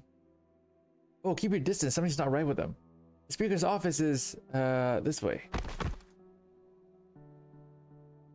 You just toppled over. Another one of those poor infected saws. Stay away from him. We're all goners if he shatters. I'm not... My body, I can't. I'll go get someone. Keep your distance, everyone.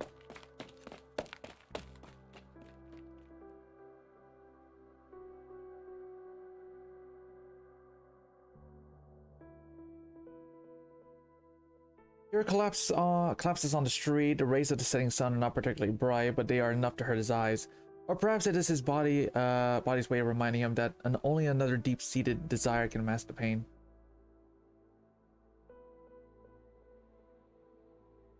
Oh, give me a minute. Be right back.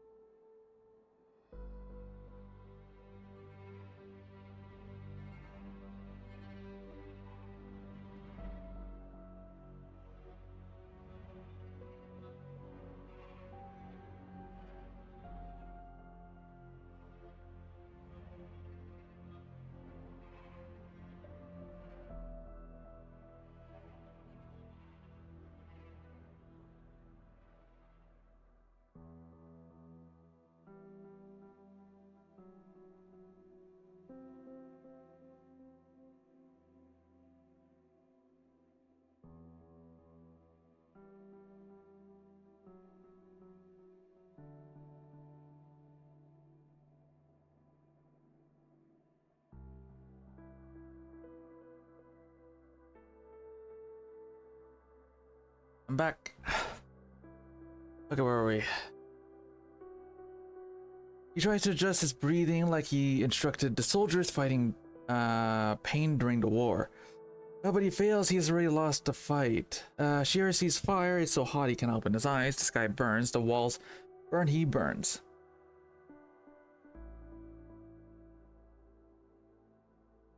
This is the day when you lay on the ground beneath the walls.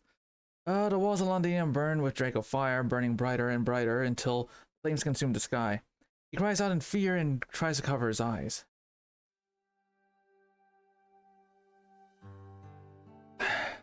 Lieutenant Shearer, wake up.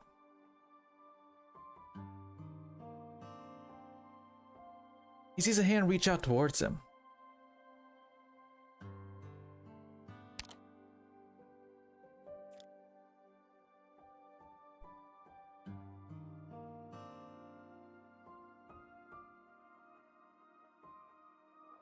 Lady Delphine. I've been waiting for you, Lieutenant. I saw the letter you wrote to Vina, but you avoided me. Just like you refused my offer of treatment. You never read my letter, did she, Lady Delphine? I can guess what you wrote. I'm sorry, but I can't help you here. We both know the state of medicine availability in Londinium. You can't stay here. Where can I go?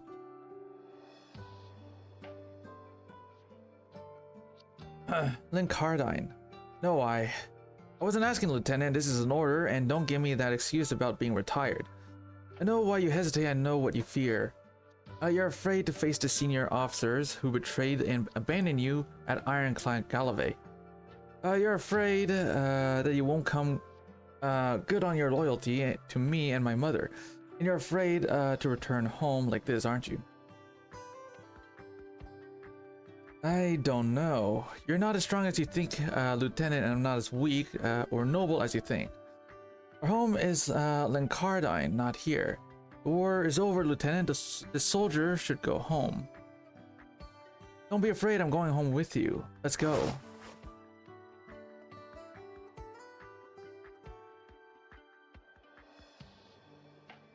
But how do I make it home when I'm like this? I'll take care of it. Did you really think I would abandon you just because you didn't come looking for me? Thank you, Lady Delphine. Will you return to Londinium? Yes, I promised Vina, but she may have to wait. I'll make arrangements for you to get treatment. We'll depart once I've taken care of what I have in front of me. Yes, my lady. Lincardine. I'm coming home, mother.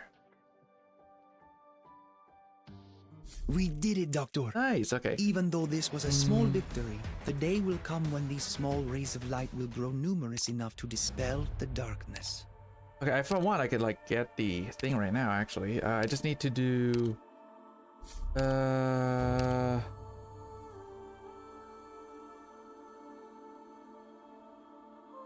James, thank you for a hydrate.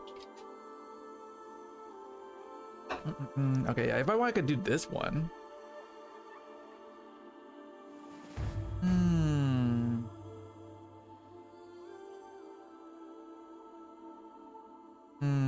How long would this one be anyway?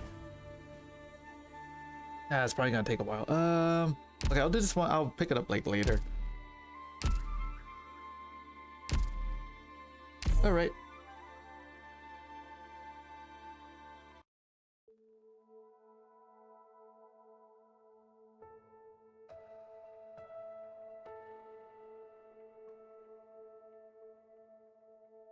I thought you have gone everyone to help fix up the guts of this tower by now.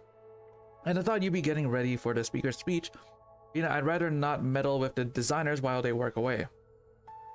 Get to reach this module. I'll get it later. I'm doing this thing first. I'll get it later. You know how to build a museum better than I do.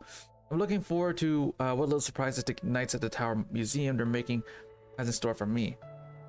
But carving a monument commemorating the Knights, that's something I've got to do myself. Here, have a look. How is it? Ever took you for a sculptor? Master Mitchell taught me how when I was really young. Though he'd always get so drunk, he'd forget to teach me his special techniques. I went over and I'll introduce you. This is Master Finn, the last captain of the watch, and the elder knight I was closest to. This is old Ferguson, the one who taught me to drink. This is Master Bailey, who did her best to teach me how to do makeup. And here's Master Mitchell, not my carving though. He made himself after a night at the pub. This is Carl the Crybaby. This is Marn. Every week he'd sneak off before getting sent back by his family. This is Karen. And then there's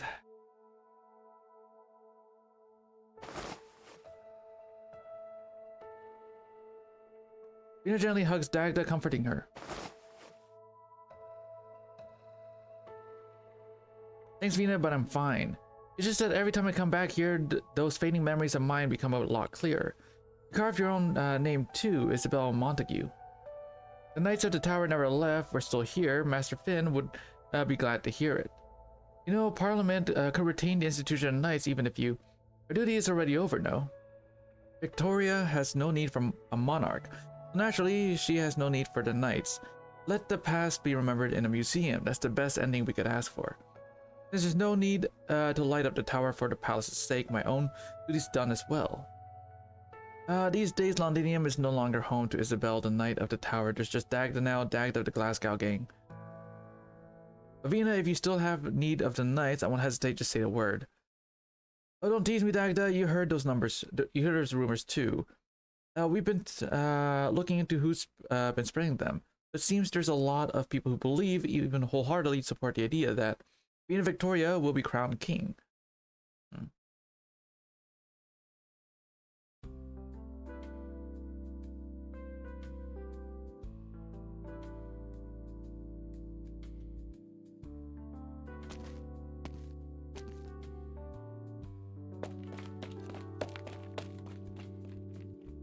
Alicia, please wait. Oh, Jenna, more questions you'd like to ask me? Miss Molly wants to invite you to stay and watch us rehearse our new play. Also, Alicio, could you help me prove something? What is it? Jamie and I had a wager that even if my gran and I moved to Colombia, we wouldn't be much better off than we are now. His dad said that in Colombia, kids like us wouldn't get to go to school and there wouldn't be any teachers who'd want to teach us how to do plays. Jamie said everything you told us in class was a lie.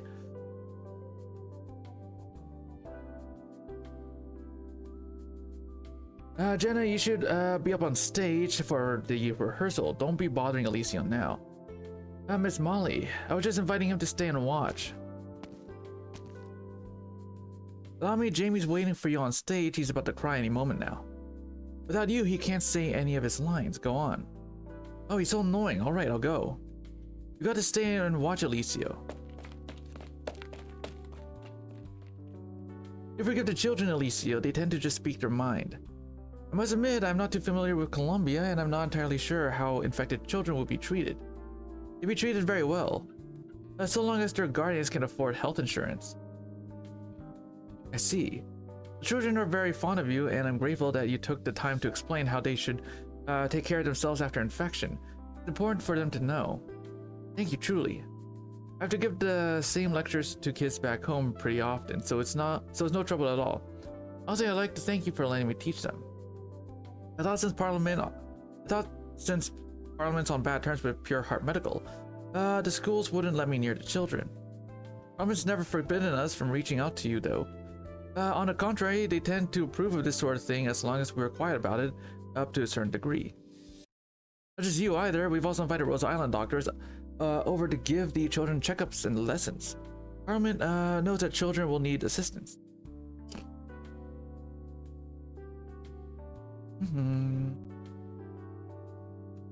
There's only so much that checkup and lessons can do for them. What they need is medicine and treatment. I know, but all we can do now is stay by their side and make sure they are not overcome by fear. At least at this school, they can still live like how they used to, like regular people. I really admire you, Molly. Back home, if a young infected is as energetic as these kids here, it usually means the family's pretty well off. But here, I hear some kids had nowhere to go, so you gave them shelter at the school. You got them putting on plays. Ones that bring hope to the people here. That's amazing. You flatter me, Alicio. I'm really following in the footsteps of those teachers who can no longer return to school, especially the lady I respect the most. You mean Lady Golding? I heard Heidi mention her before. Yes, the play we are rehearsing today is the last she ever wrote in this classroom. It's a lovely little tale. Two young children go on many adventures to find a foul beast that can chase away any illness, which saves their sickly friend. Lady Heidi once asked me if Lady Golding ever called it meaningless consolation when she was writing it. But why? Is it alright if I stay and watch them rehearse, Molly? For the sake of the children, and so I can show how much I respect you and your lady. I have a feeling that maybe here in Londinium, there's still a lot I can do to help. For Lady Golding.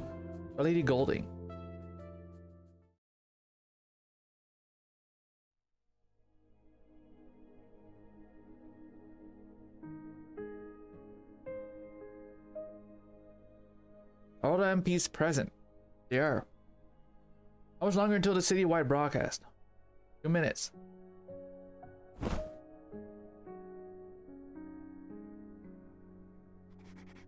was an evening close to New Year's. After several long years living in fear, most folk could finally feel at ease and enjoy dinner with their families, listening to the Speaker of Parliament's broadcast together. They even started calling it the dinner time declaration in jest. Maybe that dinner didn't taste so good.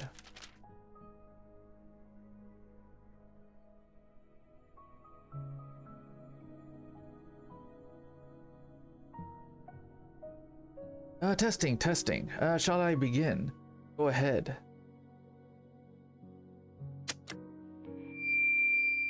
This is Vina Victoria. As Speaker of Londinia's Parliament, I now address all the city's residents who took part in resistance during the war and who yet live.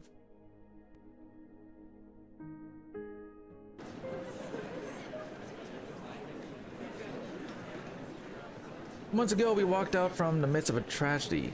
Billa, shut up. Can't you tell the speaker started her speech already? On behalf of Parliament, allow me to convey our respect to those heroes who contributed to the war effort. Every citizen, every soldier of the Ducal Alliance, every fighter of the Exemplars. The city will remember each and every one of your deeds and honor all those who are no longer with us. The pubs fall silent as everyone lifts their cups. To you, my brothers, and to me.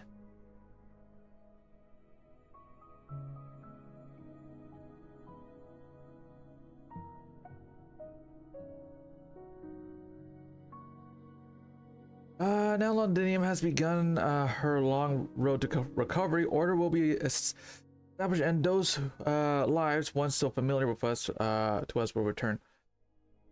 And that's not all in regards to the Exemplars, those glorious fighters of extraordinary circumstance. Parliament has decided to reserve this unit designation forevermore, so that we may commemorate both the past and the present of these troops. I can hear the children singing and the retired soldiers singing alongside them. Seems like they're in a good mood.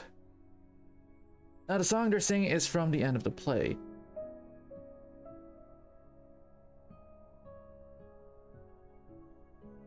The sickly child finally recovers, and together they find happiness. I expected those homeless soldiers to care a lot more about the speaker's speech. Of course they care, but they are firm belief the speaker will not abandon them. After all the suffering endured, happiness will surely come. Eliseo, do you believe so?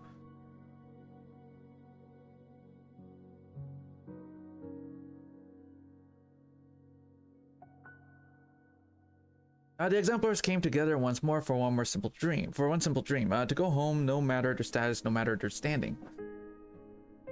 Now this dream of theirs has become reality. We are home now. We have reached the end of the road.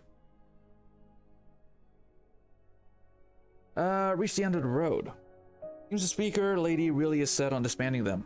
One idiot pulling apart your army of mates. And what do you propose she should do with such a motley crew? Keep chasing those sarcasms for the kill, or set their sights on the dukes?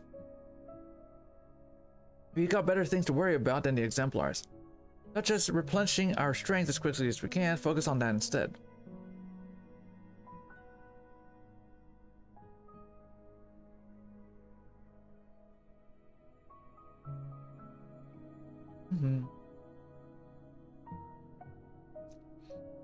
Many former Exemplars have joined the Defense Forces ranks, continuing to protect our homeland. As for those who no longer wish to bear arms, they have the right to enjoy peace alongside their families. Armin promises each and every one of our exemplary comrades a place to settle down. It may take a long time for this to come to fruition. But the door to the speaker's office is forever open to my friends. I'm afraid it'll take a few years to see this through. You've got a long road ahead of you, Vina. Coming along for dinner, Catherine. There's a fair few old retired blokes who reported back to the factory. They'll be real happy to see you.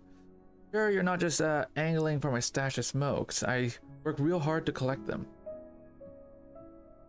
Fine, I'll come along. All right, while you're at it, tell everyone to bring a few friends along. Once Parliament helps us restart more factories, the hands we have now won't be enough.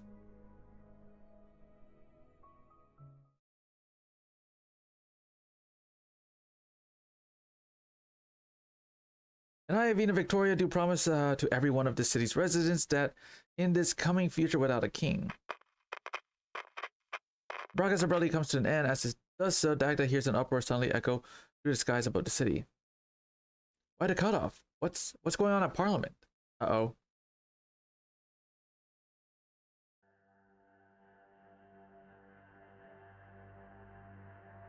And speaker, Madame Delphine, while I was fixing up the broadcast system, I noticed this old component. This ancient scrap should have been replaced with His Majesty Alistair was on the when His Majesty Alistair was on the throne. Who would have thought an unremarkable thing that this could still hold up until now? My mentor never told me anything about this. Well, it was all just an accident. Or was there suddenly something on your maintenance checklist that wasn't there before? I just followed what the system synced up for me.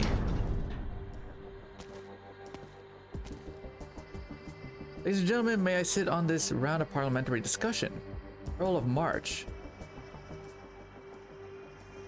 Eleanor, my name's not hard to remember, Vina. You seem rather surprised to see me here. What, did no one tell you? It seems your informants have been lax of late, Lady Delphine. Londinium has no need for informants to host a guest, my lady. The city welcomes every Victorian who loves this land. Lovely to hear. Then I suppose you won't mind if I invite a few dukes to revisit an old haunt for a little reunion.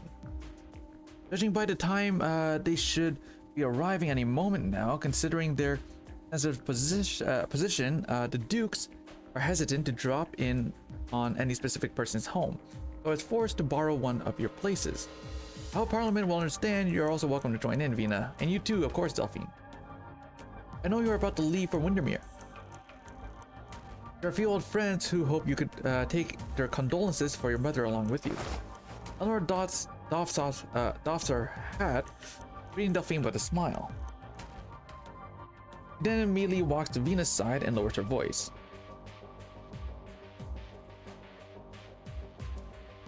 I loved your speech, a very sensible decision, yet far too impatient. There are many things you are free to say to us, but not to the common public. This is for their own good and yours too. So you were the one who cut our signal. We'll be assembling at the Royal Academy of Sciences, Vina. It won't take too long, so don't be late. By the way, sometimes there's no need for you to think you haven't done enough. The changes this city has seen are far beyond what I imagined. I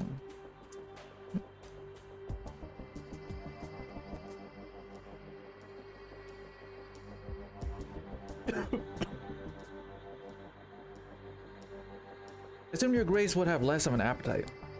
I've always been a practical lad, Eleanor. We all know the situation in Londinium. This light wine and bread is right enough to show us the speaker's good faith. The Duke of Wellington is absent yet again. It seems the alliance between yourself and his grace is not as reliable as we imagined. I know we're here for more than just pleasantries, your grace. Old Wellington would never have come in the first place. How do you believe you should treat Duke Wellington, Vina? It has not to do with Londinium, it has not to do with me. Oh really? But he really care about what you all think. He's always been one to seize the initiative. All I know is that since the battle for the walls ended 2 months ago, the engines of the Gastrel and the other frigates have not rested for even a moment.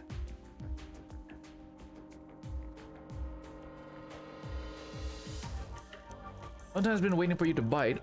I'm afraid to say that he's very disappointed in you all. Right. But what you see is merely one side of the matter. Delphine Windermere. In old Wellington's eyes, it is still far, far too early to decide what sort of relationship will exist between Tara and Victoria. In these 2 months, we have had a tacit understanding. So long as nobody moves to break the silence, then silence we shall enjoy. But really, it's Her Grace over here whose emissaries are always speaking into Wellington's demesnes. She's much better qualified than I to speak on the matter, no? And once I return, I will be investigating who has been going against my orders. After you return to Windermere, young Delphine, I would happily welcome some tired guests at the Lincardine winery whenever you like. We dispense with the banalities already. Londinium may welcome all Victorians, but we have no time to waste chatting with each and every one of them. There are so many issues affecting our citizens that need urgent handling, all more important than the people sitting here. I am, of course, well aware that your sudden visit to Londinium is also thanks to tacit understanding. I know that Wellington's only an excuse Parliament will not interfere with this matter. So if what you're going to discuss next doesn't involve Parliament, then I don't need to waste my time here. That's where you're wrong, Vina. The Duke of Wellington's choice really does have something to do with you. Or to be more precise, it's to do with the late king, your late father. 26 years ago, old Wellington never cast a vote in the matter of how to handle your father. He simply watched in silence as King Alistair was led from the throne to the gallows. Thereafter, he was disappointed in Victoria, disappointed in the dukes, disappointed in your father. From the moment on, the tug of Tara's undercurrent has never ceased. Duke Windermere has never mentioned any of this to me. Your mother didn't care, no one regretted executing the king. Sorry, Vina, you know I don't mean anything untoward. Just because old Wellington himself will never come to Londinium doesn't mean that he has no interest in the city or in you. For the time being, we still don't know his true intentions. But just because the throne has sat idle for many years does not mean Victoria needs to be king. Venus does not understand where Eleanor is going with this. She's already made clear her refusal long ago. The kingship, the crown, they were never what she needed. Like hell, Vina, patrols coming by your office to tell you the crown's been stolen from the throne room. Pardon? It seems our meeting must be postponed, Speaker Victoria. There are side matters that require your attention. If you need help, Vina, you know where to find me. Chances are we'll be troubling you a little longer, Madam Speaker. You sodding.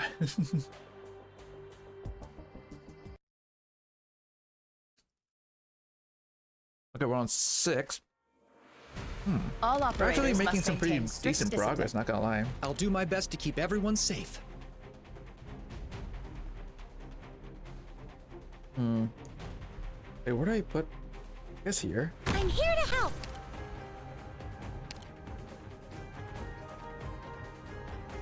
Whew. We're counting on you again today, little apple. We are gonna do this.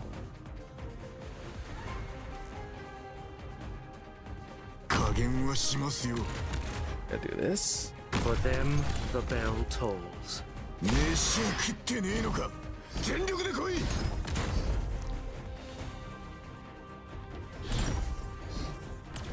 Crash the mission briefing. I know what you want. We're counting on you again today, little apple. So you wrapped your... Now, wait in line. We got plenty for everyone. I'm still kind of nervous.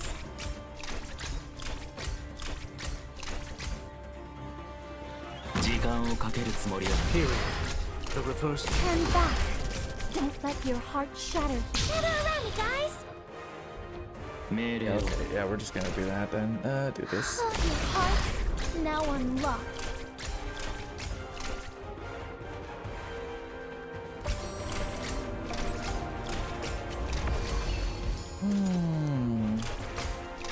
Your hearts now unlocked. I have to get serious now.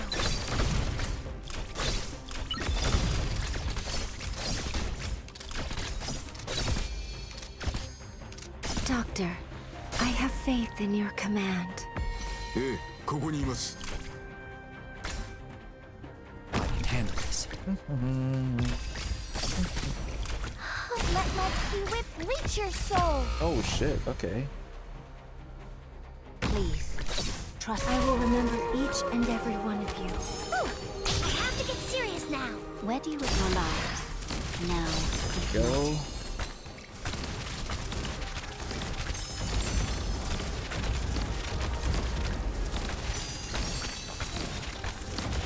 Revenant's back. Boom! Who says there's always a countdown? Mission accomplished. I've learned a lot from your commands, Doctor. Maybe I'll get to use them in the future too.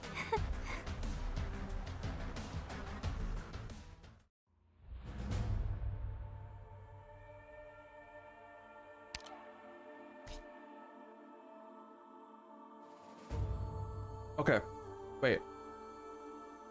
There's usually a story node. Is there no story node? There's usually a story node in like the middle of the event, but there isn't one yet. Maybe it'll be. Maybe there's a story node that before we reach this final stage. Maybe that seems to be. That seems to make more sense. Maybe.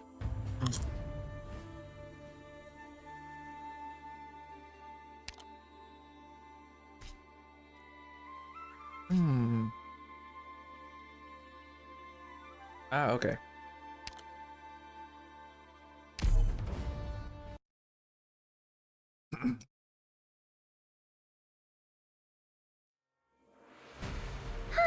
These Oh. wonderful days just never end. You just go right into it, huh? Good scenery here, Doctor. Whew, we're counting on you again today, little apple. Wow, looks awfully dangerous. You call me out for this? 時間をかけるつもりはない。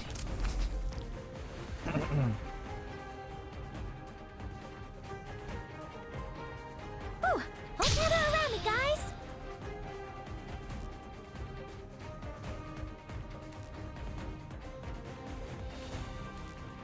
I can handle this.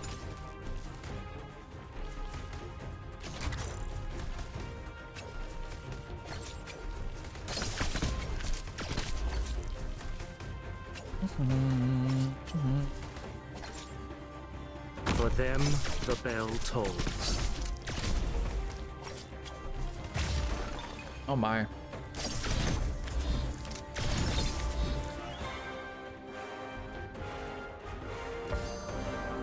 We're counting on you again today, little apple.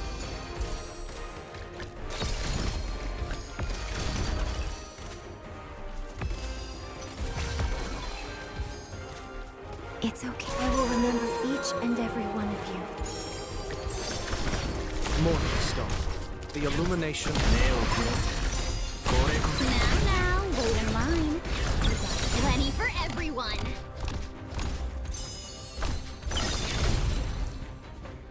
Whew, we're counting on you again today, little apple. Please stay calm.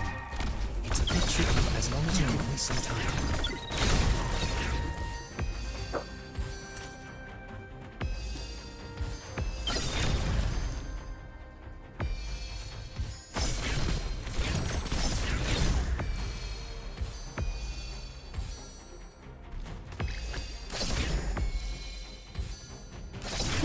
We're counting on you again today, little apple.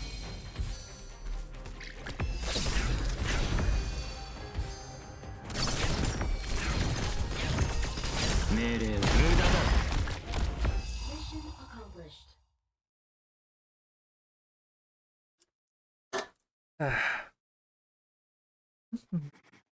don't like the throne room in the palace of Westaleg. It's so empty and bleak. That lonely throne just sitting there, I can't imagine what it'd be like if Venus actually sat on it. One woman on that cold, lifeless chair, staring at the barren steps. Knowing Vienna, she wouldn't last a minute there, I'd bet on it.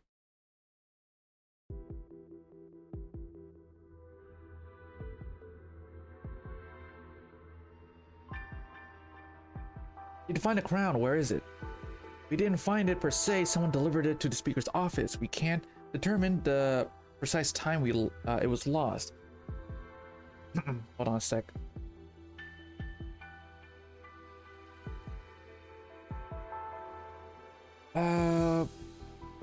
But we're fairly certain it happened after your speech started.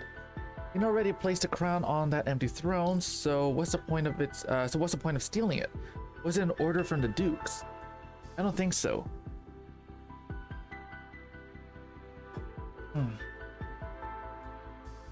The dukes are never of one mind. They each have their own agendas. However, for the crown to go missing at the same time they're visiting Londinium, that's far too much of a coincidence. According to what you've told us, isn't that crown just an old rusted hunk of iron now? Not exactly, Morgan. To many people, the crown is extraordinarily important, no matter its current state. It's been left untouched for over 20 years, but the people have not forgotten about it. In fact, they are more eager than ever for its return.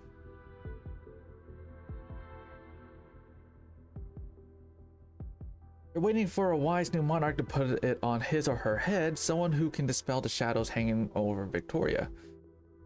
No, most people are desperate for a miracle, something that can satisfy their craving for royal authority. I cannot deny that, plus you have listened to their voices for ages, Vina.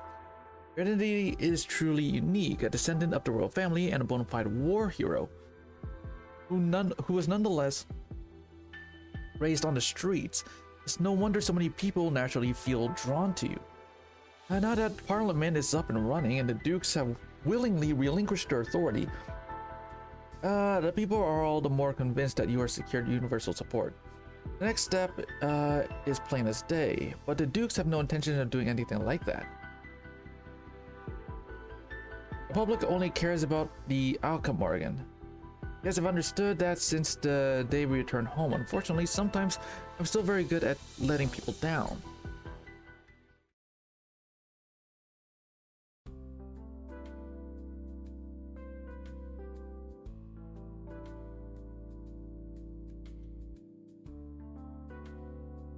Thank you for sharing the energy bars, Alicio. I'll gladly undergo daily sampling if I get tasty treats like this every time. Are these really things you can just buy off the shelf in Colombia? Why do you Colombians stock up on stuff like this? Is it for catastrophe or something? These bars are my own personal thing. Food is fuel, it's about energy and nutrition. Energy bars are convenient, so why not? And again, Diane definitely disagrees with me on this. She's more of a foodie. Understand, we're thankful just to fill our bellies in Londinium these days. His Royal Highness Alexandrina has worked hard to ensure that we have enough food to eat. Quit yapping his ear out, will you? Thank you, Alicio, for these energy bars, but we'd best be on our way now. Stanley, you're not afraid that Alicio will? Of course not. I can't be arguing with you about such stupid things in front of someone else, right? It's not proper. Huh? He doesn't like when I refer to Alexandrina as her Royal Highness, that's all. He and I don't see eye to eye politically. I think having a king again wouldn't be half bad, but he insists life was worse for us when the monarchy was still in power. But think about it, whether it was back then or right now, aren't we managing to get by all the same? So you're saying the presence of a monarch doesn't really impact your life all that much. It doesn't really matter what she thinks. Even if someone does ascend the throne again, it's not like we'll be invited to the coronation feast. Stanley, when are you going to come up with an argument that actually convinces me? Sorry about this, Alicio. I need to talk some sense into this stubborn mule. Oh, by the way, about the increased patrols in the city, I've heard rumor supposedly someone stole the crown, and the defense forces are investigating anyone who might be connected with the theft. Let's go, Stanley. Goodbye, Alicio. Hey Ringo, gonna think Diane has never mentioned the king or the crown, not even once. Maybe I should ask her about it when I get back.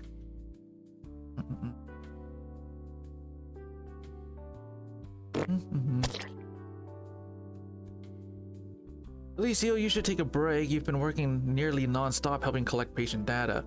Cities infected all experienced acute infection around the same time, with many showing rare pathological progressions. I need to document this valuable data thoroughly. Whether it's for future research into neuropathy or for developing targeted treatments for Londinium citizens, this data is critically important. I just woke up. Hey, nice. By the way, Sarah, why didn't Diane visit you today? Diane? I thought she was helping you. Many of my old comrades came by the sanatorium today. They wanted to ask if anything unusual had come up recently. We were hoping to bring Diane along for a little reunion with them.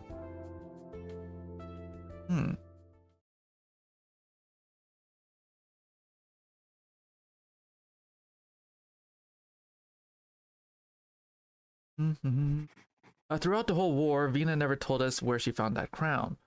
But it didn't matter, none of us cared, and no one would ever see that hunk of iron again. It was supposed to remain sealed in the throne room in the palace of Westaleg, left to corrode and decay into nothing. The Age of Kings is over and done. That's what a drunken Vina said to me, with her arm slung around my neck. And yet, barely 2 months later, here it is again, staring at us in the face. The ghost of this ancient empire refuses to let go. It's always ready to claim its next victim.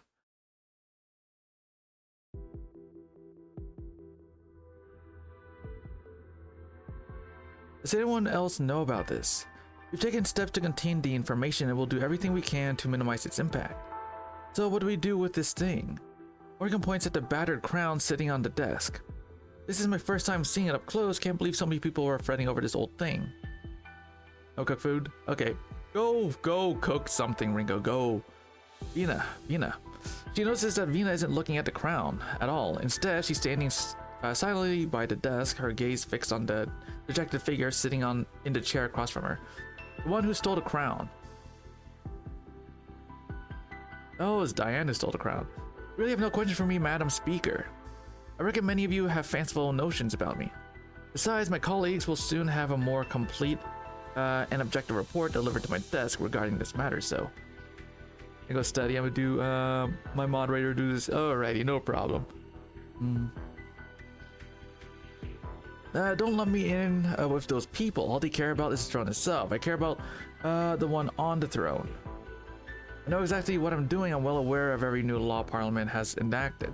Speaker Vina, unauthorized entry into the throne chamber is indeed a serious crime, and I'm not planning to deny anything. Vina shakes her head.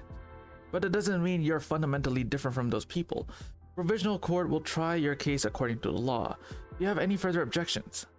No, Madam Speaker. Delphine, I'll leave the rest to you. I'll personally return the crown to the throne room and make sure security is tightened up. And then I need to prepare the report for the council meeting. A report? You didn't have to do all this, Siege. You know all too well how inefficient Parliament is. It's just a group of individuals all looking out for their own self-interest. You must already be exhausted just from dealing with all those MPs, no? Londinium has no need for a speaker operating at the whims of Parliament. What Londinium needs is a real, absolute leader who can guide the city through its transformation. You know, there's no point in arguing with her about this meaningless stuff. I know, Delphine, Madam, are you suggesting that Londinium needs a dictator? No, I'm talking about a king. Victoria needs a king. I can guess what you want to do, Madam Speaker. You're unlike any ruler I've ever known. You don't even care about your own lineage, but if you wish to achieve your vision, Speaker, it won't be enough. This crown should not and will not become an obstacle to you. He stands up, giving Vina a crisp salute. That is all I have to say on this matter. I give my thanks to the Exemplars and the Siege for all you've done for our homeland. I'm fond with the changes she's undergone, and firmly believe she'll become an even better leader in the future. It's just a shame that her transformation is still so slow. I won't live to see that day myself. Let's go, Lady Delphine. Where should we head next?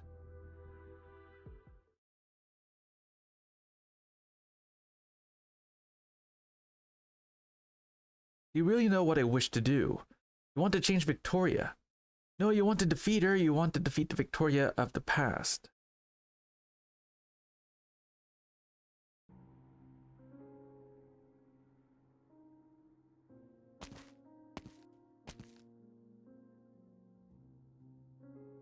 Vina stands at the foot of the staircase holding the crown in her hands as she gazes at the throne.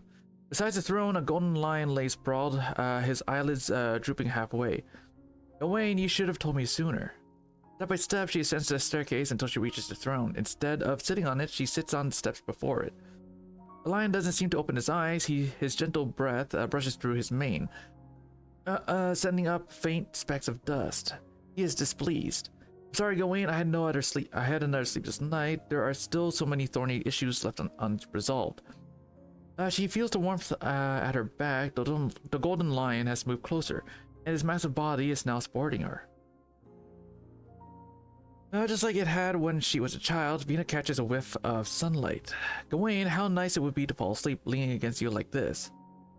Walking all the way back here from the outside of the city feels like a dream. But it's been so long since I've had a good night's sleep, let alone a deep, satisfying dream. The lion lifts his head slightly, brushing against Vina's golden hair, tickling her just enough to make her smile faintly. The chill in the air sends a shiver through her, jolting her back to clarity. Has it always been this cold here? It's not time to rest yet, is it? What we're doing now still falls far short. There's not enough medicine, not enough food, and endless arguments. Sometimes I wish I could just rip off this uniform and knock these idiots down one by one. Maybe things would be much simpler that way, huh? Defeat the Victoria of the past. If only it were that simple as a match in the ring.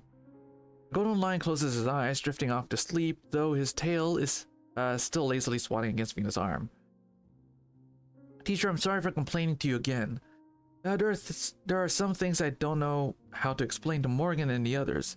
They wouldn't understand, and I don't want to make them worry. As for Delphine, I don't want to show too much doubt or vulnerability in front of her. She's already taken on so much for me and pinned so many expectations on me. Give me a sec, hold on.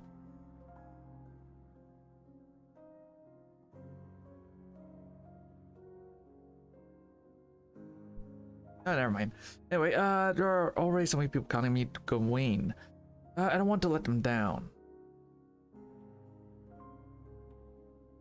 She shuts her eyes and grips the crown. King, Speaker, these titles mean nothing to her. She just wants... I knew I'd find you here. Wait, were you just asleep or... No, I was just thinking about something. Gawain, he instinctively turns her head to the side, but there's no one there, yet that warmth remains unmistakable. He's gone. Thank you for being here with me, Gawain. Morgan, what are you doing here? Delphine convinced the Provisional Court to hold the Crown Thief in the Defense Force's detention quarters for now.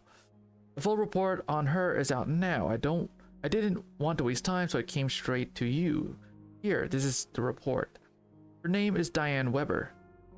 Morgan pauses, watching Vina closely for a reaction, but Vina simply looks at her with curiosity, waiting for her to continue.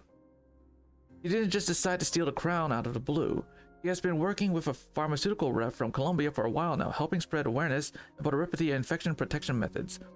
That's how she learned when the guards patrolling outside the palace at Westaleg would change shifts. Once she got inside, she waited until your speech and slipped into the throne room. And then she stayed there for quite a while, at least half an hour. What did she do in there? I don't know, and she won't say. Maybe she was hesitating, or maybe she just got lost in thought. In any case, she managed to make off with the crown without alerting anyone. But something doesn't add up here. She stayed in the throne chamber for so long. She didn't run into the patrols after the shift change. No, she didn't. Even she was surprised by how easily she escaped. She thought for sure that the patrols would catch her. So someone must have helped her. Was it one of the guests? Unclear, but if she had help, she didn't know about it.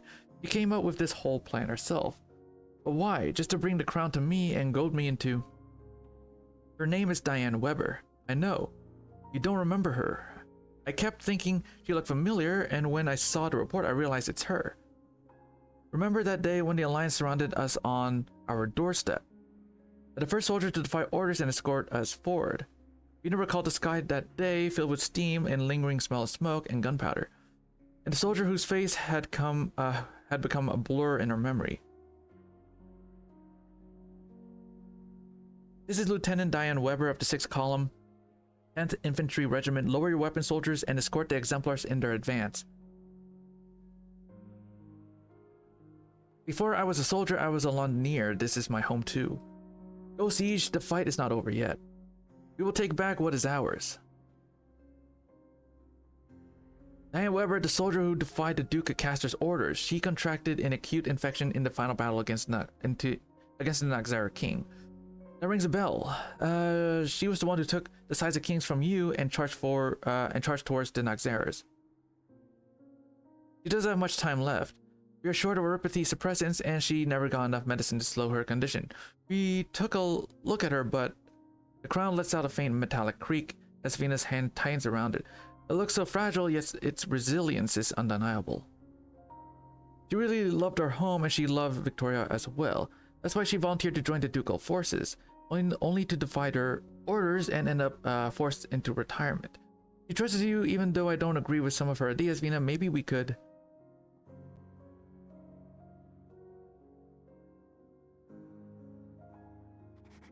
I never finished asking for mercy on Diane's behalf.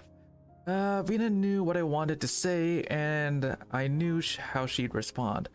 No, I knew what Speaker Vina Victoria would say.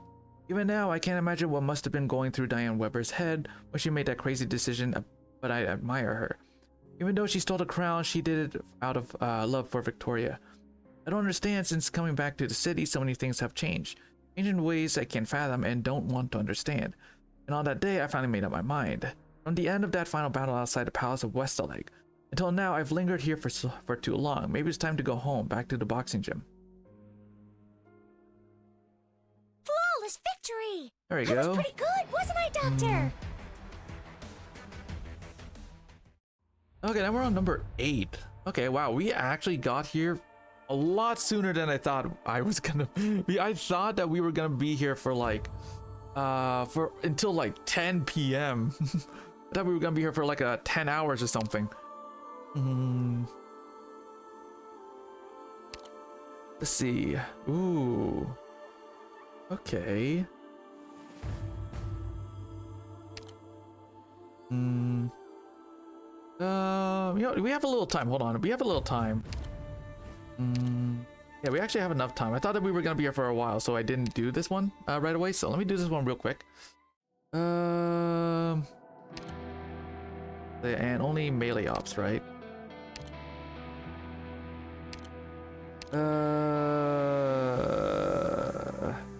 You must deploy your own Soleil Eterna, and only melee ops are allowed. Okay. Only melee. Okay, you got it. I'm just gonna like clear it out, so there we go. Only melee ops. You got it. Melee ops. We don't need that. Melee ops. No, wait. Yeah, no, that counts, yeah. So yeah, that means that no snipers, no casters. No medics either, I guess, so. This. I don't know if Thorns would count. Does Thorns count? I don't know. He is also range, right? So I guess Thorns wouldn't count.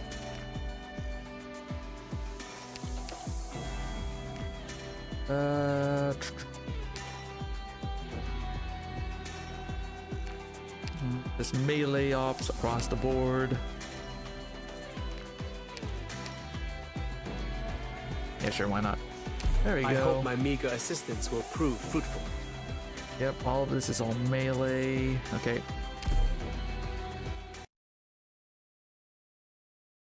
So I might as well get Theresa's mod real quick, so I'm just gonna clear this. Let's go! Oh, speaking of which, what was our objective again? 加減はしますよ。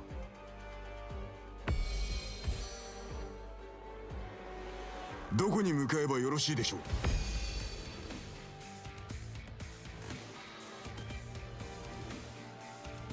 Don't rush me. Let me get a nice big stretch before I squeeze down this hole. All right.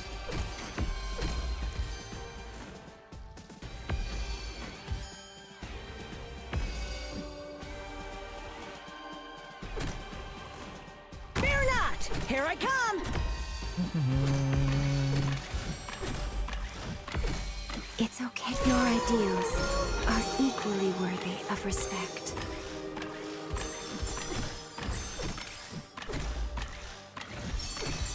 So you're just gonna clear this one out first.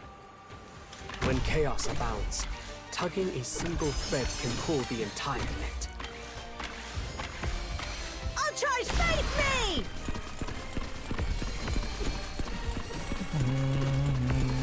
The situation, all balance held by the orders of Yan.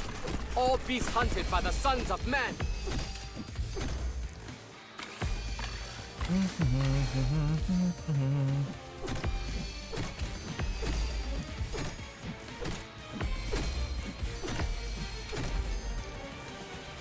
I'll charge the weak spots.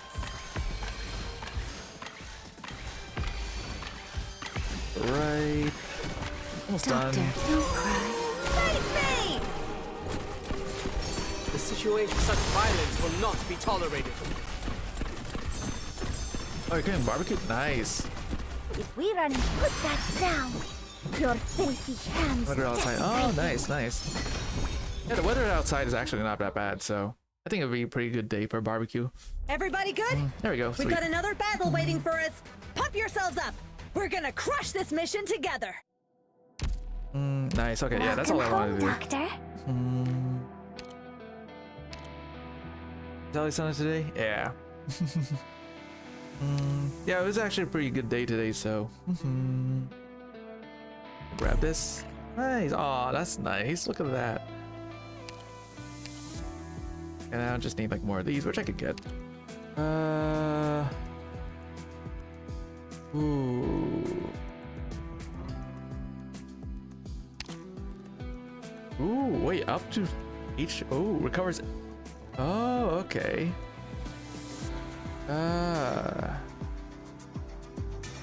Emily recovers the operators at HP equal to 30%. Oh, damn. Okay, that's actually not bad. I should probably try and get that. I could get these things from the over there. Hold on. We'll try getting that.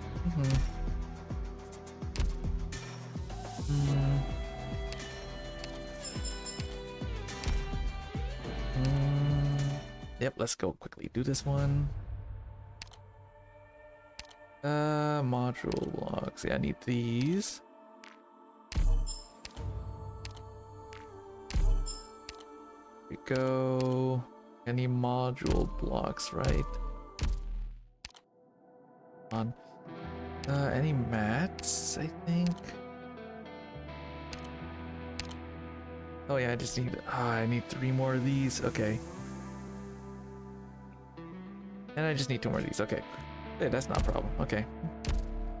Okay, the most I can do is like level 2 right now, and then I can like go into stationary thing later. And then get the final ones.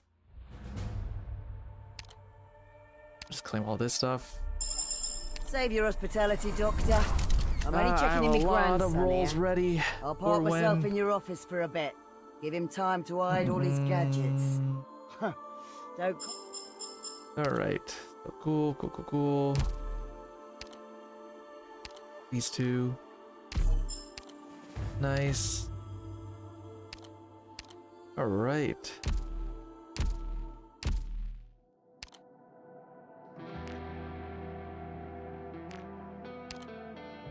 Go. Whoops. Here. Go. I just need like 3 more of these. Okay. I don't know. Bert, what? Don't know how to fire with strong. I don't know.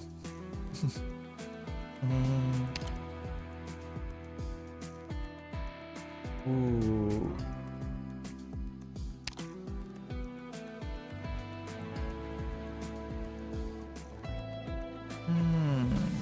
Okay, that's not bad. Like immediately recovering HP of an operator. That sounds pretty good. It's windy. Is it? Yeah, I guess it was like a little windy, right? But it's mostly like sunny, right?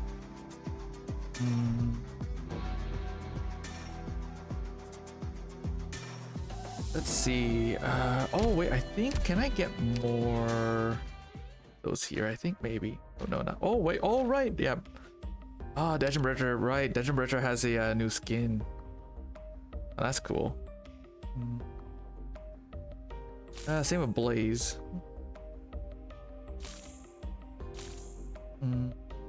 Babagar. Oh, Babagar has a new skin. Okay.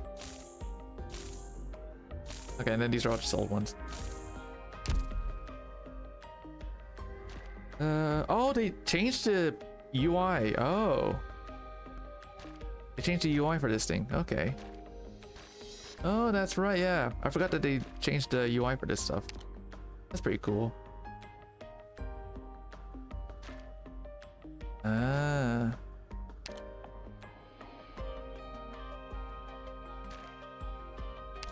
Oh, okay. Can I get... No, not that one. I think... I think it's here. No, it's not. Okay, I guess I need to go to stationary. Okay. Let's see if I just...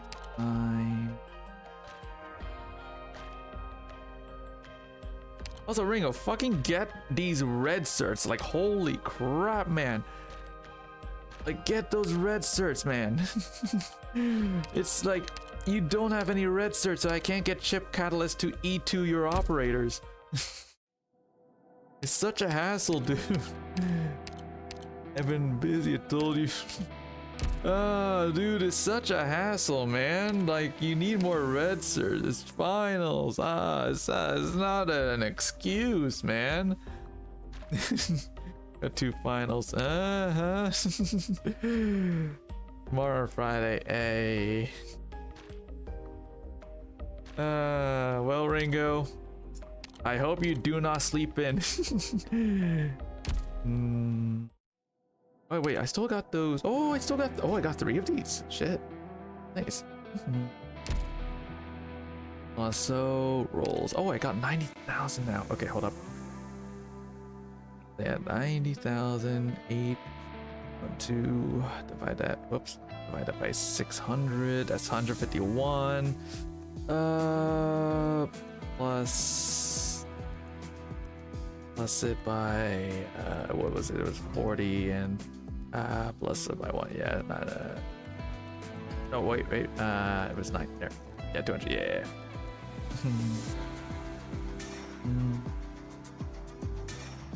Okay, let's see.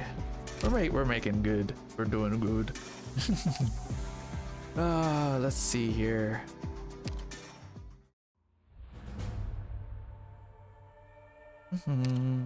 Okay, now we're on to number 8. I'm gonna put the thing on. There you go. I will stand alongside the warriors. Now to wait for Rose Pepe's module.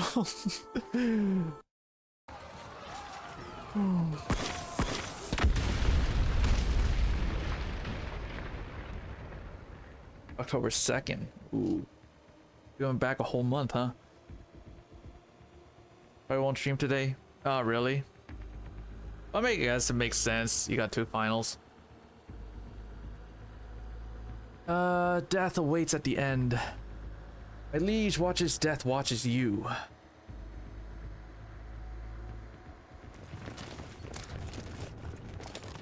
Captain, the target has been neutralized, but our remaining ammunition is estimated to last only 2 more minutes. We need our next set of orders. All units prepare for close quarter combat. Hold the line for the next 2 minutes, I'll cover your retreat. Siege, our artillery support is running out. The bombardment will end in 3 minutes. What's the situation on your side? We can't clear the Nakzara fog. These things have severed the supply routes our workers cleared for us. We can't get supplies to your position quickly enough. Prepare to retreat from T1. Negative. Abandoning T1 will create a gap in our encirclement, and the Alliance forces will break through from our side. Captain, I can't accept that. Battlefield isn't a place for heroics. Honor your orders. We've sent a distress signal to our friends at Rose Island. Now we have to trust the doctor and the plan. The soldiers, we've made it home. Do everything you can to survive. Only then can we take back what we've lost. Siege, we'll hold the line for the final 2 minutes. Then retreat to regroup and assist you in clearing out the creatures in the fog. Bagpipe, keep them safe. Aye, Captain. If the fog can't be dispersed, don't wait for us. Head to, that's supposed to be I-12. I-12 and rendezvous with Godauden's 106 Assault Brigade. Keep fighting. Understood. I'll be seeing you soon, Captain. Look out, Siege. It's the Confessorius Chimeras. Everyone prepare to retreat. It's lit itself up. Hannah, watch out for its flames. It hurts. Vina, are you alright? Everyone else fall back. I can't allow any more needless sacrifices. Wait, where did this backup come from? Anti-witchcraft cannon has struck the target. Enemy movement disrupted. Remaining squads continue setting up anti-witchcraft cannons. Mission objective: eliminate threats within the fog. Friendly forces at T1, hold your position. Emergency supplies will arrive at your location in 3.5 minutes. Exemplar T1 combat team message received. Please identify your unit. Duke of Normandy's 8th Grenadier Battalion under orders to support the Exemplars. The Duke of Normandy, 8th Grenadier Battalion, Horn. Do you know anything about this unit? They're not under the direct command of the Duke of Normandy. They report to the Earl of March. Lieutenant Scamandros truly has an exceptional grasp of our intelligence operations, as to be expected from someone born into a military family. Lieutenant, keep Her Royal Highness Alexandrina safe. As for your highness, please accept this small gift. Once all these matters are resolved, I will visit you in person in Vina. Do you know the Earl of March? No, we've never met, but her name was mentioned in some of the information sent to me. That doesn't matter now. With reinforcements, we should be able to reopen the supply line. Horn will meet again soon. At last, it's time to bring all of this to an end. Finally, the crowd cheers. He gazes at the shard in the distance and the faintly visible palace of Westaleg, calmer than she has ever been. Hold on a sec. I just need to check something here. Where is it? Give me a minute.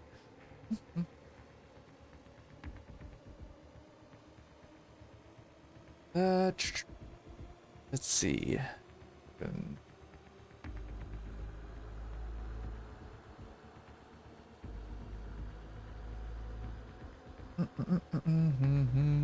Okay. Triangle, cello, oboe, tempest platoon, everyone watch closely. As we scatter the dark clouds over Londinium. All members of the Exemplar T1 combat team, hear this, hold your ground, do not give them a single inch. Roger that.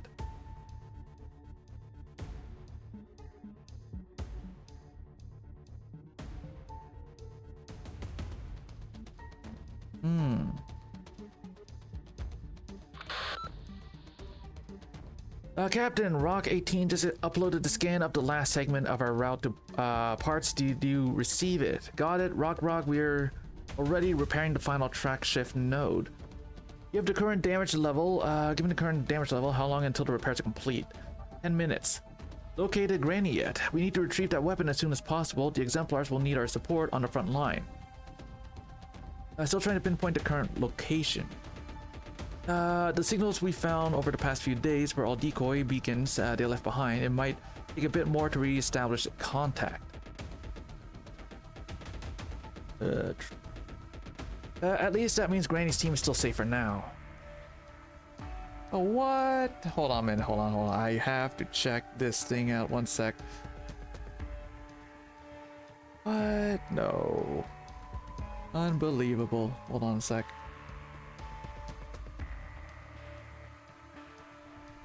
Why is this thing still copyrighted? Didn't I freaking make it to... Hold on. Move that. Details... Or no, wait. It would be...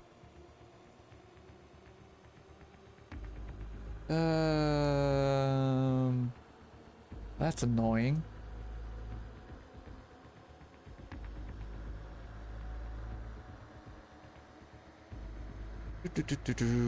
Where here, this thing, right? No. Come on. Let's see it. Ah, here. Okay. Take action. Okay. There we go.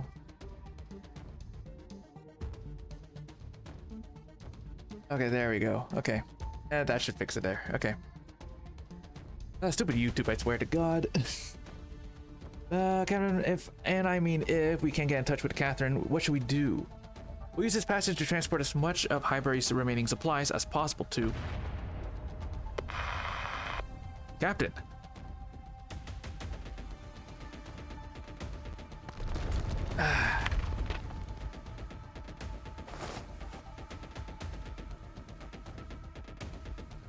Oh, I was just exporting my stuff, dude. I was exporting a I don't know if you, dude. I exported this thing to YouTube.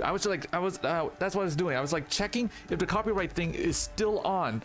And the funny thing is that I had the game Madoka Magica. That's the one that I was trying to export over to YouTube. I swear to God, I have streamer mode on, which means it prohibits music from being played that is copyrighted, and I still got flagged for copyright on YouTube.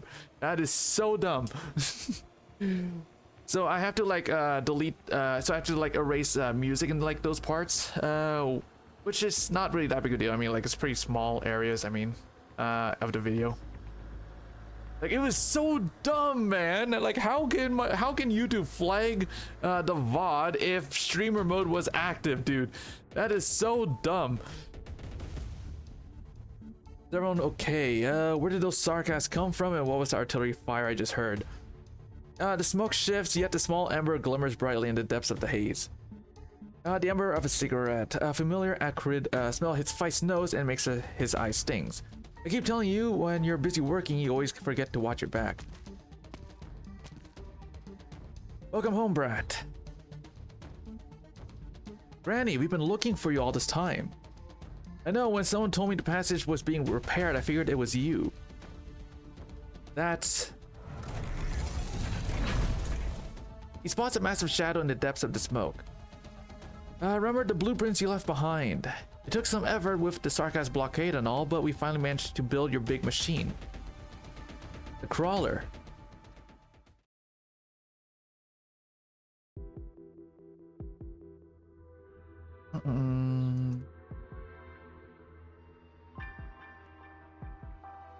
I know you're there. Your earring has grown rather warm. Those workers who came to support the Self-Salvation Corps earlier, that was your doing, wasn't it? Oh yeah, this character becomes like playable later on, if I remember. She's already like released on CN, so she becomes playable at some point, I think. I think it was her. Yeah, I'm pretty sure it might have been her. I don't remember what her name was. You'll disturb my friends. Still, thank you for taking good care of little Garnet for me, kitten. And thank you for cleaning up those filthy rocks Ducarel left behind. Here, you can have this back. I'm not sure if I don't know if this character is gonna be playable. Actually, maybe it will. It just hasn't been probably released yet. Those are done. Alrighty. Like it takes a while. You can only like Did you know that you can only like upload 10 at a time?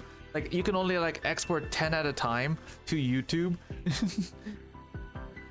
So I'm gonna have to like I have like over 2,000 hours, right? That's over 700 videos. So I can't. So it's pretty much like impossible to like to export all my VODs onto YouTube. So I'm just like selecting them one by one, or selecting what I want to keep, which is probably gonna be my which is mostly gonna be most of my Arc Knights, Reverse 1999, and Lobotomy Corporation and Library Runa playthroughs. Oh, and Limbus Company playthroughs as well. So yeah, mostly all my gotchas that I played on here. So started yesterday night. Yeah, yep. Yeah, the things. Yeah, the limit, right? They start deleting VODs if you're over the limit. Which is stupid. They do, which is so dumb. It's only like it's up to 100 hours only, which is so stupid, dude. Like they should have added like a mass export button so that we can like, you know, have an easier time exporting shit to YouTube. Here you can have this back. I have more important things to deal with. I'll have to find that hunk of sheet metal again. He wouldn't want to miss this battle. Thank you for saving me earlier. Farewell.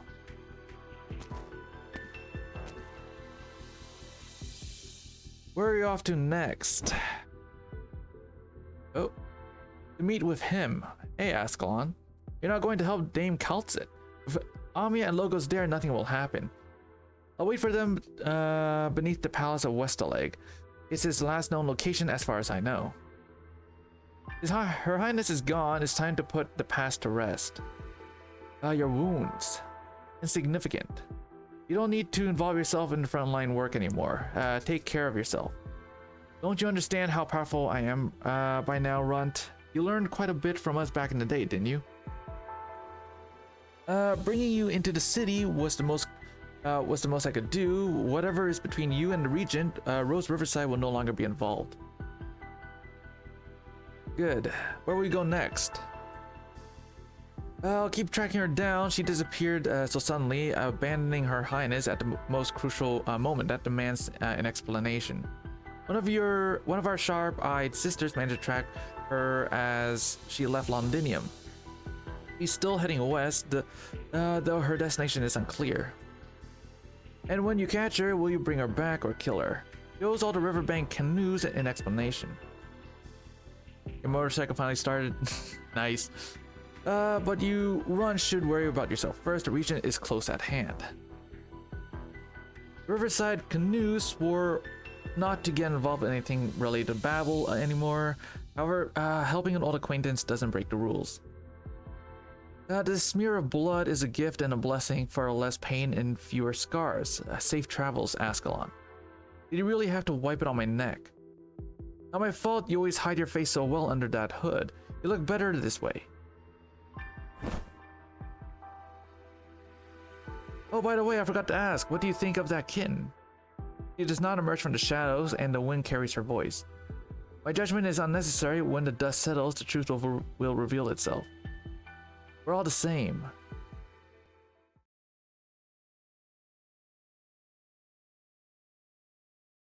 Even today, many still argue about when exactly the war ended. Some say it was when the Naxara king fell at the gates of the palace of Westaleg. Others say it was when the Sarkas finally withdrew from Londinium. As someone who lived through it, I've been asked quite frequently about my opinion. Luckily, I shared the exact same view as Vina. The war ended the moment we found the courage to take the sword from Vina's hands and wield it against the Naxara king ourselves. We fought back. We destroyed with our own hands the enemies who tried to ruin us. We never needed a singular hero. That day, everyone who fought for her home and her future was a hero. I love all these like drawings that that Morgan's just making in this book. Everyone, no matter your unit number, which squad you belong to, or which duke you serve. There's no retreating now. Support the allied forces. Why should we lag behind this lot? Quick, go help the exemplars. Captain, my weapon's broken. Take mine. If it breaks, grab another. If there's none left, snatch a blade from the devils and keep fighting. Advance, advance. For Victoria. For Victoria.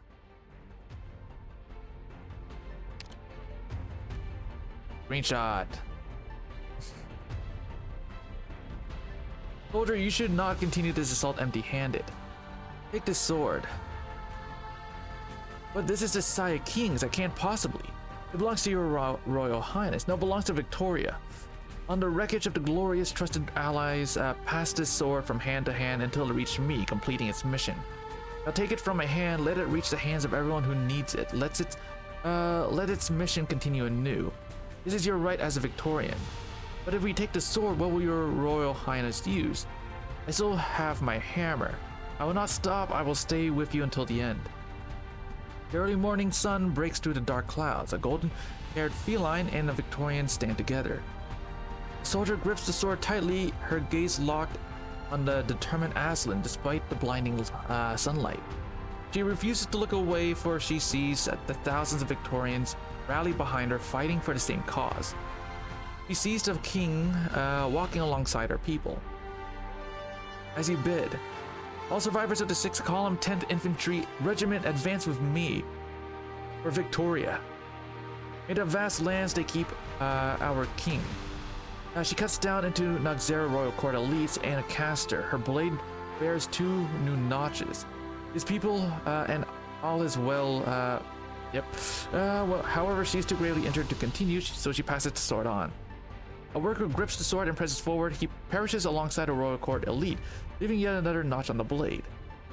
And give them grace without and dying. In fact, it picks up the sword, and from the pool of blood, she does not defeat any enemies, instead protecting it with her body. Doing so, she protects her Victoria and hope itself. Then may we call and safely sing. Victoria, Eve, thanks for our own. Finally, the sword pierced the Noxera king, after which it disappeared into the chaos of the battle. To this day, we still don't know who the final hero to wield the sword was, or whether they're still alive. But one thing is certain: the sword is fulfilled. The sword fulfilled its mission. The Victorians wielded the blade against the invaders. But his legend didn't end there. They say it was the workers who recovered the broken sides of kings from the blood and mud. As for the rest of the story, well, every child in London can sing it loud and clear.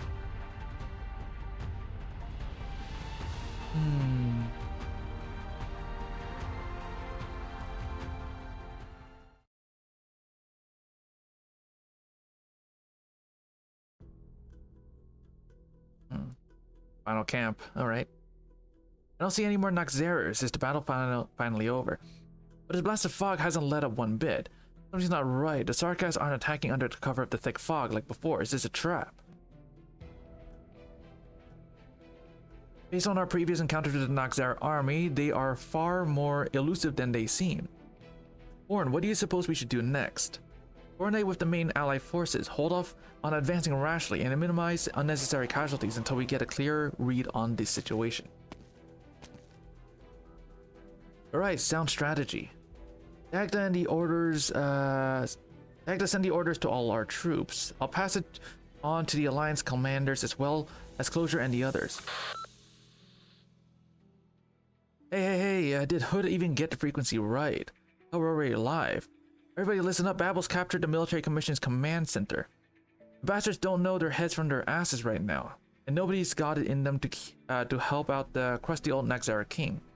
Quit wasting time and get those feet moving. I don't care if you believe me or not, just go and get this over with. Oh, by the way, you might want to look up. The old hag owes me big time. The old hag owes me big this time. So broken. What do you mean? Did you break your motorcycle? What did you do?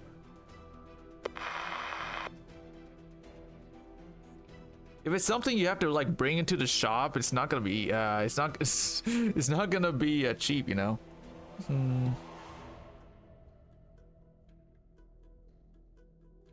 Delphine. We traced the transmission. It seems the communication was received on several different frequencies.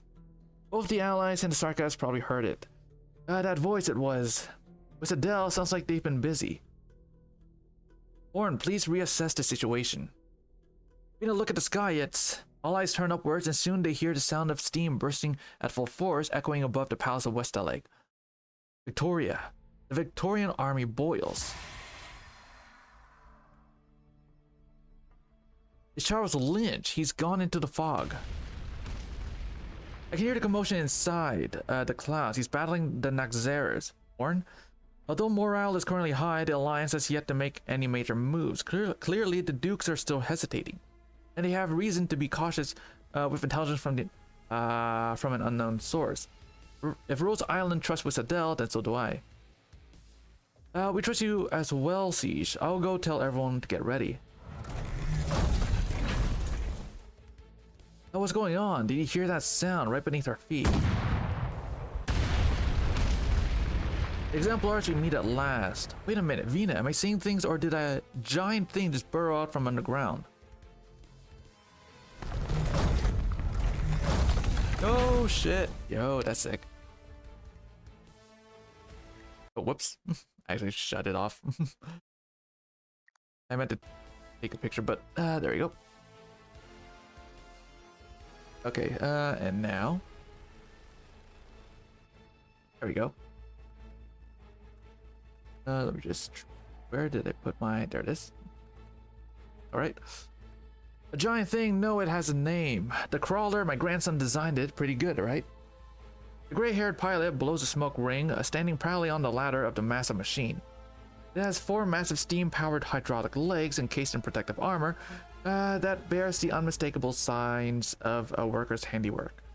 Smoke is still billowing from its enormous black cannon barrel, a clear sign that it was the one responsible for the massive hole in the ground. Today's stream of Self-Salvation Corps members emerged from the gaping hole beneath the crawler, carrying combat supplies up to the surface. Thieves, thank goodness we made it here in time. Starting now, the Self-Salvation Corps will join forces with you. With Granny and her team helping out, we'll have a much greater chance of victory. We just got that message ourselves. It seems the timing is spot on. Victoria, thanks you. Horn? All clear, the preparations are complete, and we're ready to move out at any time. Good. Everyone, this is the final battle. Wait a minute, there's still one thing left. Need to adjust the cannon. There. That should do it. Cover your ears.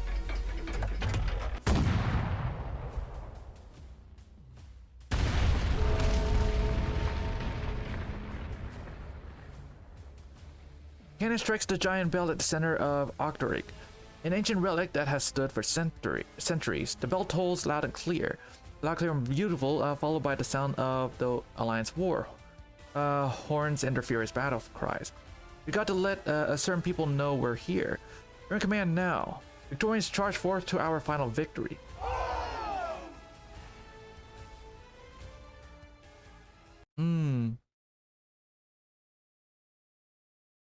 Yeah, we're on like number 8. Huh? All operators must maintain strict discipline. So what we're gonna do is pop this here. Oh, I forgot to. Well, I guess we're not gonna have any. I forgot to change it. Okay, whatever. This is fine.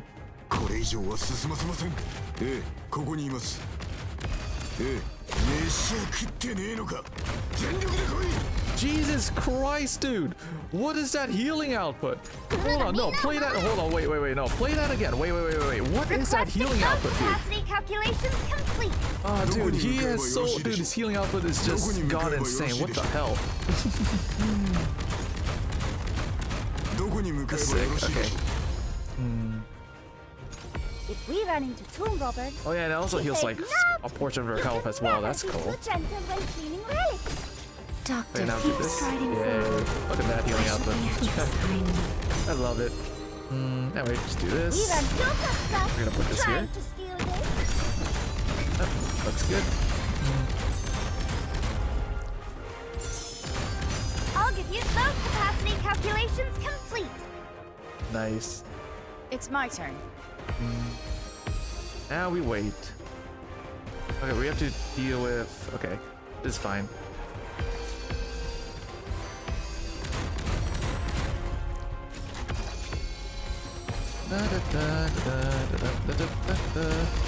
The mountains just doesn't die with whiffs of light eternity. Command.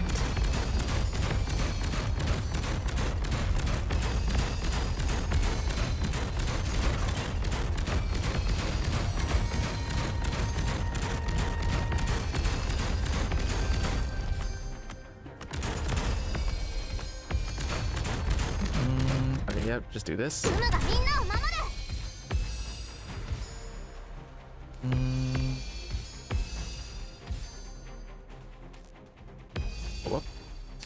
We're gonna do this. When chaos abounds, tugging a single thread can pull the entire net. Yielding is not an option. Doctor, don't cry. It will put that down. All balance held by the orders of Yang. All beasts hunted by the sons of men.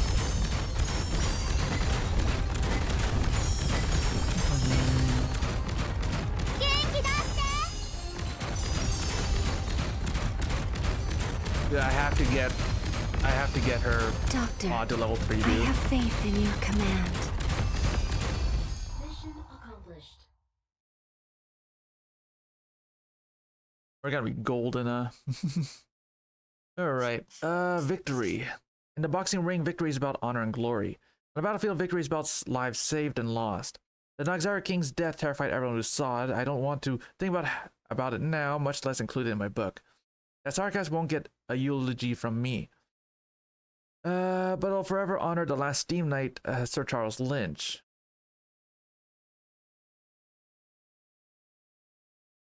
How long has it been since he's moved? 10 minutes. No one dares approach Charles Lynch.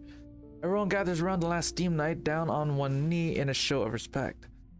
He stands tall and unwavering before the Palace of Westerleg, steam gushing from every crack in his armor. Scorching, unrelenting. Like the sound of a beating heart. How can he still be standing with such a grievous wound, with such grievous wounds from the battle with the Noxera King? It was never his body alone that kept him upright, so or he would have never made it out of the Mausoleum Kings. Vina walks towards the Steam Knight as everyone else watches on. Vina, don't get close to him, he's off his rocker. I have to know for sure. But he almost killed you back in the underground, Vina. Let her do it. Something's not right with the Steam Knight. Sir Charles Siege probably sensed it too. But trust her. Vina approaches the Steam Knight. She can feel the temperature rise from the hot steam. I've never seen you like this, not even back in the Mausoleum of Kings. The war is over, you've protected Victoria. You've completed your mission. What are you still searching for? The sword? Sorry, it was lost somewhere on the battlefield. Or perhaps you're waiting for something else. Vina gently touches Sir Charles' armor. Every scratch and mark etched into it tells the Steam Knight's story. The battle with his comrades on the day he swore to inherit the title. The battle on the frontier to quell uprisings. He survived amidst a storm of witchcraft. The betrayal in the Mausoleum of Kings. The charge towards the glorious towards Originium. Sir Charles Lynch has never fallen. Sir Charles Lynch shall forever watch over Victoria. You're looking at the Palace of Westerleg. I understand now. You're not the one. You're not the only one. Many more were looking over at the palace. Vina looks back at the gathered Victorians in the distance, wounded, silent, excited, weeping. The people had already formed a long human wall on their own, holding back the restive and agitated crowd. They are all murmuring different names: Siege, Vina, Alexandrina, Victoria. I never believed you'd gone mad. Sir Charles, this is our second official meeting. I once hoped that if you found your way out of the darkness, you would find something worth protecting. We've already made it this far. Please wait a little longer until I return. Vina walks past the Steam Knight, up the steps to the Palace of Westerleg, and alone through its doors. Time slowly passes. At first the crowd is silent, but gradually they stir as unrest begins to spread. Why is it taking so long? Could there be other enemies inside? Should we go and help? Quiet, have faith in Her Royal Highness Alexandrina. Can you see that even the Steam Knight is waiting here in silence? I've heard the crown is still inside. I'll go study now. Okay, alrighty, Ringo. Do you think that when she comes out, we'll have a new king? Something's not right here. Based on our intelligence, there shouldn't be any more of the military commission's forces left. There should be nothing left in that palace. Are we just gonna stand here like idiots? We ought to just go in and see for ourselves. I'll go. There are better choices. Well, we're the only ones who can drive the crawler. As long as we've got the crawler, we've nothing to fear. We'll be protected, even against the Steam Knight.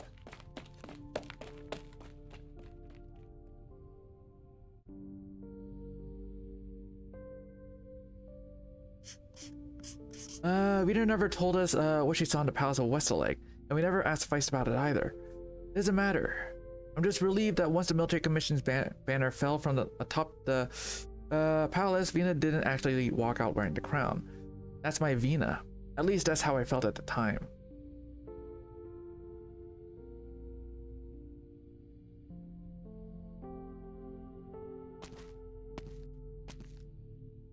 There she is. She's coming out. Where's the crown? Why isn't she wearing the crown? Why, you moron? She hasn't been coronated yet. Why would she be wearing the crown already? What's in her hands? Is that the devil's flag? The people of Victoria, the Noxera King is dead. I've torn down this flag that the enemy has stabbed into the heart of our great Londinium.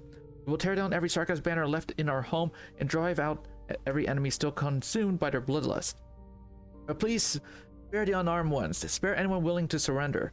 The war is over. We must not avenge we must not avenge slaughter with more slaughter, nor meet hatred with more hatred. I, Vina Victoria, wish to speak to all the heroes who have fought to defend our Victoria. Hear me, we have liberated Londinium, liberated Victoria. In these coming days, months, and years, we must revive Victoria. We shall revive Victoria. Vina raises her hammer aloft for all to see. The people rise to their feet and a wave of cheer spreads outward from the center. Each surge louder than the last. Londinium and her citizens celebrate her rebirth. The center of the crowd, this last steam knight lets out his final roar, steam bursting forth. His heart stops beating, so he ignites it with the suit's burning core. His vision blurs, so he clears it with steam hot enough to melt flesh. Then Sir Charles sees it, Victoria's flag basking in the sun's golden glow. Sir Charles Lynch can finally fall.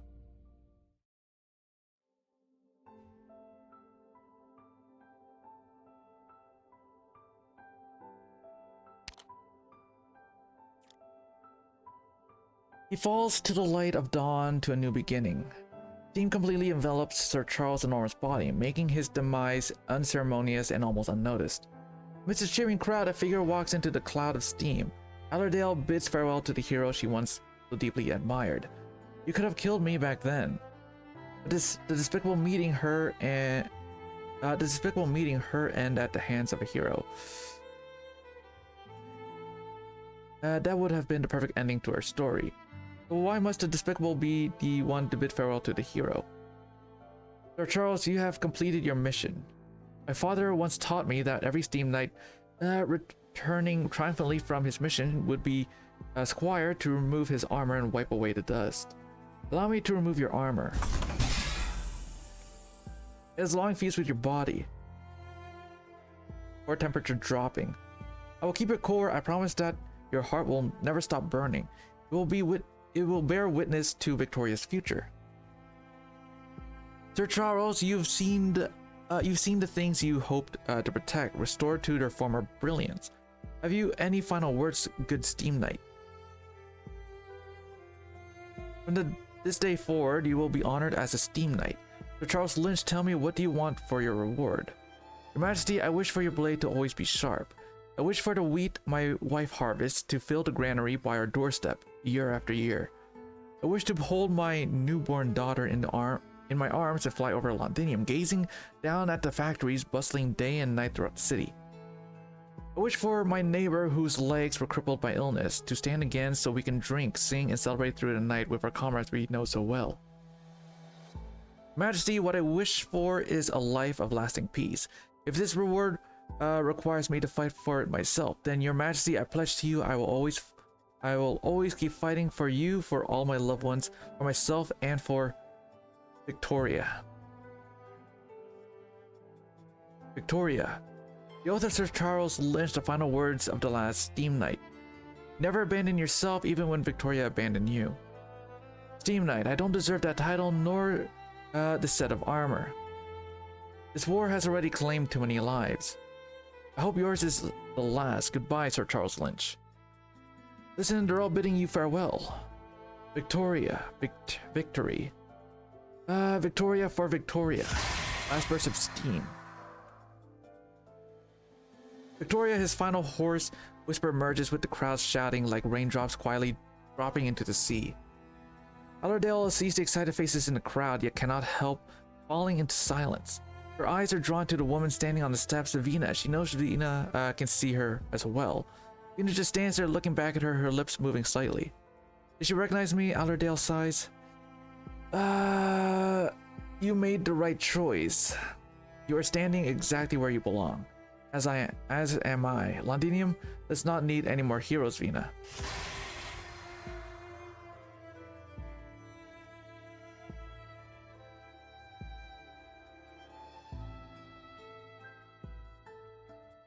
She turns and walks away, disappearing into the white billows of steam.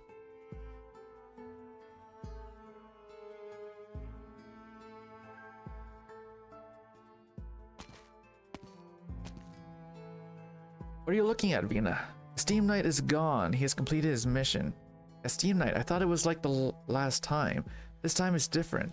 There is no need to bother him. Someone is ready seeing him off. Alright. Celebration in morning. Vina, what should we do next? The people cheering in front of the Palace of Westaleg. They all look to Vina. They're waiting for you. Then I will show them all, Delphine.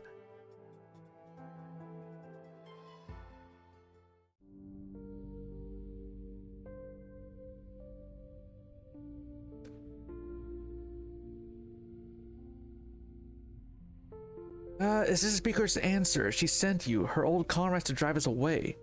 No, guarding the signed cell is only one of the defense force's responsibilities. Justice is Justice Hoff.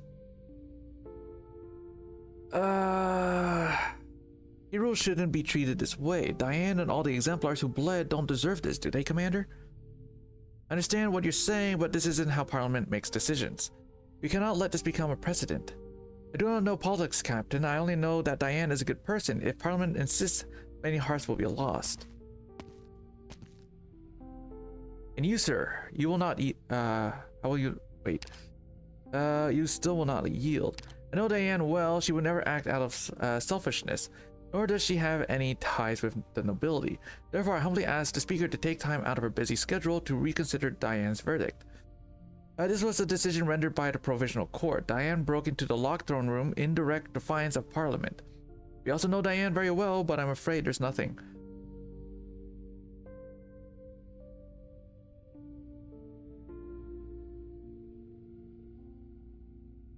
Diane? Yeah, she's the one who introduced us to you. After the war, we lost our homes and nearly our lives. If it weren't for her constant encouragement, I'd probably still be passed out in a barrel of ale. You don't think she's a bad person either, do you? It's just that Vina. Speaker Vina is sorry. It's a force of habit. Speaker Vina must have made a mistake. We've all gone to her office, but I feel like just having numbers on our side might not be enough. Vice, your words carry more weight. Please, I'm begging you. Sorry, but I have to assume that if Parliament put Diane on trial, they must have also allowed her to present defense. No matter how strange or unfair, I think their decision is having Speaker Vina force them to change it at the last minute would be even more unfair. But Diane's case should be treated differently. We barely survived the war, and now she's going to die over something so stupid.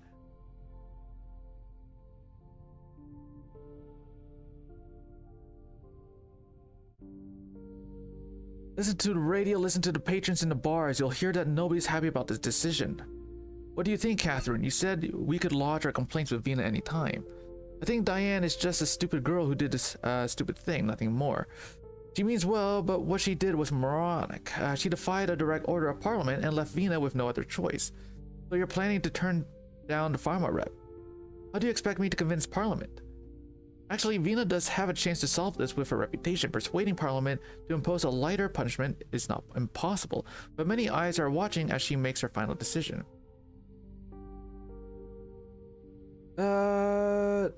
This is just one of the many tricky issues that the Speaker of Londinium's Parliament has to face. A hero may be able to save everyone in a war, but...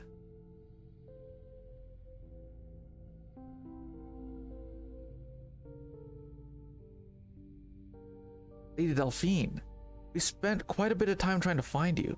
Me. In just one day, Diane's case caused quite an uproar across Londinium. We briefly investigated who was spreading the news and inciting the public. The Parliament wants me to shut up. No, Eliseo, compared to deliberate acts of sabotage, your actions have had significantly less impact. Actually, we all admire you for fighting so hard for someone you have not known for very long. Vina understands how you feel. She wanted to come see you in person, but I stopped her. I apologize, but Madam Speaker has more urgent matters to attend to presently.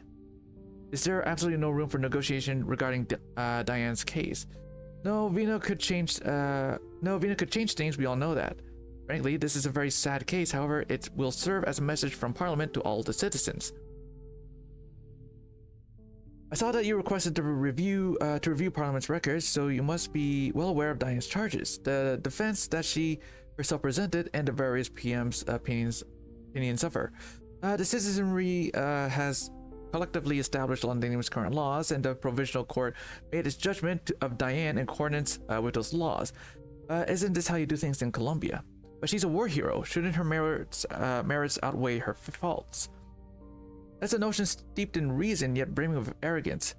I often come across this phrase in history books, usually said by old Victorian kings. But if Vina crosses this line and the others allow it to happen, then what is the point of having Parliament? How would a Parliament be any different from the one where the king himself served as speaker? I don't know the answer to that question, Eliseo, but none of us want to take the risk of finding out. Parliament will not interfere with any of your endeavors. However, as far as Diane's case is concerned, I'm sorry, this is Parliament's decision and it cannot be changed. Diane never told me specifically what kind of soldier she was during the war. Most of the time, she talked to me about her hopes for Londinium's future.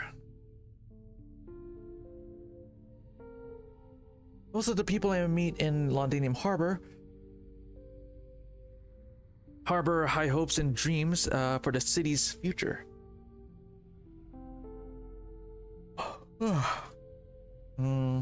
This is the city's great fortune. Our duty is to ensure we never let its people down.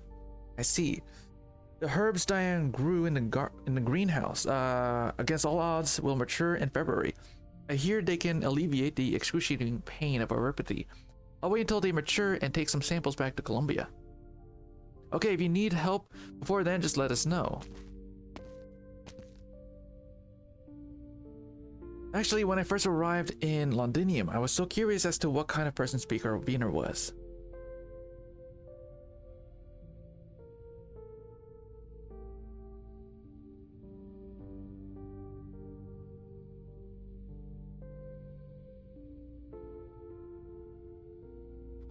When Hana and I visit schools and sanatoriums to give surprises to the infected children, they always ask us about the story of Princess Alexandrina, the Princess Royal. We then tell them the whole tale of the street urchin who became a legendary war hero and the savior of Londinium. But the story always ends when Vina walks out of the palace of Westaleg. At that point, it's not so fit for children.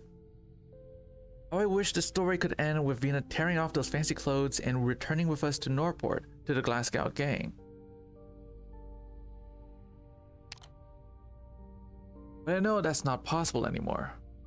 On the day of the mass protest against Diane's verdict, Vina explained to us in detail the proposal she was going to submit to the Dukes at her upcoming meeting. They covered a whole lot of topics like food, healthcare, education, and civil service reforms. Vina had the right solutions to all of those issues, but she didn't say a word about Diane. We listened quietly to all of her proposals and then left without bringing it up.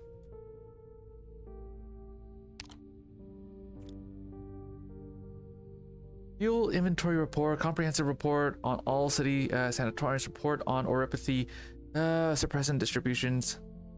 Vina returns her gaze to the documents in front of her. She struggles to absorb the reams of data. She knows that in just a few minutes, the bell on the table will ring to remind her to head to the banquet hall. She also knows that those guests don't truly care about the numbers she has tried to memorize, much less the actual lives, deaths, and hardships they represent. But she cares. This time, she's the one who invited the Dukes for dinner. I hope this works. In the now quiet office, the faint shouts of protesters outside the window could still be heard. Sorry, Diane. Excellent command as always, Doctor. The team is pretty excited. Why not let them congratulate you? Okay, I guess there isn't any, yeah. Okay, well, I'm just gonna, like, change all this. I'm keeping her. And then we're gonna do...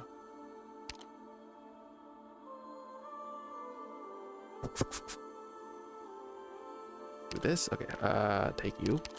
And then we're gonna do this, and then we're gonna... Then we're gonna do...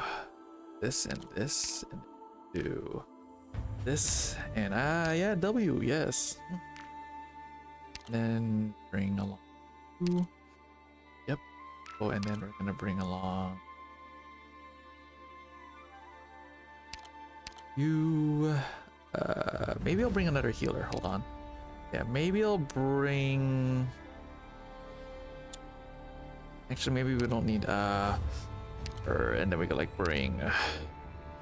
There we go. If I die here, use the pension to buy some roast potatoes for the gang.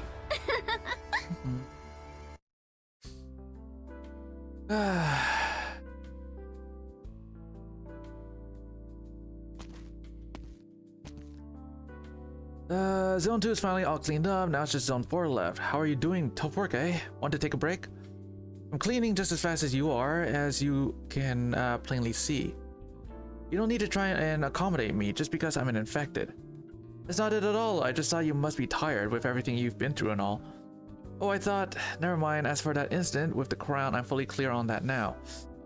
It was just a spur of the moment thing. Besides, you're not the only one who wanted to do that. Actually, it seems like all of a sudden people aren't as afraid of the infected anymore. That's because we're in Londinium. The policies instituted by the Speaker and the Parliament have, at the very least, stopped many people from openly showing fear and resentment towards the infected. But according to a Colombian friend of mine outside of Londinium, things haven't changed. Anyway, thanks for helping with the cleanup. We would have had the captain on us again without you. I should be the one thanking you for shackling me. For not shackling me. Having something to do helps put my mind at ease.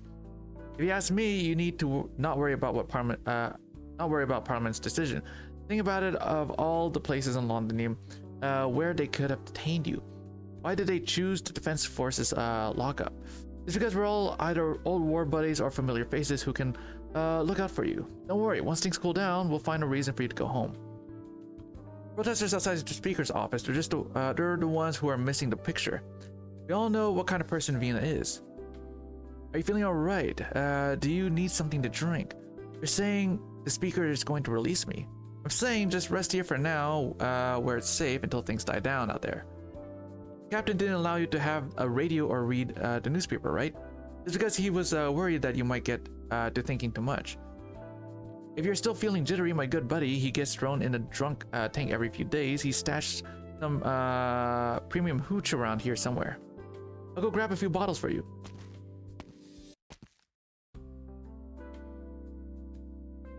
Diane gives a faint wry smile as she strains to catch the sounds coming from outside. But aside from the faint sound of water running through the pipes, she hears nothing but the distant drills of the defense force. Ever since she was brought in here, she has been more or less cut off from the outside world. I wonder if Eliseo is doing alright. I really should have let him know beforehand. He must be so worried about me now. Indeed, he went to nearly everyone he knew to plead on your behalf. Madam Speaker. Good, they aren't treating you like some common criminal. And you made sure of that. No, they did it on their own. They believe you don't deserve the sentence. And you came to me on your behalf, your friends, my friends, our comrades in arms, and even some civilians who don't know you at all. Diane, I snatched some of my buddy's liquor for you. He takes a big swig of whiskey. Before the soldier even reaches Diane and Vina, he snaps to attention, the whiskey caught awkwardly in his mouth, too afraid to swallow or spit it out. He quickly hides the bottle behind him and salutes Vina. No need to hide it, Patel. As I recall, Horn did mention that drinking is prohibited in the barracks. Yes, Vina, but this is, I won't tell Horn, but in return, you'll keep my visiting Diane in secret. And set the bottle down, will you?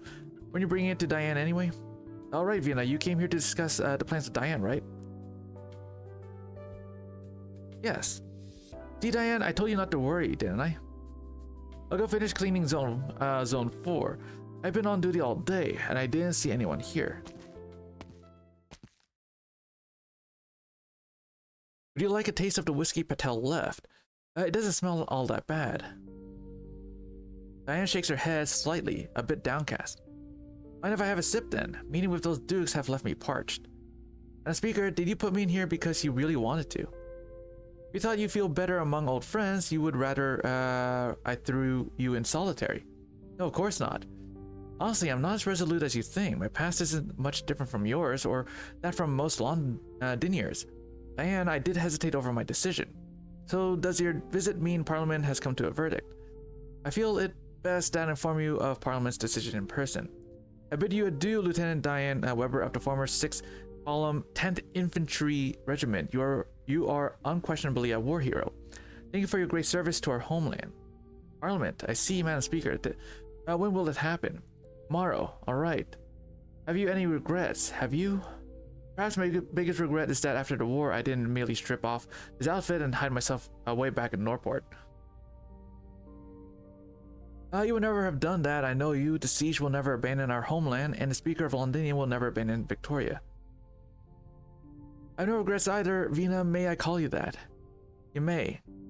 We've met many times and fought side by side just as often, but today I think is the first day we can truly call ourselves friends.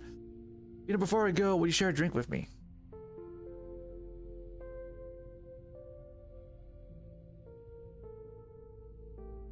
When you walked alone in the Palace of Westerleg, everyone believed that the woman who emerged would be wearing the crown. A hero must one day be crowned king. Every collection of fairy tales in that old story in the old books store on Baker Street. Had a story like that. It was my favorite place to go before I enlisted.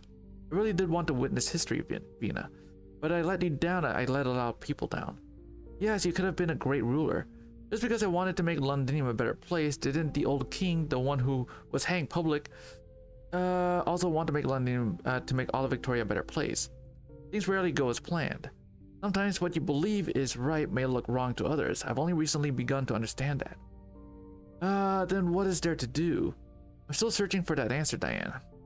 Someone I trust told me to accept those who hate me and stand firm in my own sense of justice. I'm still learning, but I never imagined this path would be so lonely. You're drunk, Vina. Vina shakes her head. She draws her sword and hands it to Diane. You remember Kinga's Kath, the size of kings? Yes, I took it from your own hands after all. After the battle, I discovered that it had completely dulled. The smiths worked tirelessly day and night to reforge it for me. This new sword is heavier. It carries the weight of even greater expectations than before. Can't believe it. It might not be an 8-hour stream after. I know, right? And I'm surprised that there wasn't a in-between story, a fucking 1 hour in-between story somewhere. It was all just stages. It was just all battle stages. Diane, this sword reminds me every day of the right path. The future of Victoria doesn't rest with me or Parliament. It rests on all of you, those who reclaimed our home with their own strength. Vina, I have one last question. What really happened in the Palace of Westerleg that day? What kind of story would you like to hear? A heroic fairy tale that'll make it into the books of that old bookstore, or the truth so plain that it's almost boring? Diane takes a long swig of her drink, her hand brushing over the cold steel of the sword.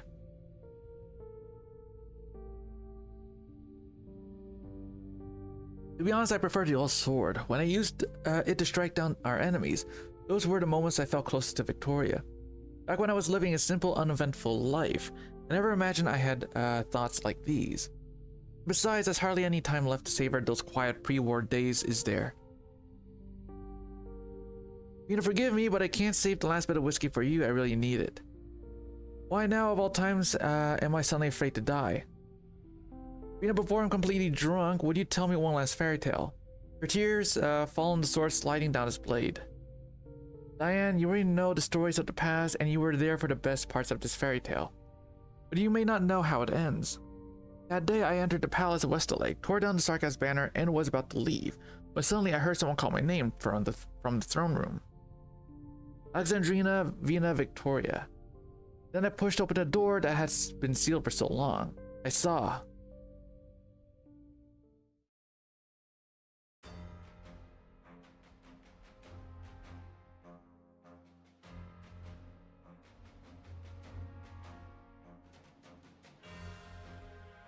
My father, Alistair II, speaking to me. My Alexandrina, you're finally home. Come sit by my side, daughter of Victoria.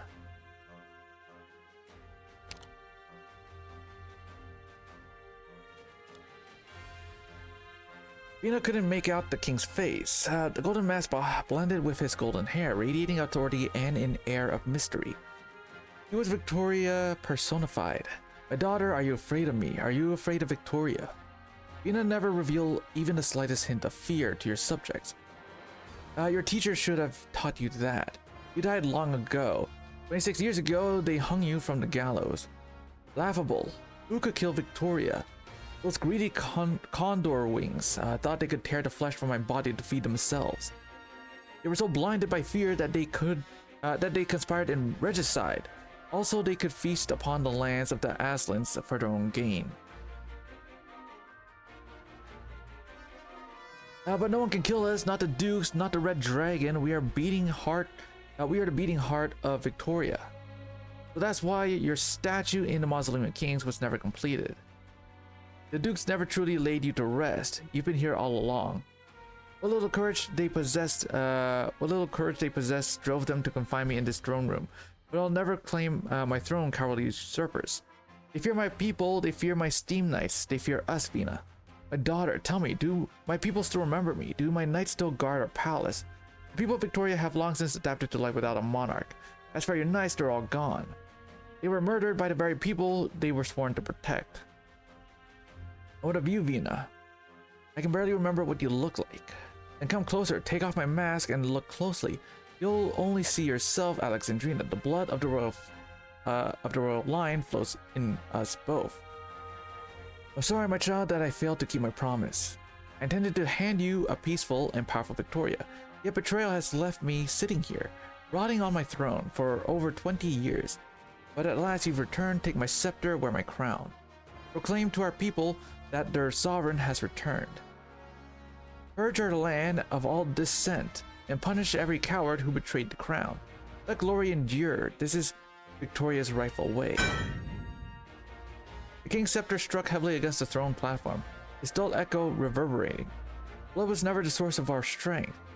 How familiar those words are, just like my defiant boasts to my own father. You still have much to learn, my daughter. Let me teach you a long overdue lesson, the meaning of royal power. Still, I grant you the right to oppose me. Alexandrina, return to my side and listen. No, you're already dead, your majesty. All that remains here is your echo, lost in the glories of a bygone era. I do not need you to grant me anything, nor do I need you to validate the strength of my convictions. I just want you to rest in peace, father. Vina tightened the grip on her hammer, stepped onto the platform, and walked toward the Empire's last glimmer of twilight.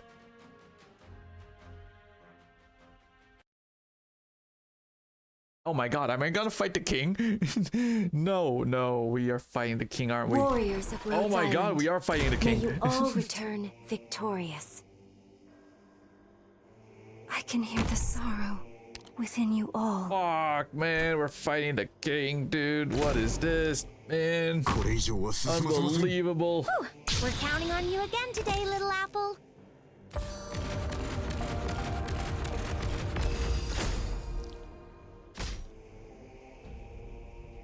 It's fine, as long as I unbelievable.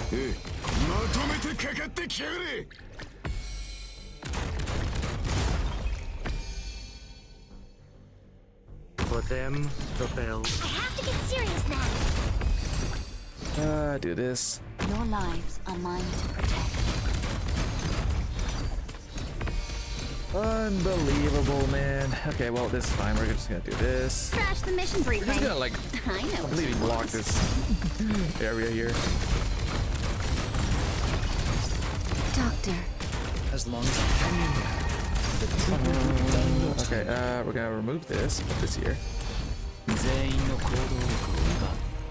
counting on you again today, little apple. Then, the curtain of destiny. I'm sorry, but did we just kill? Okay, I think we just killed the king, which is not fine. Who says there's always a countdown? We just like win. Guys. dozed off.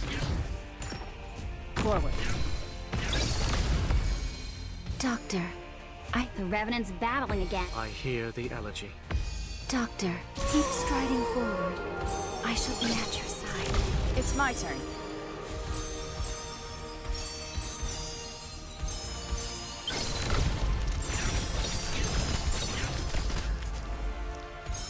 All right. Oh my god, oh, you're joking. You're absolutely kidding me right now.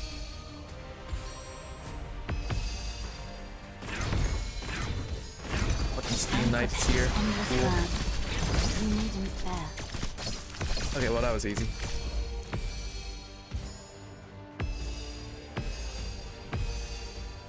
Doctor, I have faith in your command. わかった。無駄だ。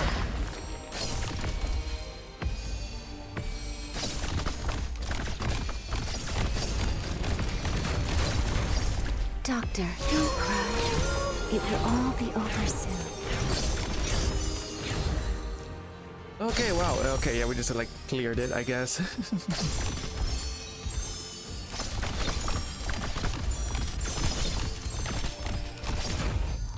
accomplished. Yep, that was honestly insanely easy. I thought it would be like way harder than that, but okay. You know, I don't like the story. The king who found no peace in his eternal rest upon the throne, and the hero who laid down her crown. The story's over, but has anything really changed? You and King Alistair both wanted to make Victoria better, but in the end... Anne takes a hard swig from the bottle. Burning liquor stings, coaxing more tears from her already swollen eyes. If the king couldn't do it, then what hope do we have? How can we possibly change anything? The story's not over yet, Diane. I had also believed it would all end when the king found peace, but then someone unexpected appeared.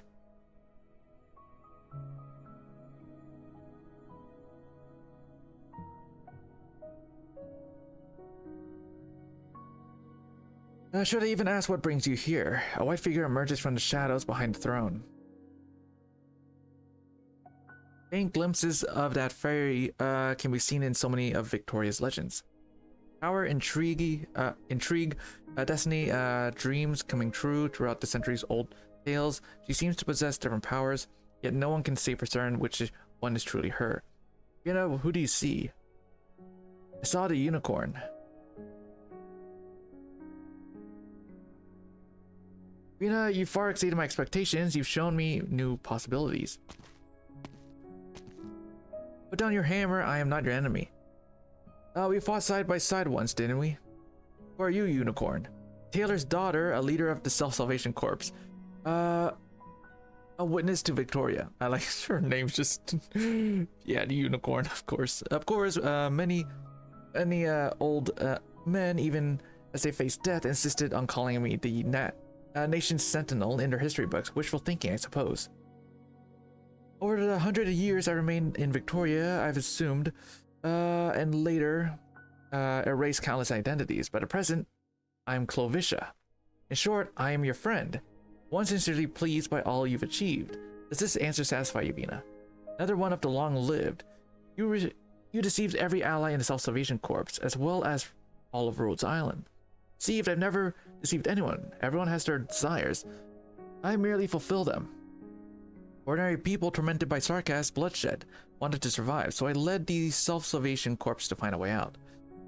Ancient families, mired in power struggles, feared annihilation in the Empire's whirlpool, so I eliminated every threat to the continuation of the ducal lineage. Frederick III hoped Victoria wouldn't fall into chaos beneath the Red Dragon's shadow. I could grant that wish too, though now you've come to me. Alexandrina, daughter of Alistair, why would you think I'm only just noticing you now?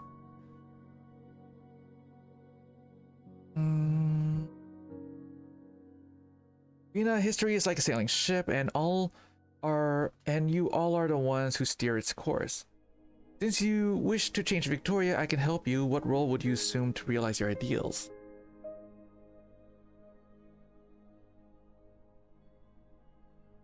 You could be a king, a speaker, or even a sole leader of the Exemplars. Any of these titles are yours to choose.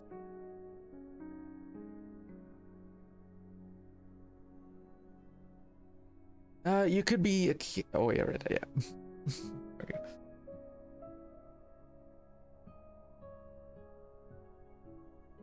You know, I must say, yours isn't a new story. I've read far too many like it in old shops. In the end, the hero always accepts the fairy gift. So in the end, you chose the role of speaker. No, Dan, I chose nothing. For hundreds of years, the unicorn has chosen the heroes, and the heroes have merely chosen their boons. But why? Why? Yes, why did I have to choose her?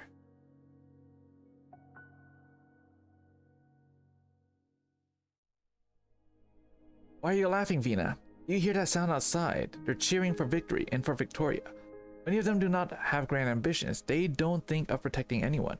Some of them would not even share a piece of bread with a starving man. Yet they are still willing to risk their lives for even the smallest sliver of hope. They are my Victoria. I like those fools, and I'm willing to look out for them. And you, Clovisha, have no right to make me choose something I've been doing all along. Best leave unless you don't mind getting it getting awkward. Siege, you're full too, Alexandrina, just like your father. Send them a message for me. Tell them the tailor's daughter is dead. I fulfilled their wishes.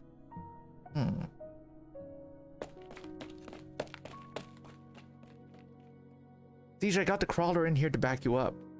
We've been waiting outside for you forever. We were afraid something happened to you. It's been taken care of. Thank you, Feist. Come on then, aren't they still waiting for us? This battle must end now.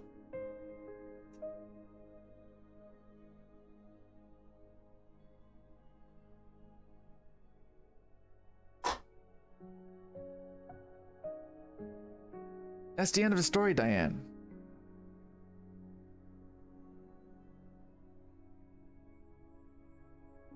Diane? The condemned soldier has finished the last drop of alcohol and is sound asleep. Diane wanted to drink herself into stupor. Vina has finished telling the story, but Diane cannot bring herself to face her own ending.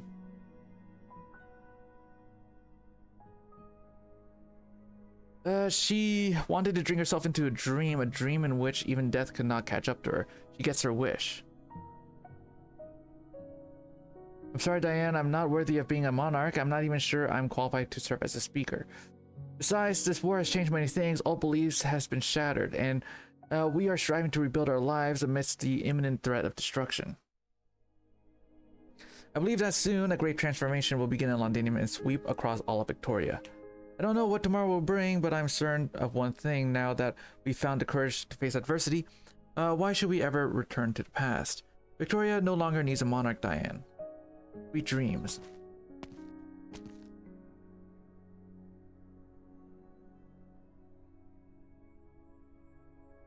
On the eve of the march to the gallows, the drunken soldier sleeps the most peaceful sleep of her life.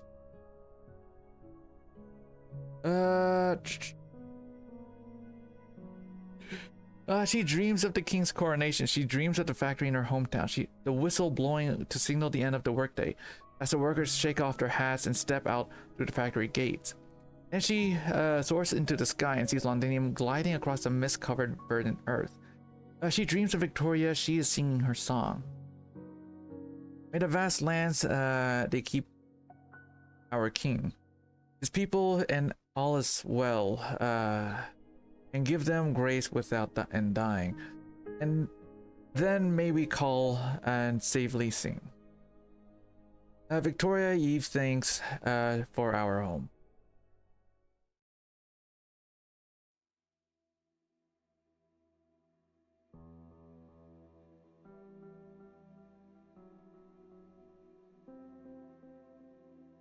Vina, I can't believe it. The graffiti on the gym walls is still there. Look at this one. Morgan painted it after dreaming of being a famous artist. All right, look at this photo. The sign of the movie theater has been nailed back up. And look, there are two dumb-looking foul beasts perched on top of it. Norport is much better in shape than the last time we saw it. I can't wait to go back and see it with my own eyes. So where did these photos come from? The envelope only had photos, no signature, but plenty of people have joined the engineering team to help rebuild our home. Some of them are old friends from Norport. Oh, there are 2 videotapes here in here too. They're just some old worn out movies, but hey, Delphine You love watching bad movies, don't you? Here you go. Thank you. Vina, are you okay? You seem a bit distracted. Are you all going back? Quite a serious look. We're just heading home early to do some housekeeping. Morgan, you were more excited than anyone when we said we were going home, or am I missing something? How about you, Dagda? I'll go lend them a hand. There's not much I can help with here, Vina. The Knights of the Tower Museum is coming along smoothly. My wish has been fulfilled. All right. Vina, actually, we could still. Bell tolls. Or, Vina. I know we can set out now. You want to go see Diane? No, I have a meeting with Parliament and the Dukes. Oh. Vina, those protesters outside. I'll handle them personally. I know their concerns go beyond just Diane. They've been waiting a long time for a king. Well, that's definitely something the Glasgow gang can't meddle in. Morgan. Alright, we'll head back and tidy up. You know, Norport is better than I expected, but not by much. We'll be waiting for you, Vina.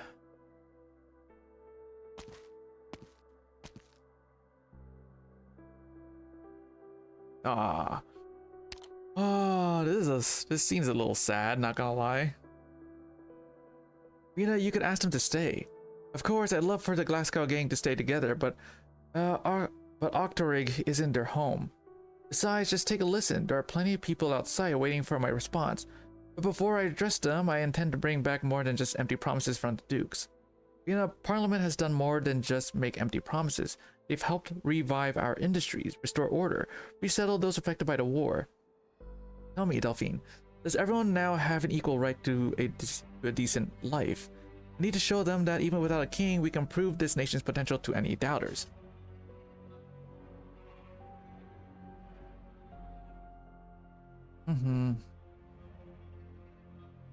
Let's go. I don't want to be late for the meeting with the Dukes. We should sing something. Sing what? Any song will do as long as it's not that blasted Octorig carol. Like the song Hannah hums every time she steps out of the ring. Hannah's a star knocking him down one by one, round after round. Stop it, I don't do it anymore. Besides, didn't you all say the song I made up to cheer for Vina was better?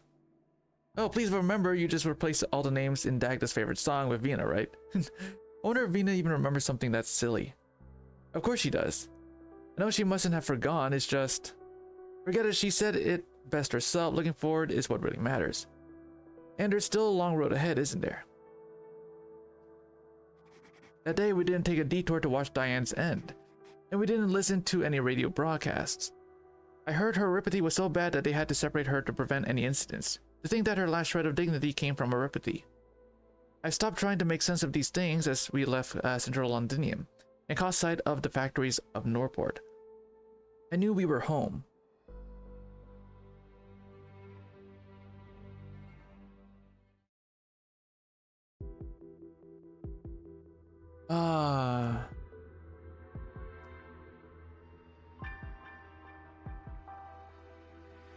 Vina, are you not attending the execution? They are relying on you to calm the many protesters. There should be there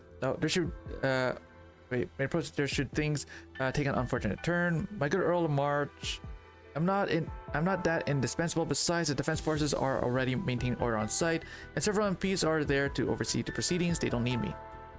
Diane Weber truly was a hero. Shame really, she didn't really do anything wrong. Alexandrina, you've managed this matter well, but you need to be more heavy-handed.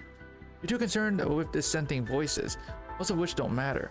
And Speaker, why not let us shield you from the storm until Londinium's parliament fully matures? Wellington's stance remains ambiguous. The Windermere Demesne is simmering with unrest, and the Duke of Ashworth continues to keep a low profile as always. If the Speaker requires assistance, we wouldn't dare refuse. We must secure Victoria's future.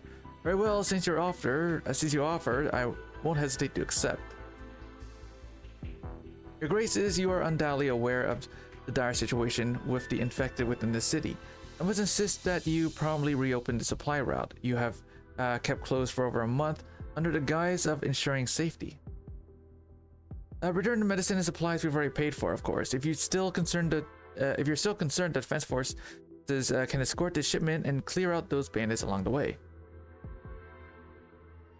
Of course, those are minor issues. Now, how about my proposal for forming and training fighting squads? I understand you're considering informing infected units in your own territory and wants to test its feasibility. That's fine, but I insist that the safety of the soldiers remain a priority. I'll make all the data available to you, of course, and to every other Duke. After all, this has critical implications for the future strength of Victoria, doesn't it? This is no simple matter, Madam Speaker. In truth, it has given me quite a headache. I'll be waiting eagerly for some good news from you. As for your grace, Duke Castor, the Trilby Ashers should soon be delivering an invitation. After all the years, Londinium will finally reopen diplomatic channels with foreign envoys. This time in the name of Victoria. I trust you all will be in attendance when the time comes. But you best pray that Londinium presents herself in a form you can be proud of. I'll consider this a provocation, Alexandrina. But the moment you deliberately block Londinium from contacting other nations after the war, you've been provoking Parliament. You call it protection. Where I'm from, we have another word for it: kidnapping. Unfortunately for you, we always have our ways of reaching those whom we want. Ovina, is it my turn to negotiate now? No, Earl of March, we have nothing to discuss and certainly no need to be friends. I'm afraid that's not for you to decide. Whatever your intentions may be, Londinium's affairs are none of Columbia's business. It seems you found what you need to refuse any deals with me. All I have is a few photos. Surely you're aware of what's hidden beneath the Londinium, right? Oh? It seems you've managed to find yourself some leverage. Alexandrina, I admire your candor, but I must remind you, you're the Speaker of Parliament now, not just some street thug with the Glasgow gang. Well, do you know how we used to keep corrupt cops away back in Norport? Either everyone pretends nothing happened and keeps things as they are, or we expose all their dirty laundry and everyone goes down in flames. It worked every time. I'm sure your graces understand that it has always been Victoria who has kept you safe, not the other way around. I believe your grace has even said something of a similar nature before. Alexandrina, I'm starting to doubt our decision of choosing you as Speaker. You're mistaken. The decision was mine all along, not yours. I know your schedules are packed, so let's not digress anymore. I have a long list of things to discuss with you: Parliament, seats, medical purchases, military reform, private communication lines, supply routes, aid for reconstruction, so let's not waste time, of course. You're free to continue arguing with me. Don't worry, this time my sword won't be on your necks.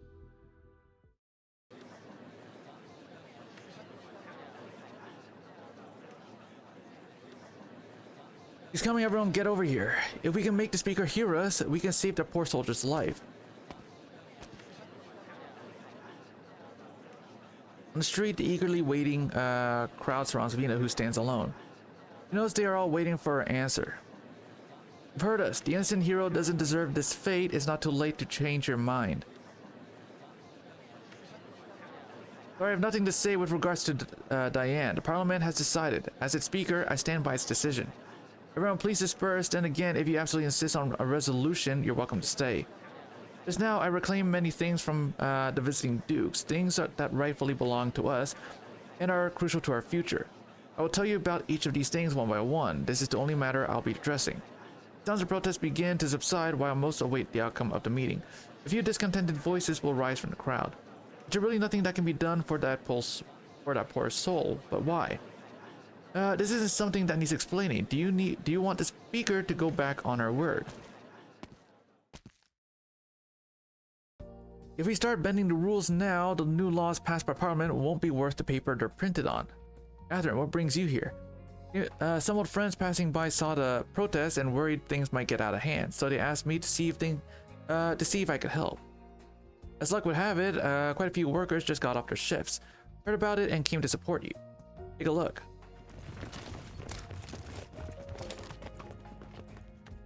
As more and more workers gather around, they wave at Vienna and spot familiar friends and family members among the protesters. Conversations begin to ripple through the crowd, and the street suddenly comes alive with activity. Looks like we're a bit late. Lieutenant, aren't you supposed to be waiting at the sanatorium for your departure? Nothing told me about your situation. I wasn't planning to come, but once the others at the sanatorium found out, they insisted on coming to see who was causing you trouble this time. I couldn't stop them, so here we are. A column of soldiers marching in perfect formations and singing approaches the congested crowd. The noise instantly dies down as people instinctively make way for the soldiers, who march up to stand in front of Vina, forming a barrier between her and the protesters.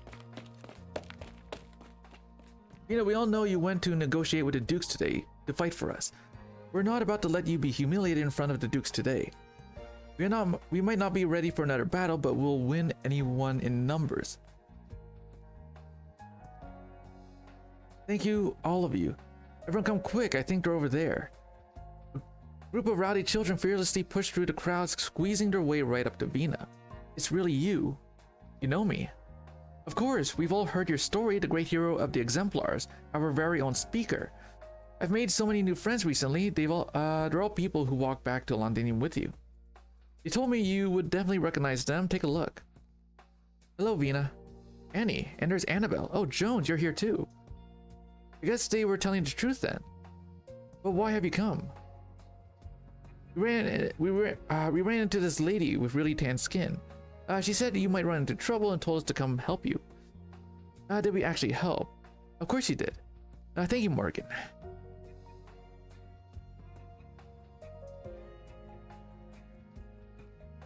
Ah, this is nice. More and more people gather in front of the steps, while those who had been protesting for Diane start to quiet down. She thinks about everything that has happened over the past few days. She thinks about the drunken Diane, the departing Glasgow gang, and the stolen crown. Bloody hell. Vina relaxes, sitting down on the steps and gazing at the fiery red sky. Oh, she shut her eyes. Ooh.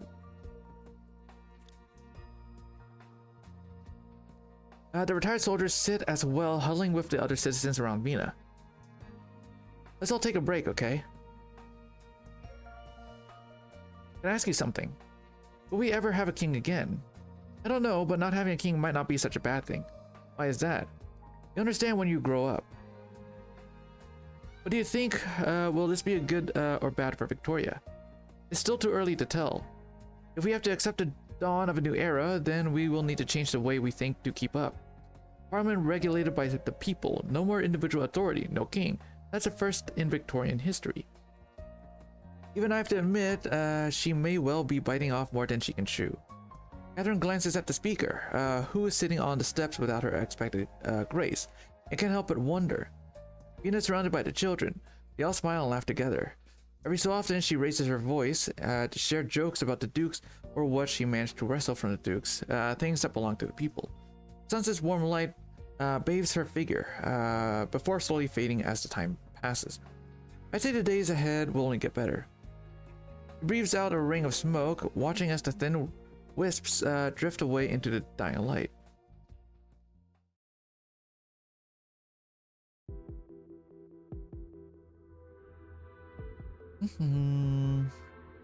Parliament has passed a resolution. The crown will be placed on the throne in the Palace of Westerleg, guarded around the clock by the defense forces. Until a suitable candidate for the throne is identified, the crown will be guarded by Parliament. Once a candidate is chosen, nationwide referendum will be conducted under parliamentary review and supervision to finalize the coronation. Additionally, Parliament will soon announce decisions regarding the distribution of living supplies and other public welfare matters. Parliamentary supervision. These meetings are truly exhausting. I much prefer settling matters at a grand banquet. At least there's wine when my lips are parched. Sir Davis is certainly taking his sweet time fetching the wine. Your Grace Duke of Castor, where are you headed next? We already know the answer, so why pretend to ask? Getting news from you is quicker than waiting for Wellington spies to report back. So how about you, Eleanor? Your Grace, we're hardly close enough to be exchanging warm farewells. Your words wound me, Eleanor. I suppose I'll have to present a fine bottle of wine on my next visit to Old Normandy and ask him to put a good word about me to you.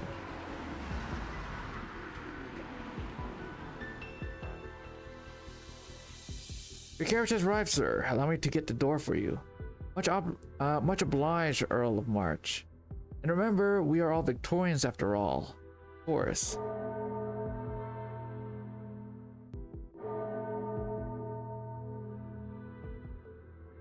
It's been so long since last I heard these bells. The sound brings back memories. Your Grace, I've brought you one of the finest wines from our cellar. Even though Sarkaz devils couldn't sniff this one, out, but after they took my estate. Sir Davis, you are a man of rare wit. Rest assured, there will always be a place for you in Gododin territories. The Duke of Gododin takes a sip of the wine and turns to make a remark, but then suddenly freezes. He's confronted with a stunning sight. The sun is set.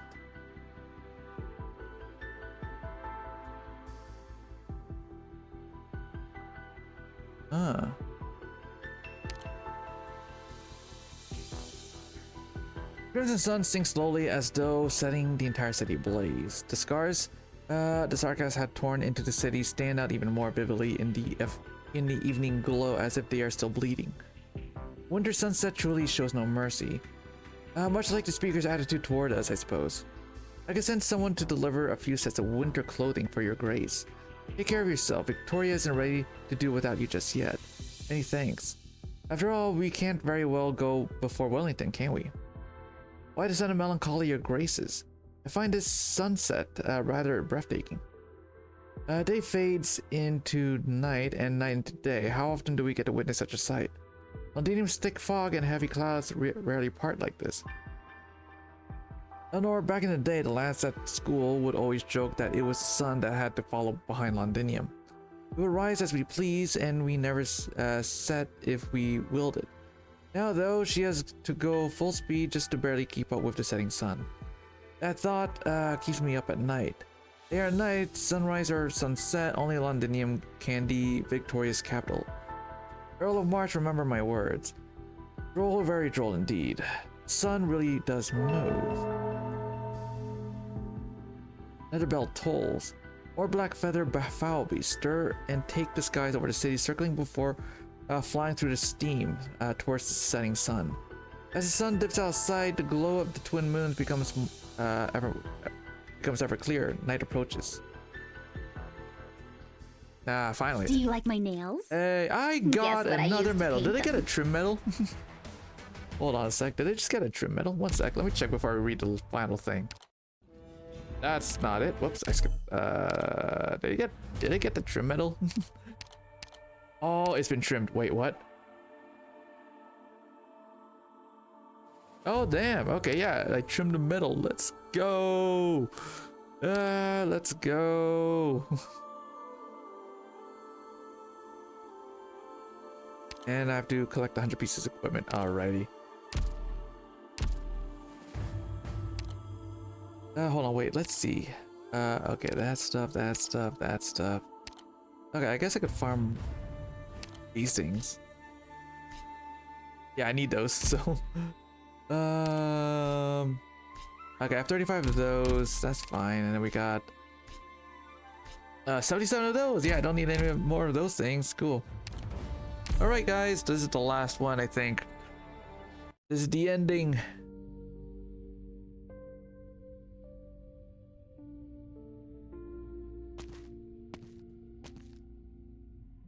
How things go on your end, Dagda? Mr. Lane's still alive, but he's got a busted leg. His sworn brother didn't make it though. Tried asking some old friends. None of them know when the brother passed away exactly. It might have been when trying to escape Norport. Might have been some Sarkaz at the end of their tether during the Allied counterattack. He managed to see Mr. Lane himself. I did. He works at the port now. He didn't bring up the old days, and he avoided talking about his crew. But he thinks that now he's living a good life. Bloody hell. I strolled around one of the factories we used to look after. It's full of little punks now. None of those youngsters have even heard of us Glasgow gang. That pack of brass deserves a right thrashing. Did you swing by the old restaurant we always went to? Torn down, Parliament sent some men over to get in touch with all the old shopkeepers. Anything so run down, it can be fixed up, and whose owner was missing was slated to be torn down and rebuilt. The pub on Sunset Street, Paul's Bar, and the magazine stall that run from Casimir's Rand, they're all gone. Anna, I checked out the public cemetery, and they were talking about too. I couldn't find McLaren or. Damn it! Why don't these graves have names on them? Stuff me! I can't believe you caught me crying. Let's head home already. Don't want to leave Morgan waiting.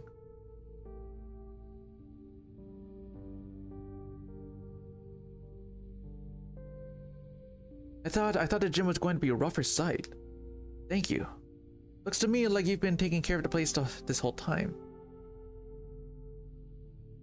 I thought if you were still alive, you'd be coming back sooner or later. Doesn't matter how you look at it, I'm still part of the Glasgow gang. You didn't get on Duke Windermere's ship with us back then. I wasn't so far gone that I needed saving by the Dukes. But I gotta admit, I was being a right fool back then. After all that, I took some of the crew out to fight some devils hanging out around Northport. I ended up hearing about the exemplars from them. You pulled off some crazy stunts I could never dream of. An army. When the battle outside wasn't total chaos, some of the gang helped out in the front line with me. But there wasn't much we could do. All I got in the end were a few cuts and bruises. You're infected too. Yep, heard the same happened to Indra after she took a bad scrape on the battlefield not too long ago. She's real lucky she had friends like you there with her. Morgan stares blankly ahead. She never considered that a problem. Not even Indra herself had. No, that ain't right. Why do I feel all funny hearing you say that? Though I gotta admit, I'm not sure what's not right about what you said. Whatever you say anyway, if you ever get the chance, tell Sisha I said sorry. If you stick around, you can tell her yourself. My Glasgow gang's long gone. Since you're coming back, it's only right that I head out. Did Delphine not come back with you? She's standing by Venus' side. Sounds like you lot had a squabble too. I heard about her mom from broadcast. Doesn't matter who she might be, at least she got some nerve. Where are you headed off to next? Northport needs more hands to rebuild it, and Port's busy shuttling in goods outside from outside all day every day. Me and my crew are gonna keep an eye on it. And then I'll head into Central to bash in some merchant bastard's head. That's only a maybe. Northport's changed, Morgan. The folks I know are gone, and shops too. There's some new gang of brass that's popped up. Don't know their R's from their elbow yet. They're still trying to fight for dominance. Anyway, I'm giving the gym back to you lot. Harman talked a big game in the broadcast of theirs. I talked it over with some of the boys. We'll wait a spell and head over to some other dukedom to see what's up. We'll find a new turf. A new turf, a new beginning. I'll need some time to forget a few things.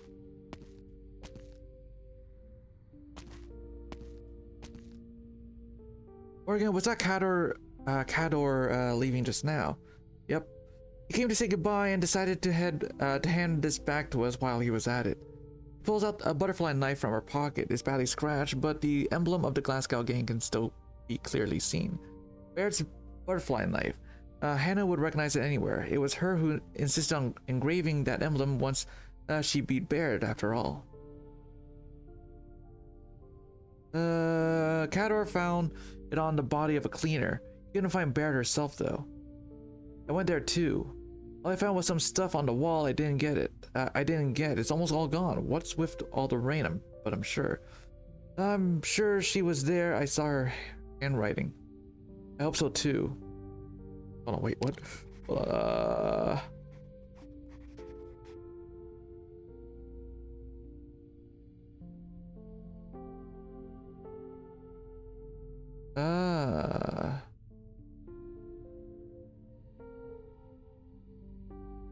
Oh, could it be that Baird might still be alive somehow?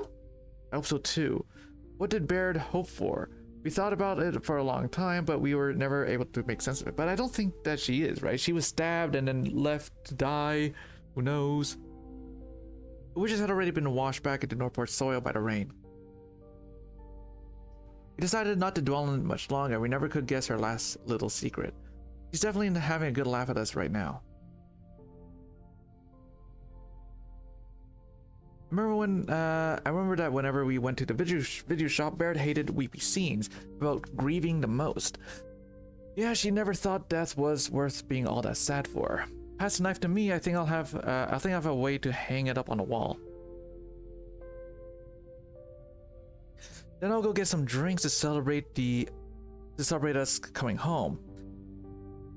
And a toast to Baird. Still, Baird's body was never found. We wait for Vina. We ain't got time to come, but just in case. Then we'll hold off right before we get completely pissed, Hannah. Who's waits for no man?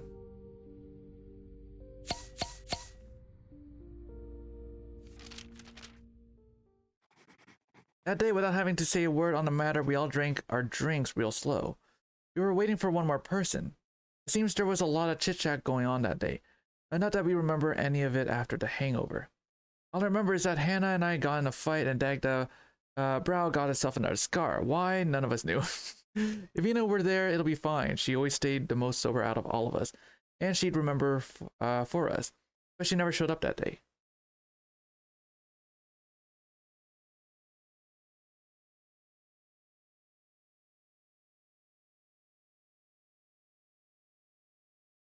Drag the body back, boss. But will this really be okay? I mean, snatching away the corpse of a condemned criminal right from under Parliament's nose. Did you really think you could take that away without some silent approval from above? What of the Colombian? He's not in the best of moods, boss. Do we really need him to carry these goods? What if... Milscar says nothing, the mercenary sighs. Alright, I get it. Look, boss, I'm not trying to make you mad, but ever since Parliament made a move on us, everyone's been on edge. It doesn't concern you a lot. I'll handle the Colombian. Are they talking about, that guy? Oh. What's his name again? Elsios? Yeah? Something like that? Oh yeah, Elcio. Yeah. I presume I don't need to introduce myself. No, Scar, I've heard about you. Good, no need to waste words then. I need you to see this batch of goods out of London safely. You will of course receive payment. I can send this corpse along with you. Leave the city and go as far away from it as you can. Her name is Diane Milscar. Who she is isn't important to me. What's important is that she doesn't show her face again in Londinium. You call this payment, making someone who just got home leave again. Elcio, you are well aware she cannot stay in the city. As far as everyone is concerned, she is dead, hanged from the gallows. Vina made a mistake. So long as this person is alive and within the city, sooner or later someone is going to use her as a knife to stab Vina in the back. She really must learn to be more decisive. You know the condition of her infection better than I do, Elcio. She doesn't have long. Oh wait, Diane's still alive. I guess her execution was all staged, probably by Vina herself. Honestly, maybe. You're welcome to refuse, of course, but I will still help Vina settle this matter in my own way. I know your story, Milscar, or rather, Lady Allerdale Cumberland. There's a lot of versions of it out there, but they all agree you really did fit with the title of Cumberland, the ever on high, once upon a time. Fine, I'll get Diane out of here. I can take better care of her back in Colombia. Happy? You're a good man, Elcio. She's lucky to have made a friend in you. Get ready, you could be leaving at any time. You either die here or you live long enough to see yourself become the villain. Did you ever think you'd turn out this way? Why ask just me? Countless heroes lived through the war. From the most radiant of them to those that none remember. I too am curious as to how they will change in the face of reality.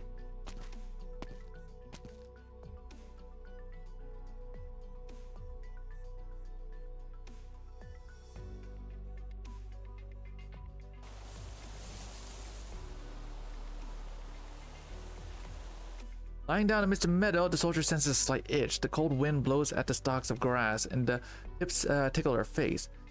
Is this what the land of the dead is like? She opens her eyes and sees someone most unexpected.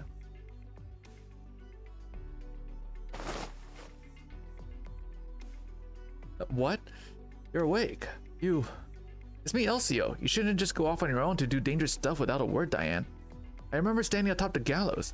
You're dead, at least to those who witnessed the execution. Before we left, I asked the people at Rose Island to give you the once-over. It's not looking too good. A lot of your major organs have already begun to crystallize. In other words, Originium is replacing those organs. So I'm not dead. Am I lucky or unlucky? I'm not sure if the speaker knew about this beforehand. So it was Vina who let me go. That's rather foolish of her. To tell you the truth, I really don't get some of you people. Sorry, Diane, I'm afraid you can't go back to Londinium. Only now does she realize they are no longer in Londinium. She sees the telltale giant tracks laid down by the nomadic city, not too far off in the distance. Just ahead of them, Sarkaz's children run around in the meadow, waving at her as they pass. Most displaced Sarkaz have lost the light in their eyes to confusion. They can go anywhere, but anywhere can they call home. I'll be taking you to Columbia, Diane. I might be able to do more for you there. Alright then, Columbia, eh? I still remember saying that if I get the chance, I'd love to see the place you keep talking about. How far are we from Columbia, Alicio? Well, still very far away. Let me get out my map. We'll be able to make it there in my condition, walking the whole way. I see. Could you promise me one thing else, Alicio? I know what you're going to ask, Diane. When the day comes, I'll bring you home. I'll bring you back to Londinium. I'm rather curious myself as to how much the city would have changed by the time we return.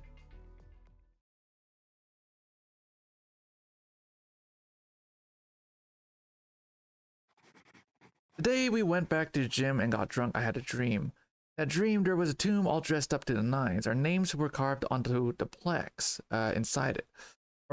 Morgan, Kate Morgan, Indra, Hannah Jackson, Dagda, Isabel Montague, Baird, Bridget Lucan. Outside the tomb, there was a blazing carriage, and atop it sat a golden lion. He was calling my name, Vina Victoria.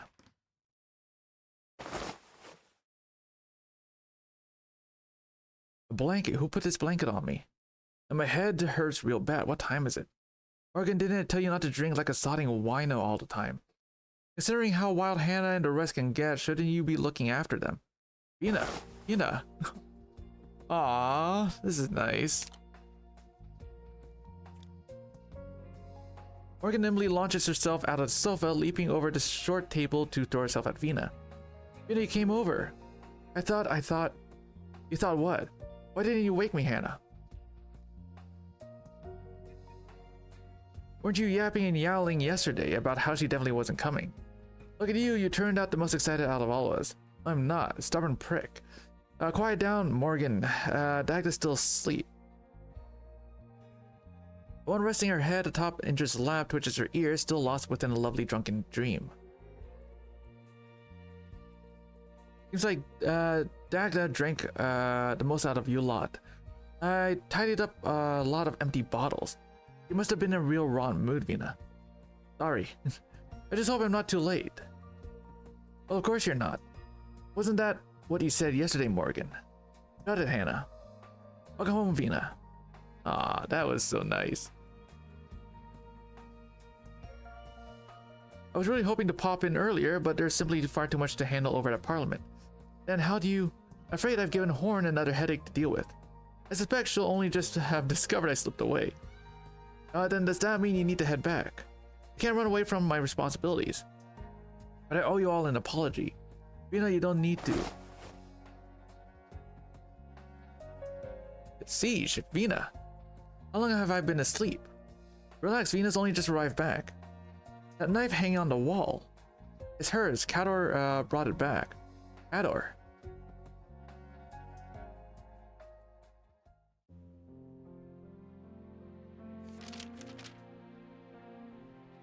Vina never brought up having to head back the whole day, but we all knew. At the siege, Vina, the boss of the Glasgow gang, the ever-victorious king of the Slobberknockers, and one of my best friends could leave us at any moment. So I was loath to lose a single moment where I could tell Vina about all the changes in Norport that she hadn't had the chance to see yet. Cador, Mr. Lane, the video shop, the rework port, the rebuilt stores, a handful of old friends who rushed home after hearing the news. Of course, who could forget the inexperienced little buggers who wanted to take over our gym? After Vina beat them all to Kingdom Come with a smile on her face, they apologized by way of a few cartons of beer and said they wanted to join us. Seems like Norport's forgotten about us, but I don't think that's such a bad thing. The war really was over.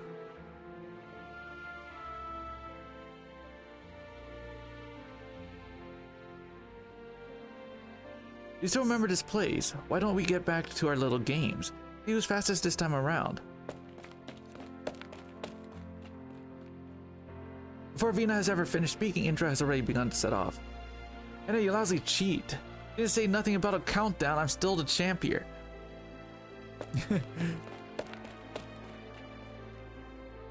You've gotten slower ever since your injury, Hana. Say that after you've caught up. What? What's going on? Wait for me.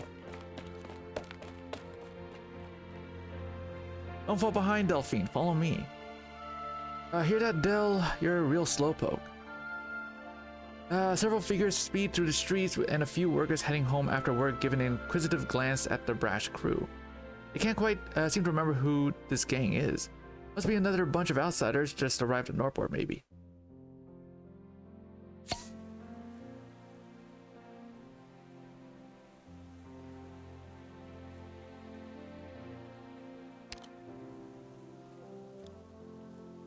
Ah, this is nice. Oh, there's one cup over there.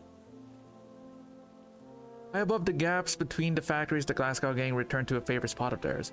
Here they can look down upon the squatting factories and look out at the Sharp's pointed peak over at Central.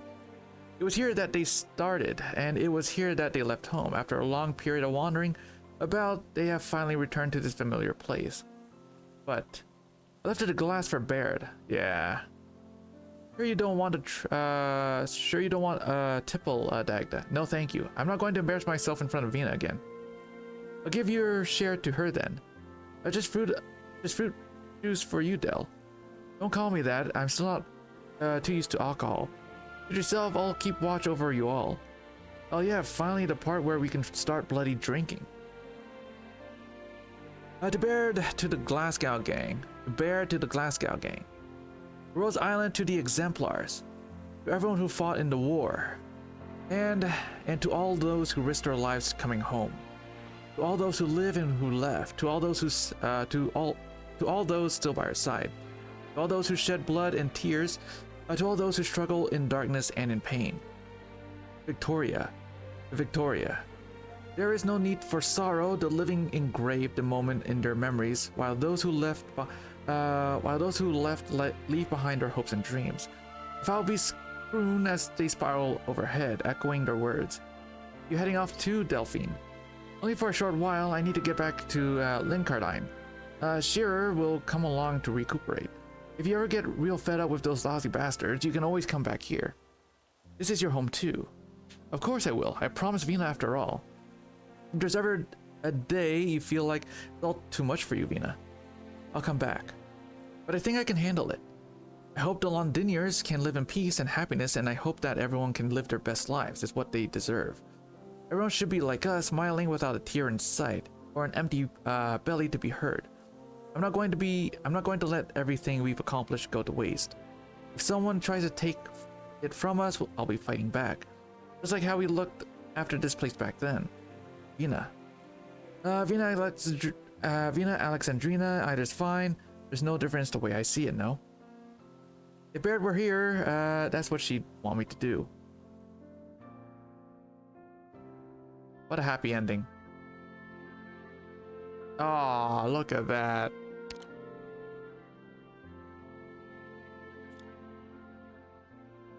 You're right, Vina. I really do hope so. To the Glasgow gang, to all of you. Welcome home, everyone. That's nice.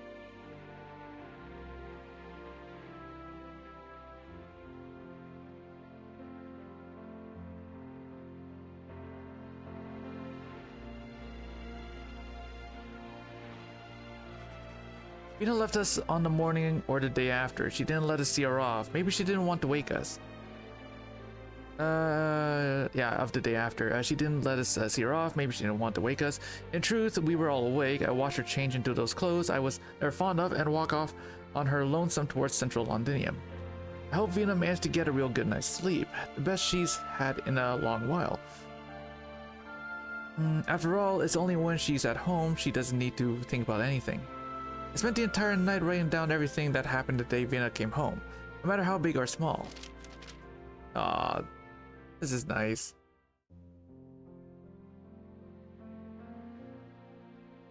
I believe there will come a day that you, Vina, will read these words I wrote down. They might not be of too much use, but they can help you remember some of the more easily forgotten things. Vina, do you still remember that dream I wrote about earlier? In that dream, there was a tomb all dressed up to the nines. Our names were carved onto the plaques inside it. Outside the tomb, there was a blazing carriage, and atop it sat a golden lion. He was calling my name. Vina Victoria. I dreamt I was you. I dreamt of a time where I was all old and withered some afternoon decades after I lost touch with my Glasgow friends. I walked into the tomb that Siege built for the gang. I cherished that unforgettable memory that is no longer mine. I cherished the tale that started in Norport. Vina, from the day you put on those clothes, I knew. In the end, you walk alone. You have no choice but to walk alone. I'm sorry there's no way for us to help you or to stay by your side. But I wanted to let you know we will always be here. The Glasgow gang will always be here. You, Vina Victoria. The Memoir of Alexandrina. By Kate Morgan. Ah, this was so sweet.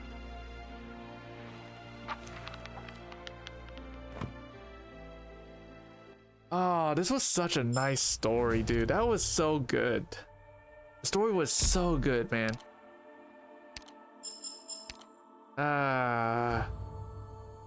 Can't wait for the next thing, right? Alright, so what we're gonna do this. Alright, this is what's going to happen. We Welcome have home, Doctor. excess rolls, so we'll use them. Why not? We have excess rolls. How many do we have? Yep. Let's see.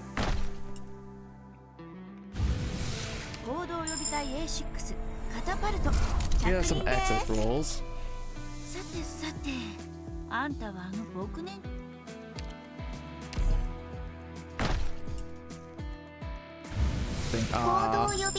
Nothing.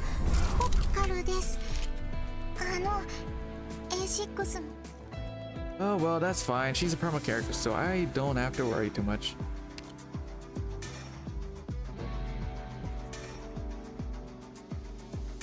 Alrighty. Who knows? Maybe I'll get her off on and off banner. So anyway, guys, that is gonna be all. I hope you guys enjoyed the stream. Tomorrow we'll see what we do.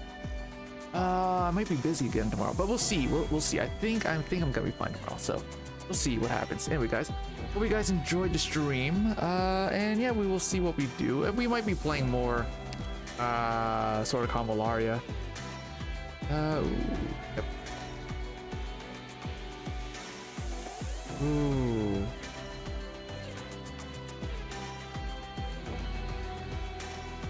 Yeah, look at all this fun stuff.